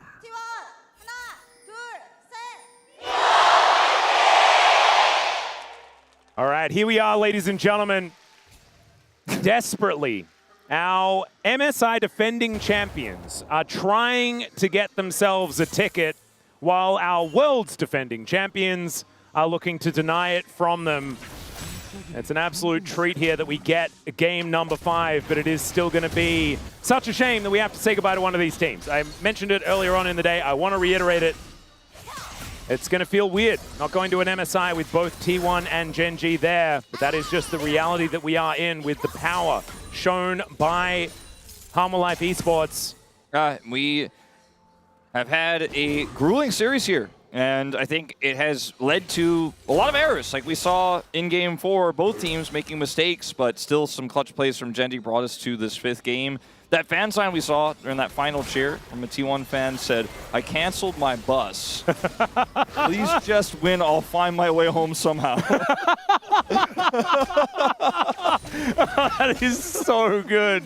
Wait, if they lose, are they not going to be able to find their way home? I hope they can find their way home no matter what. There's a lot of great public transportation here in Korea, so Yes. I think they'll be all right. They do have some options, but that is a brilliant fan sign. As it is certainly a day that could have gone a lot earlier. and has certainly gone the distance. I feel so blessed that we get the full value. Oh, it's nearly gank. Okay, looking for the angle here as Faker Gold card. ghosting away, and there's the flash. Gold card to come through. The spear will connect, but Canyon not able to get the empowered pounce, but still Faker is running for such a long time. And it means that Chovy is able to have so much free time with this lane. Faker is running the wrong direction, remember?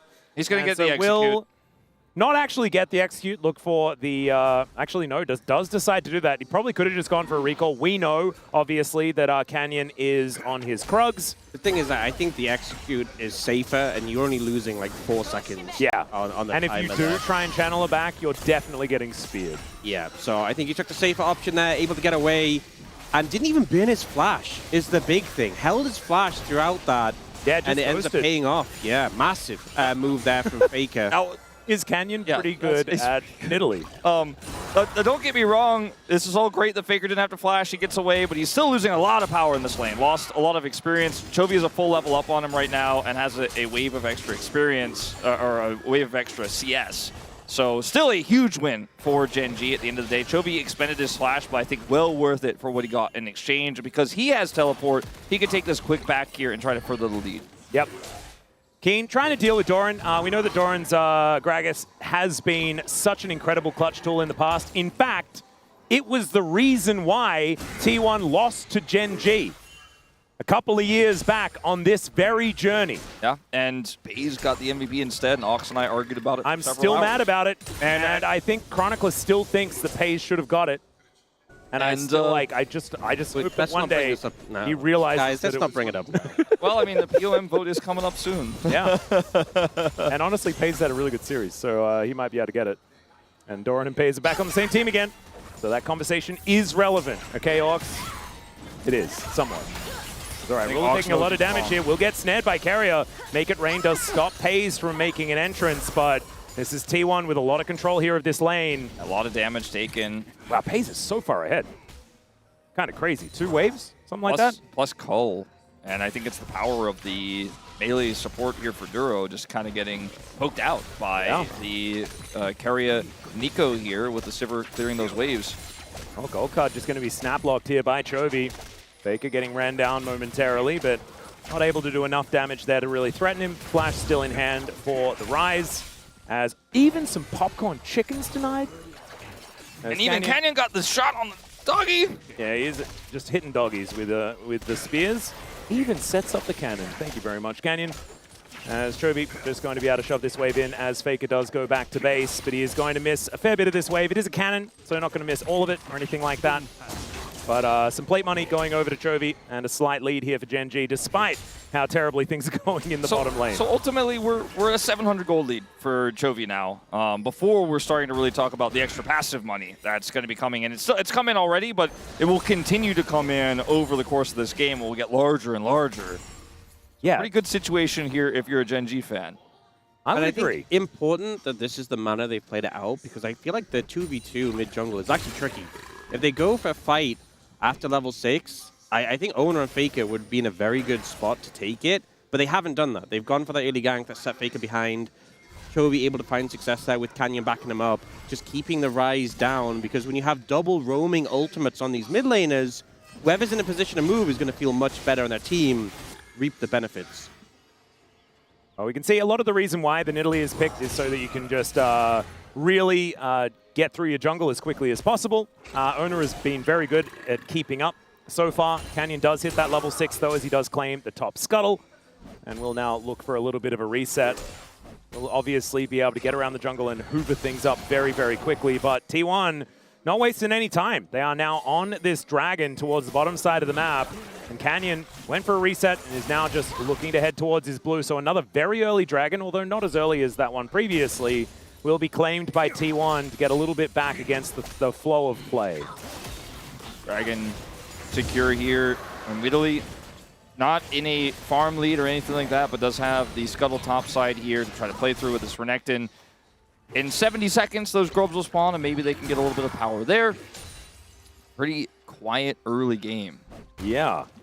And I feel like this bodes well for T1. I see Renekton Nidalee, and I'm like, you want to get things done in the earlier stages. But mid-game is probably where this game is going to really take a turn. We haven't seen a Destiny Gate yet from Chovy either, so if things get a little bit weird and wonderful as the ulti comes through from Ona, there's a Realm Warp as well. The Gate, the Destiny, has come on through, but Canyon didn't have a pounce to get over that wall, and now Carrier is the target for Chovy, and Canyon just looking to pounce his way out of there. The dagger is going to miss. And I think that Canyon is able to get the Primal Surge. The Blast is not enough. And first blood will go to T1. And Fake is the one that claims it. You see how as soon as Ona sees Canyon there, he's like, we can make this play. Fake is going to back me up. He ults immediately. And although the chase is extended, a big reason for that is Faker holds his flash, does not want to commit that resource because he knows they can get the kill without it. And as a result, not only does he pick up a kill to help him get back into this lane, but he remains potentially safe from a future gank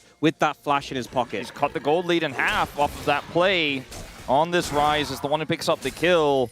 So this is a big wrench into the gears of GENG's early machine. And we saw Chovy try to match the ultimate there, but knew he couldn't alter that play. Saw with his Destiny that Carrier was flanking there and tried to get him, but was unsuccessful, as we're going to have a potential all-in here for Keen. Yeah, here's the Dominus as Doran holds onto the cask. Canyon looking to take down these grubs. One of them was taken by Ono, but the rest of GENG show up. That is going to mean that Canyon is able to secure 2 of them. And Dominus here getting the health bar back for Canyon quite nicely, for Keen, sorry, quite nicely, as Pei's taking a lot of damage here. Double up thrown at him as well. Ruler claiming a little bit more control now that it's a 1v1 there towards the bottom side. And in fact, the bottom lane is entirely equalized. Well, I think you look at the items that were picked up, and Pei's got the scout slingshot. Oh, no, not the slingshot. And Ruler got the Vam Scepter. So when it's just a 1v1 situation, it's going to feel really good having that extra sustain. And it's only going to be amplified when you get that first item, that Bloodthirst, that makes it really hard to contest MF in terms of cryo. MF's base damages are so good too. The double up damage is great, so does end up getting a lot of power. That eats a turret shot, and that's the end of the aggression. But we did see Duro was rotating over, and there was a potential angle there to try to look for more, but they do decide not to. Rod of Ages purchased here for Chovy. Starts that timer here at 9 minutes. And we're looking for a pretty strong soul here, very likely, in this game with Ocean off the cards here. Mountain picked up, could be something very explosive in this one, so the second dragon could be quite valuable to take, especially if you are T1 to get double dragon. Or it could just become dead. I said likely. I said likely. This is game 5. We're going to need you to lock in, okay? I'll do my best. Just channel what would Valdez do? Lock in, that's what he did. He would lock in. After you told him to, of course. Yes, exactly. As Chovy throws out a gold card, finds Fake with that one. Some wild cards there as well, doing some work. But GENG slowing this game down. And it's so weird because it feels like this gold lead is entirely fake. As GENG, kind of relying on Chovy stacking the deck in order to get that bit of extra money. So I'm going to say that this one is entirely even. Grubs over to GENG, Mountain Drake over to T1. And in 1 minute's time, looking for a bit of an angle towards this Ocean and some daggers flying out from Ona. Canyon will be able to soften him up here momentarily, just killing all the doggos. Yeah, good move from Ona using the dogs to block the spear. And I think Canyon is just struggling to find really the headway he wants to right now. You'd love to be invading, stealing away cams constantly, finding opportunities on your lanes to have setup, which is all 3 of them. Yeah. But so far hasn't been able to do so. But Doran has ult, right? And he has his body slam. It's quite difficult to kill him very quickly, even if you do get that commitment. And Doran is spacing well. He's also just building pure tank. Exactly. It's hard to kill him for so many reasons, so that's not a lane you necessarily want to play through. Mid lane, Faker's got so much wave cleared. He's been doing a good job of pushing Chovy back here, so he hasn't found an angle that's very clear. He hasn't found the gold card comes through, we get the kill. Outside of what happened to Faker in the very early game, even though Faker got the execute, it was successful there, but that's where the stun Nidalee spears stop. I mean, that's the thing, is Faker now has Merc Treads and was able to maintain his flash this entire time, so just not an easy target at all. Spell Shield and the Nico Quone in the bot lane. It's a composition from T1 that gives its challenges to a Nidalee. Dragon up and available now, and Canyon just coming out from base, so T1 will be starting this up. Yeah, I feel like GENG have kind of just been off-tempo for these Dragons so far this game. or maybe just not that interested in it, as Duro just scouting around here. Does not get tagged by the snare, as Chovy just doing his very best to keep things shoved in. That's going to be a Cloud Soul once again, bookended this series by Cloud Souls. Feels like my birthday. It's Keen and Doran continuing to do battle here towards his top side. Good combo there from Doran, but great stun from Keen, as I think mostly concerned about clearing out the minion wave.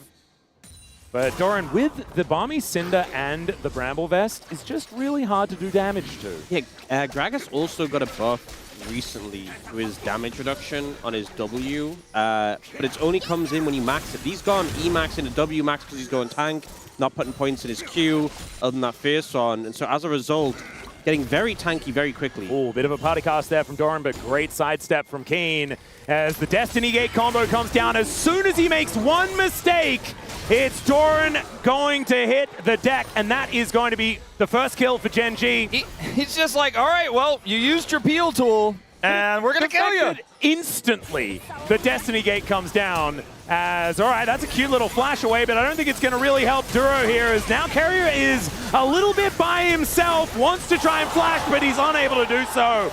A little bit of a mistake there by the Nico, and that is going to be another one over to GENG. But a cute play from Duro to go over the wall, then back again. Yeah, he just essentially was like, I'm going to turn this escape into a little engage. And I feel like T1 did not need to do any of that. I like how there's a voice of reason that echoes after everything is said and done. Orcs is like, wait a minute, why? Doran was completely fine in the top lane, playing a defensive lane, then tries to look for this window, but Keen has dominance. You're not killing him solo, there's no one in range. It was just a pressure cask, and that opens him up to this gank. And then they're backing away, and the rest of T1 try and make a play onto Duro, but it's a Rel with Flash, so hard to pin down in this situation. And the end result, because they both go over in the Herald pit, Carrier ends up isolated and alone. And then he unfortunately fails to flash as well. Failing the flash is the worst of it, but just wanted to ult to try to buy some space. And could have set something up potentially, but without Doran, like, just don't really think you need to. I think they wanted to, they saw the pressure was coming, they wanted to turn it around, but it all just got disjointed. They kind of came in one by one piecemeal, and GENG got the punish there. Great escape / engage from Duro to set up the second part of it. And now it's a pretty big gold lead here on the top side of the map. This Renekton very, very ahead. Yeah, and now Doran under fire one more time. Chovy just trying to get some damage down onto this outer turret. And Doran, like you mentioned, not a lot of points into the queue, so that is not a very scary ability, but leaving Ruler parked in the mid lane is something that they can absolutely do now. He's got that Bloodthirster completed, a big old shield going to be there to keep him safe. And the double up helps out there too. He's going the Yuntal first, not going the Essence Reaver, so you don't have just infinite mana on the back of that, and you don't have the ability haste as well. Does mean that a bit of an even tougher time into Ruler. You can't just Q and then W every single wave and have no mana issues. Yeah.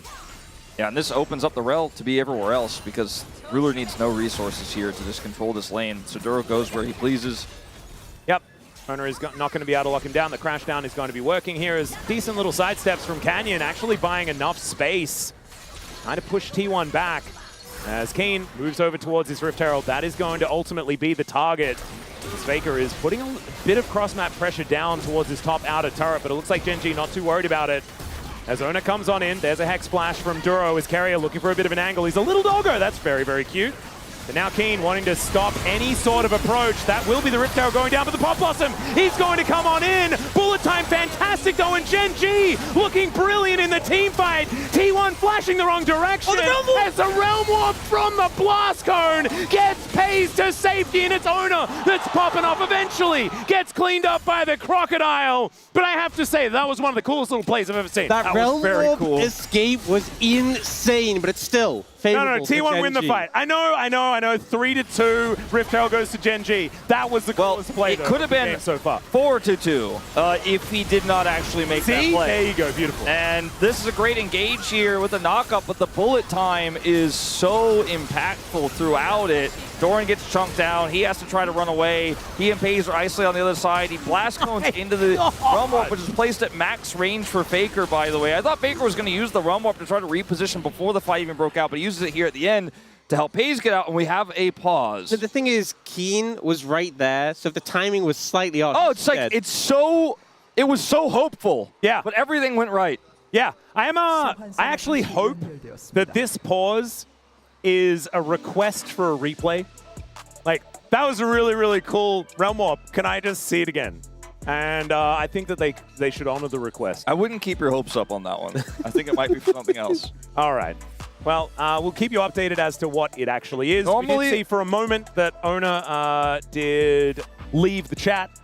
Yeah. But I don't know whether it's necessarily him or whether everyone. I was going to say, normally we can look back, but it's pretty far away here, this arena, to look back and see what's going on. Yeah, we are on the sort of T1 side. So having a look now, I can confirm the game Doran, is maybe? paused. Looks like they might be at Doran's side of the booth. I did see Ona disconnect before we went to break, so that's my guess. But you know, we're resuming.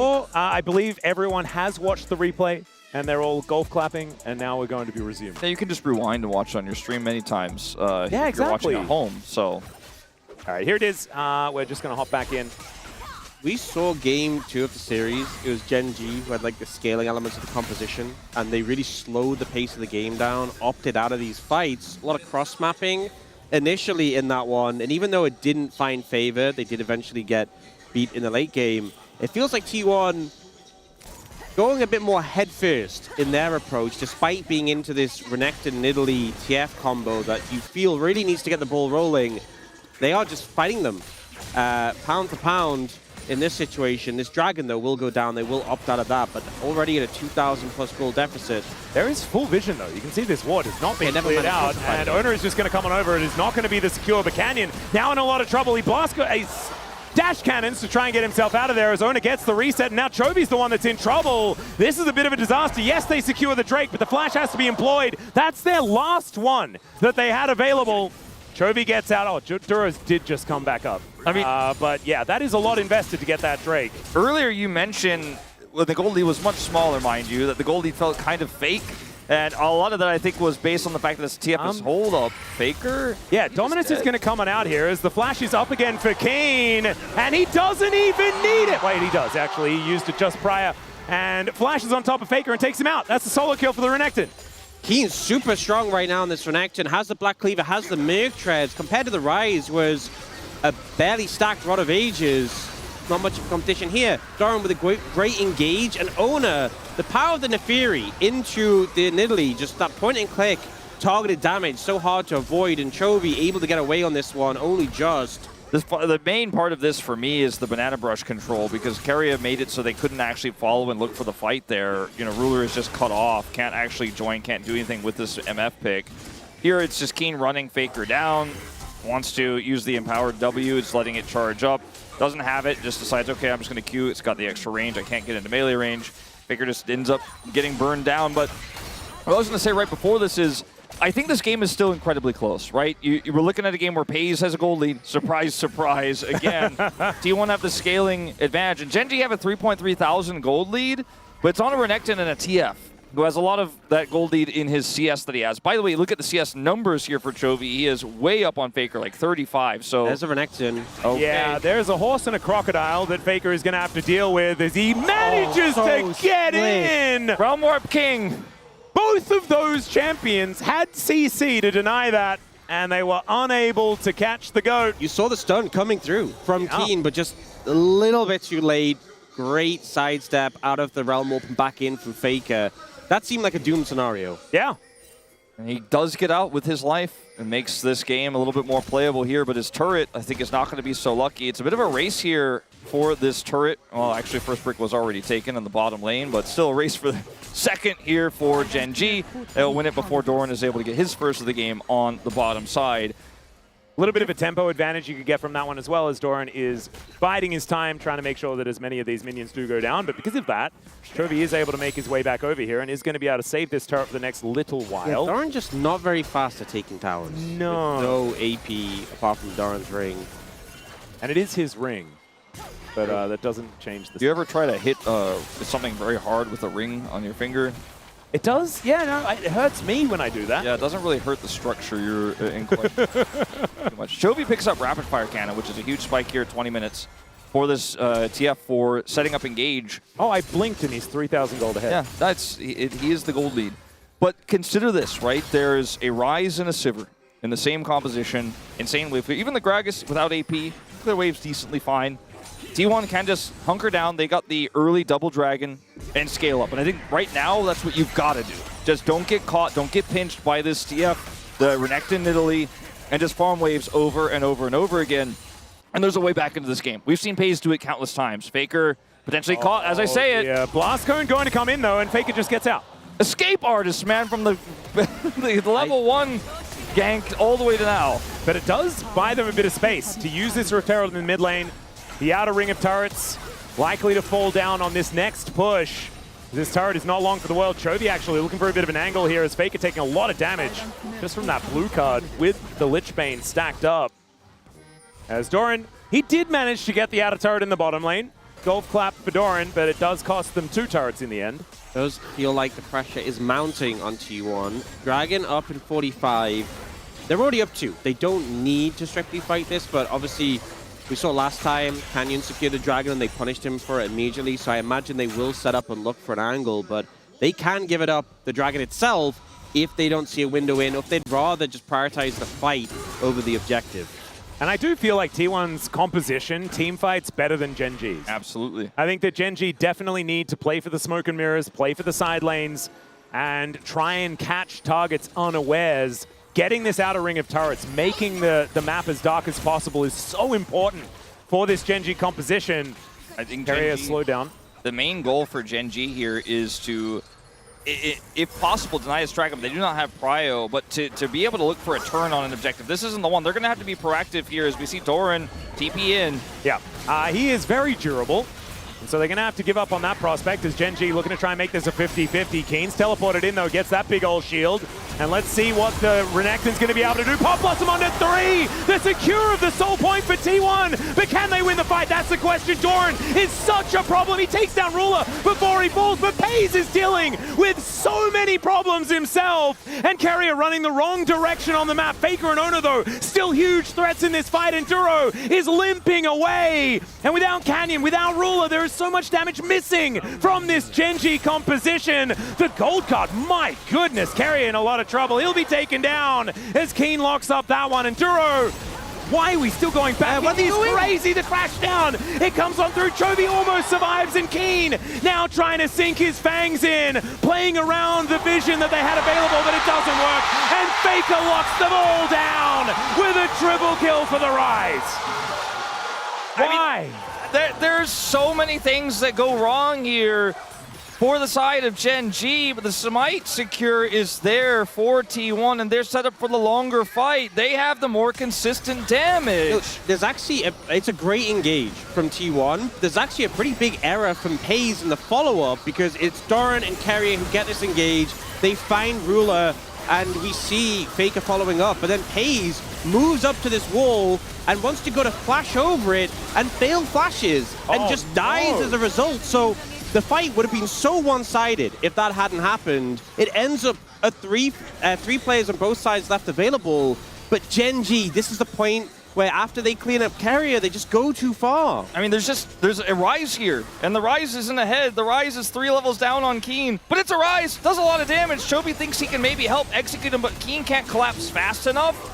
And so Faker just cleans up house. There isn't enough damage here to take him out. Imagine what it's going to be like later in the game when Faker isn't this behind. They put a huge dent in the gold lead here. This Sivir is scaling, and T1 are on a Baron. What I was going to say right before that Dragon was, I think GENG's main goal to win this game is to look for a turn off Baron. Now, Baron against them, they have no pride. They got to come contest. And Faker has Actualizer now. He is so strong. He is. Let's see whether Canyon can make some magic happen. It looks like the answer is absolutely not. As they look for the Magnet Storm combo with the bullet time, and Duro is just dead. Owner is able to secure the Baron, grab the kill. And now GENG are desperately fighting for their lives. And it will not happen. Owner is able to stand strong, and Chovy getting here late, and he will go down. It's the ace, and it's clean for T1.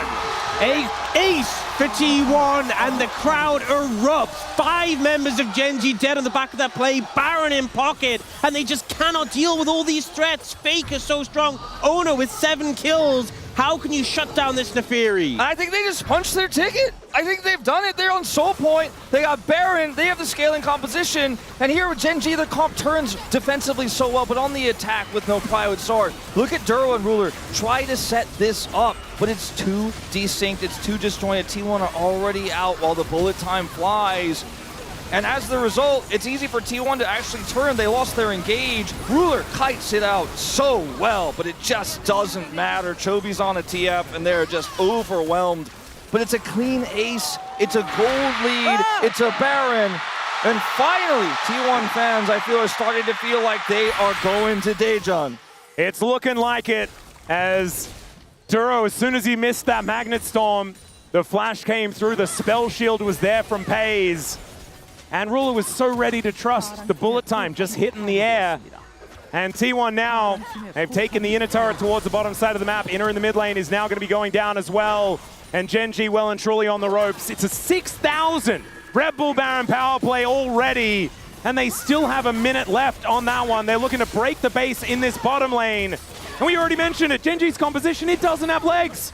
I mean, it does have a lot of legs based on the champions, but it doesn't have legs as far as the late game power. And we're in the late game now, and T1 are scaled up.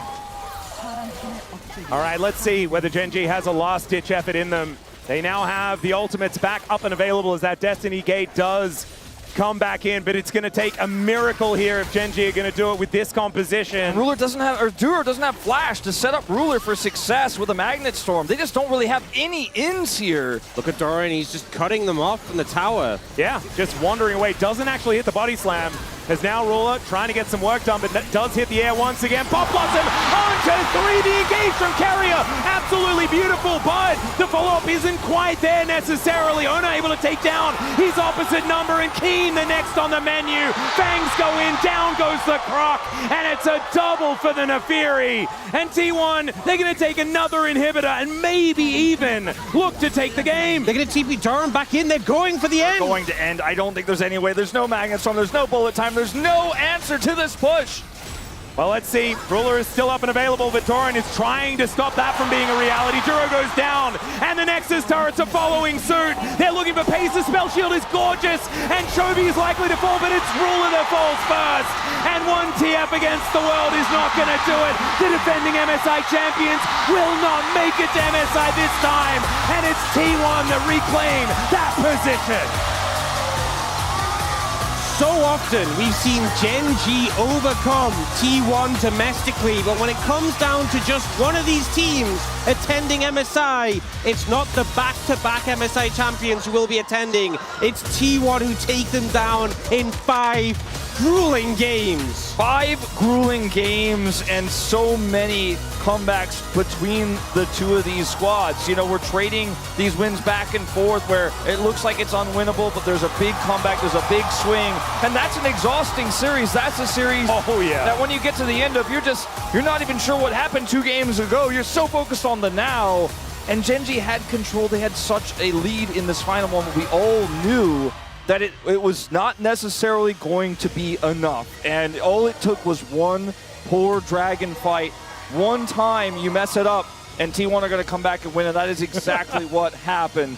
It's time to take the ticket here. The 2nd seed from the LCK is T1.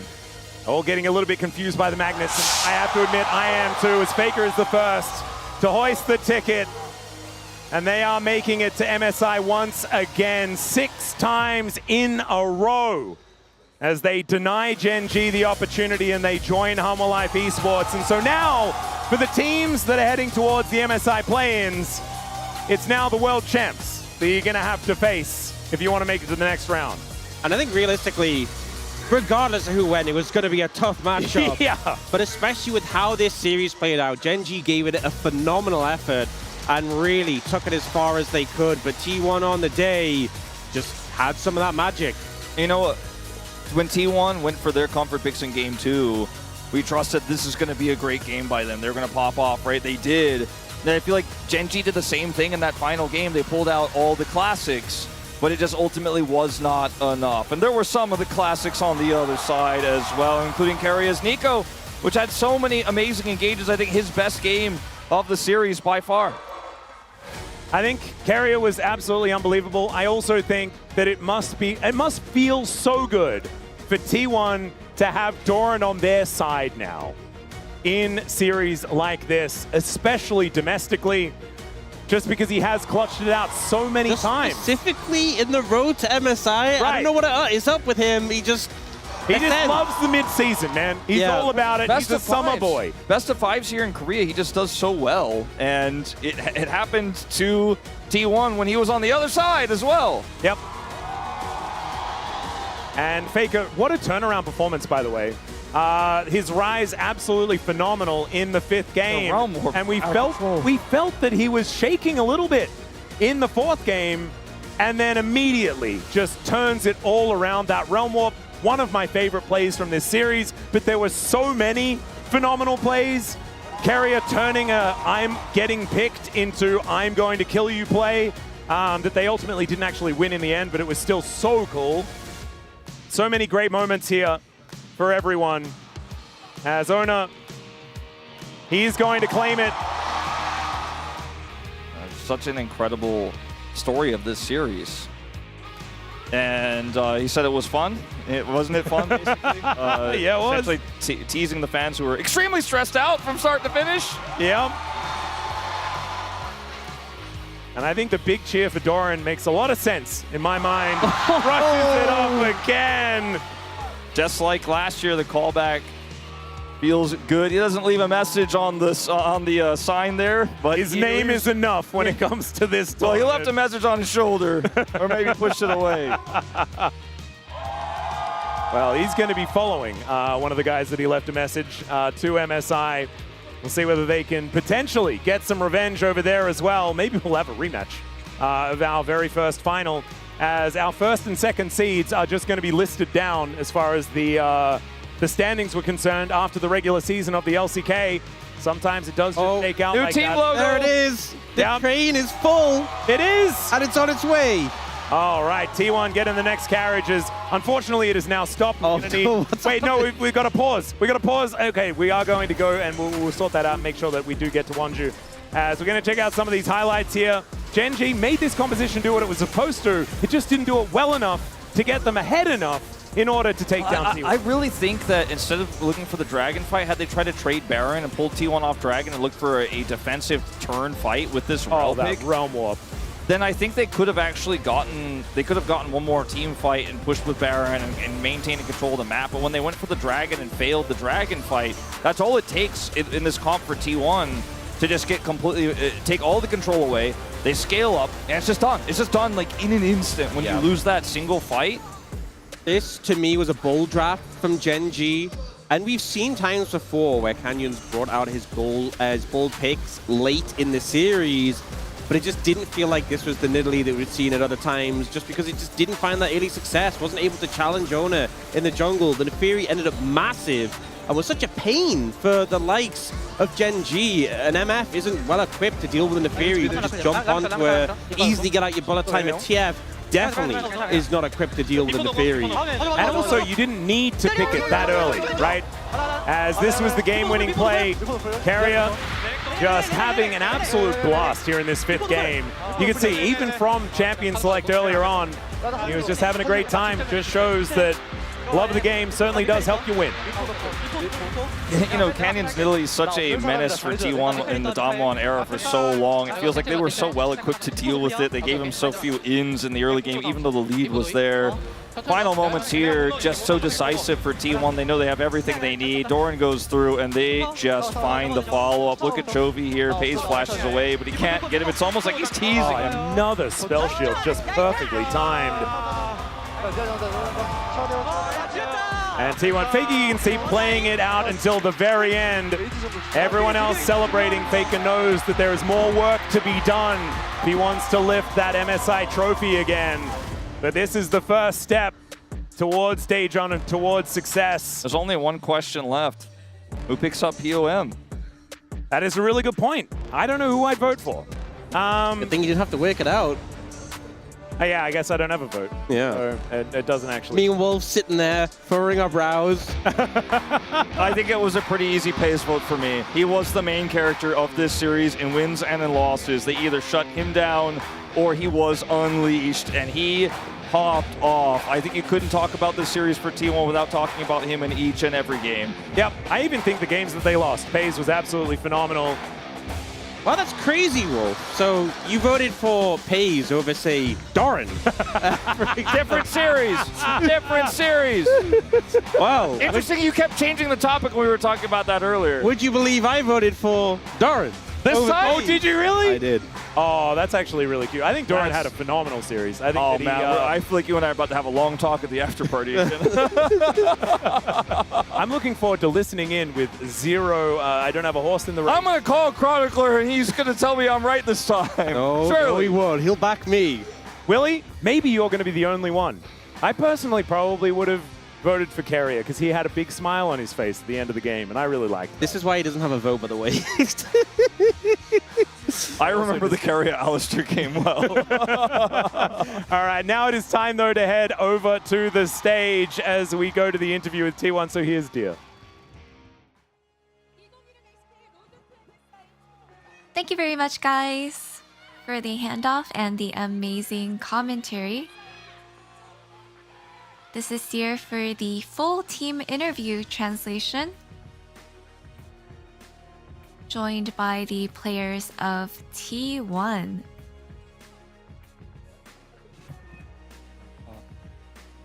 잠시만요. 2016 MSI 2016 LCK 로드 투 MSI 최종전 T1과 젠지의 대결에서 In the T1이 Road to 승리를 하면서 MSI 마지막 한 장 남은 2026 MSI 티켓을 거머쥐게 final round. 되었습니다. 5년 연속 T1 has taken the final spot 감독님과 인터뷰 for the 나눠보겠습니다. upcoming 도란, MSI. 오너, 페이커, We're joined 페이즈, by 캐리아 선수, Doran, 그리고 owner, 톰 Faker, 감독님 Pace, 모셔보겠습니다. Carrier, 승리 축하드립니다. and head coach Tom. Congratulations! 네, 먼저 도란 선수와 인터뷰 나눠보겠습니다. Let's have a word with Doran first. You just beat GENG and we'll head over to MSI. How do you feel?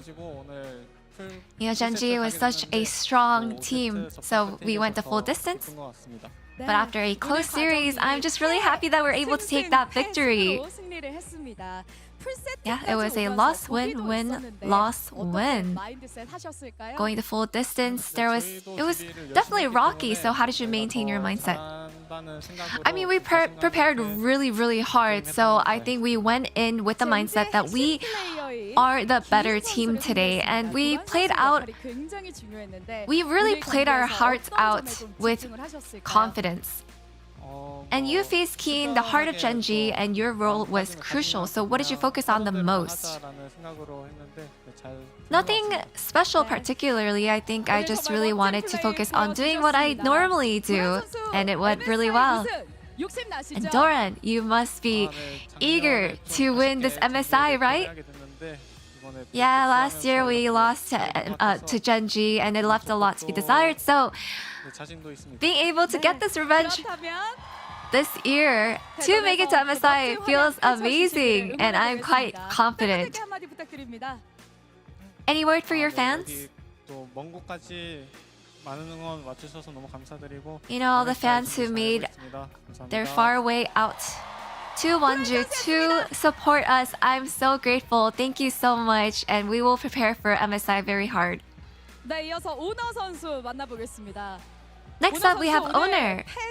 패승으로 승리하고 MSI에 진출하게 됐습니다. With that 3-2 victory today, you made it to MSI. How do you feel? You know, just on our way here, it just felt like we would win. It's a little disappointing that it was such a shame that it took so much to get that victory, but obviously a victory is a victory. It feels great. And the series was so intense. You guys were absolutely playing with your fans' hearts, and even Game 5 wasn't easy. So which moment did you see the win coming? Around the Drake, me and Rise was trying to clean up, and after being able to push into the first turret and mid, it felt like we had a big edge. So I think in the end, just given how much value we had and how much advantage we had, we knew that we would be able to win. And at the very end, we saw your Nafuri. And the Nafuri finally won, and this isn't a preferred pick for you, so how does it feel to win with her? You know, I didn't really pick Nafuri too much during an official match, but this is definitely a pick that we have practiced a lot with, and I think that's what really paid off. And it was a close 5-game series, and it must have been pretty nerve-wracking. So how were you able to maintain your focus until the end? Honestly, it's really all the cheer and the support from our fans that we were able to keep our energy until the very end and not lose our focus to win. Any message to your fans? I mean, since Friday, there were fans all over the world just coming to Wonju to send us energy. So I think I just really want to say thank you so much. All thanks to you, we were able to make it to MSI. So hopefully we are able to repay all your support by performing well in MSI. And next up, we have Faker. T1 made their 9th MSI total appearance and the 5th attendance in a row. And in the making of this record, you were all along there, Faker. So how do you feel? Well, it was such a fun match today, and I'm really satisfied and happy about that. And just getting another chance to attend MSI means so much. So hopefully this time at MSI, I want to make sure that we can bring it home. And within many silver scrapes that filled the room while you were on stage. It was such a close series today, so what did you discuss with your team before Game 5? GENG was doing so well today, and I think that's what made the series so close. And I feel like it's just that my team had the better synergy today. And that just made the series so much better, and it felt more amazing. And before Game 5, I think everyone really didn't have too much pressure going into that match point. So I don't think I had to say anything in particular to lift any of the pressure off of their faces. And which player would you like to give credit to for winning the final round? I would like to say all credits to Faker's Rise. I think Faker's Rise did really well. And this would be your 9th MSI appearance. How amazing is that? With all your fans excited to see you perform in Korea, what is your mindset? Thank you to all the fans who made it happen to support us, for us to make it to MSI. And I really want to have a great showing at MSI this year in front of you guys. You know, our team doesn't have an MSI trophy yet. Hasn't been able to lift an MSI trophy for a while, so we want to make sure that we're able to do that this year. And Pace, you got the POM. How do you feel? I really wanted to make it to MSI, and just making it makes me so happy. And actually, did you expect Faker to mention your name during that? Who would you give credit to? Yeah, I mean, it felt really good, and I was really happy about the win, but it made me even happier. And what do you think got you the POM today? I can't just pinpoint one moment, but I think my teammates were able to set me up to enable me and for me to be successful. So I'm just really grateful for my teammates. And going Game 5, it must have been physically exhausting. So how did you keep your focus? I feel like it's just starting from the first two games. I think that's when I had the most struggle. And from game 3, I feel like I was quite warmed up. It went really well, and I didn't feel like it was too difficult. So I had a lot of fun playing. You must be excited to relive the 2024 MSI Championship. So let's hear your word going into Daejeon. This time, MSI is being held in Daejeon, Korea. And alongside my teammates, I want to make sure that we are well prepared to go ahead and lift another trophy at MSI this year. Next, we have Keria. This will be your 5th MSI attendance in a row. What does this victory mean to you today? When we first made it to Wonju, I had such a great feeling, and I thought we were gonna go as first seed, but you know, we slipped a little bit, but we're able to come back with a great performance today, which feels amazing. And in Game 5, after picking Nico, we caught you smiling, saying either nice or we won, and the fans were curious. So what did you say after the draft? You know, we were all talking about how nice our draft was. So I just said nice. How did you say it? I said nice. You said nice very confidently. With this draft, the Pace-Keria duo chemistry was on point. So what would you like to say to Pace? You know, personally, I thought that we did really well, but there were more areas that we actually need to work on. So I think it was all really Pace. All credit to Pace for doing so well. And what is your mindset for MSI?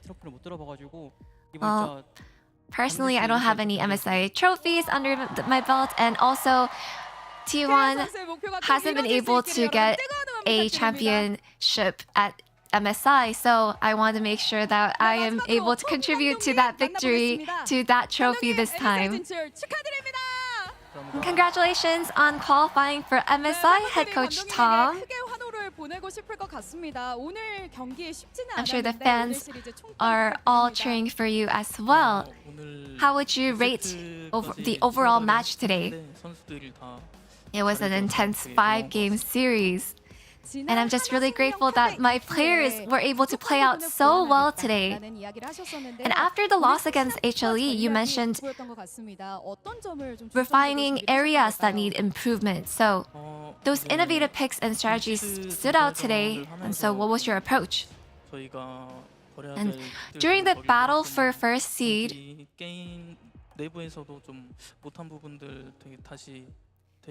I think we went over those moments where we made mistakes and all those areas that we needed a lot of feedback on. So I think that's what we really focused on.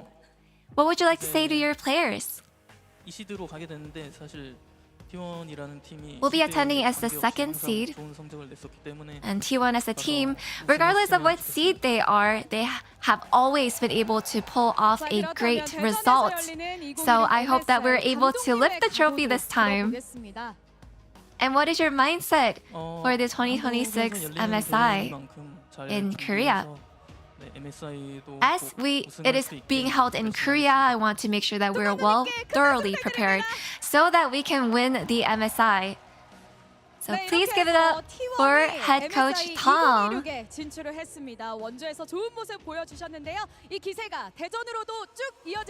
And I hope that you guys are able to carry this momentum from Wonju all the way to Daejeon. I'm looking forward to witnessing your greatness in Daejeon in MSI 2026.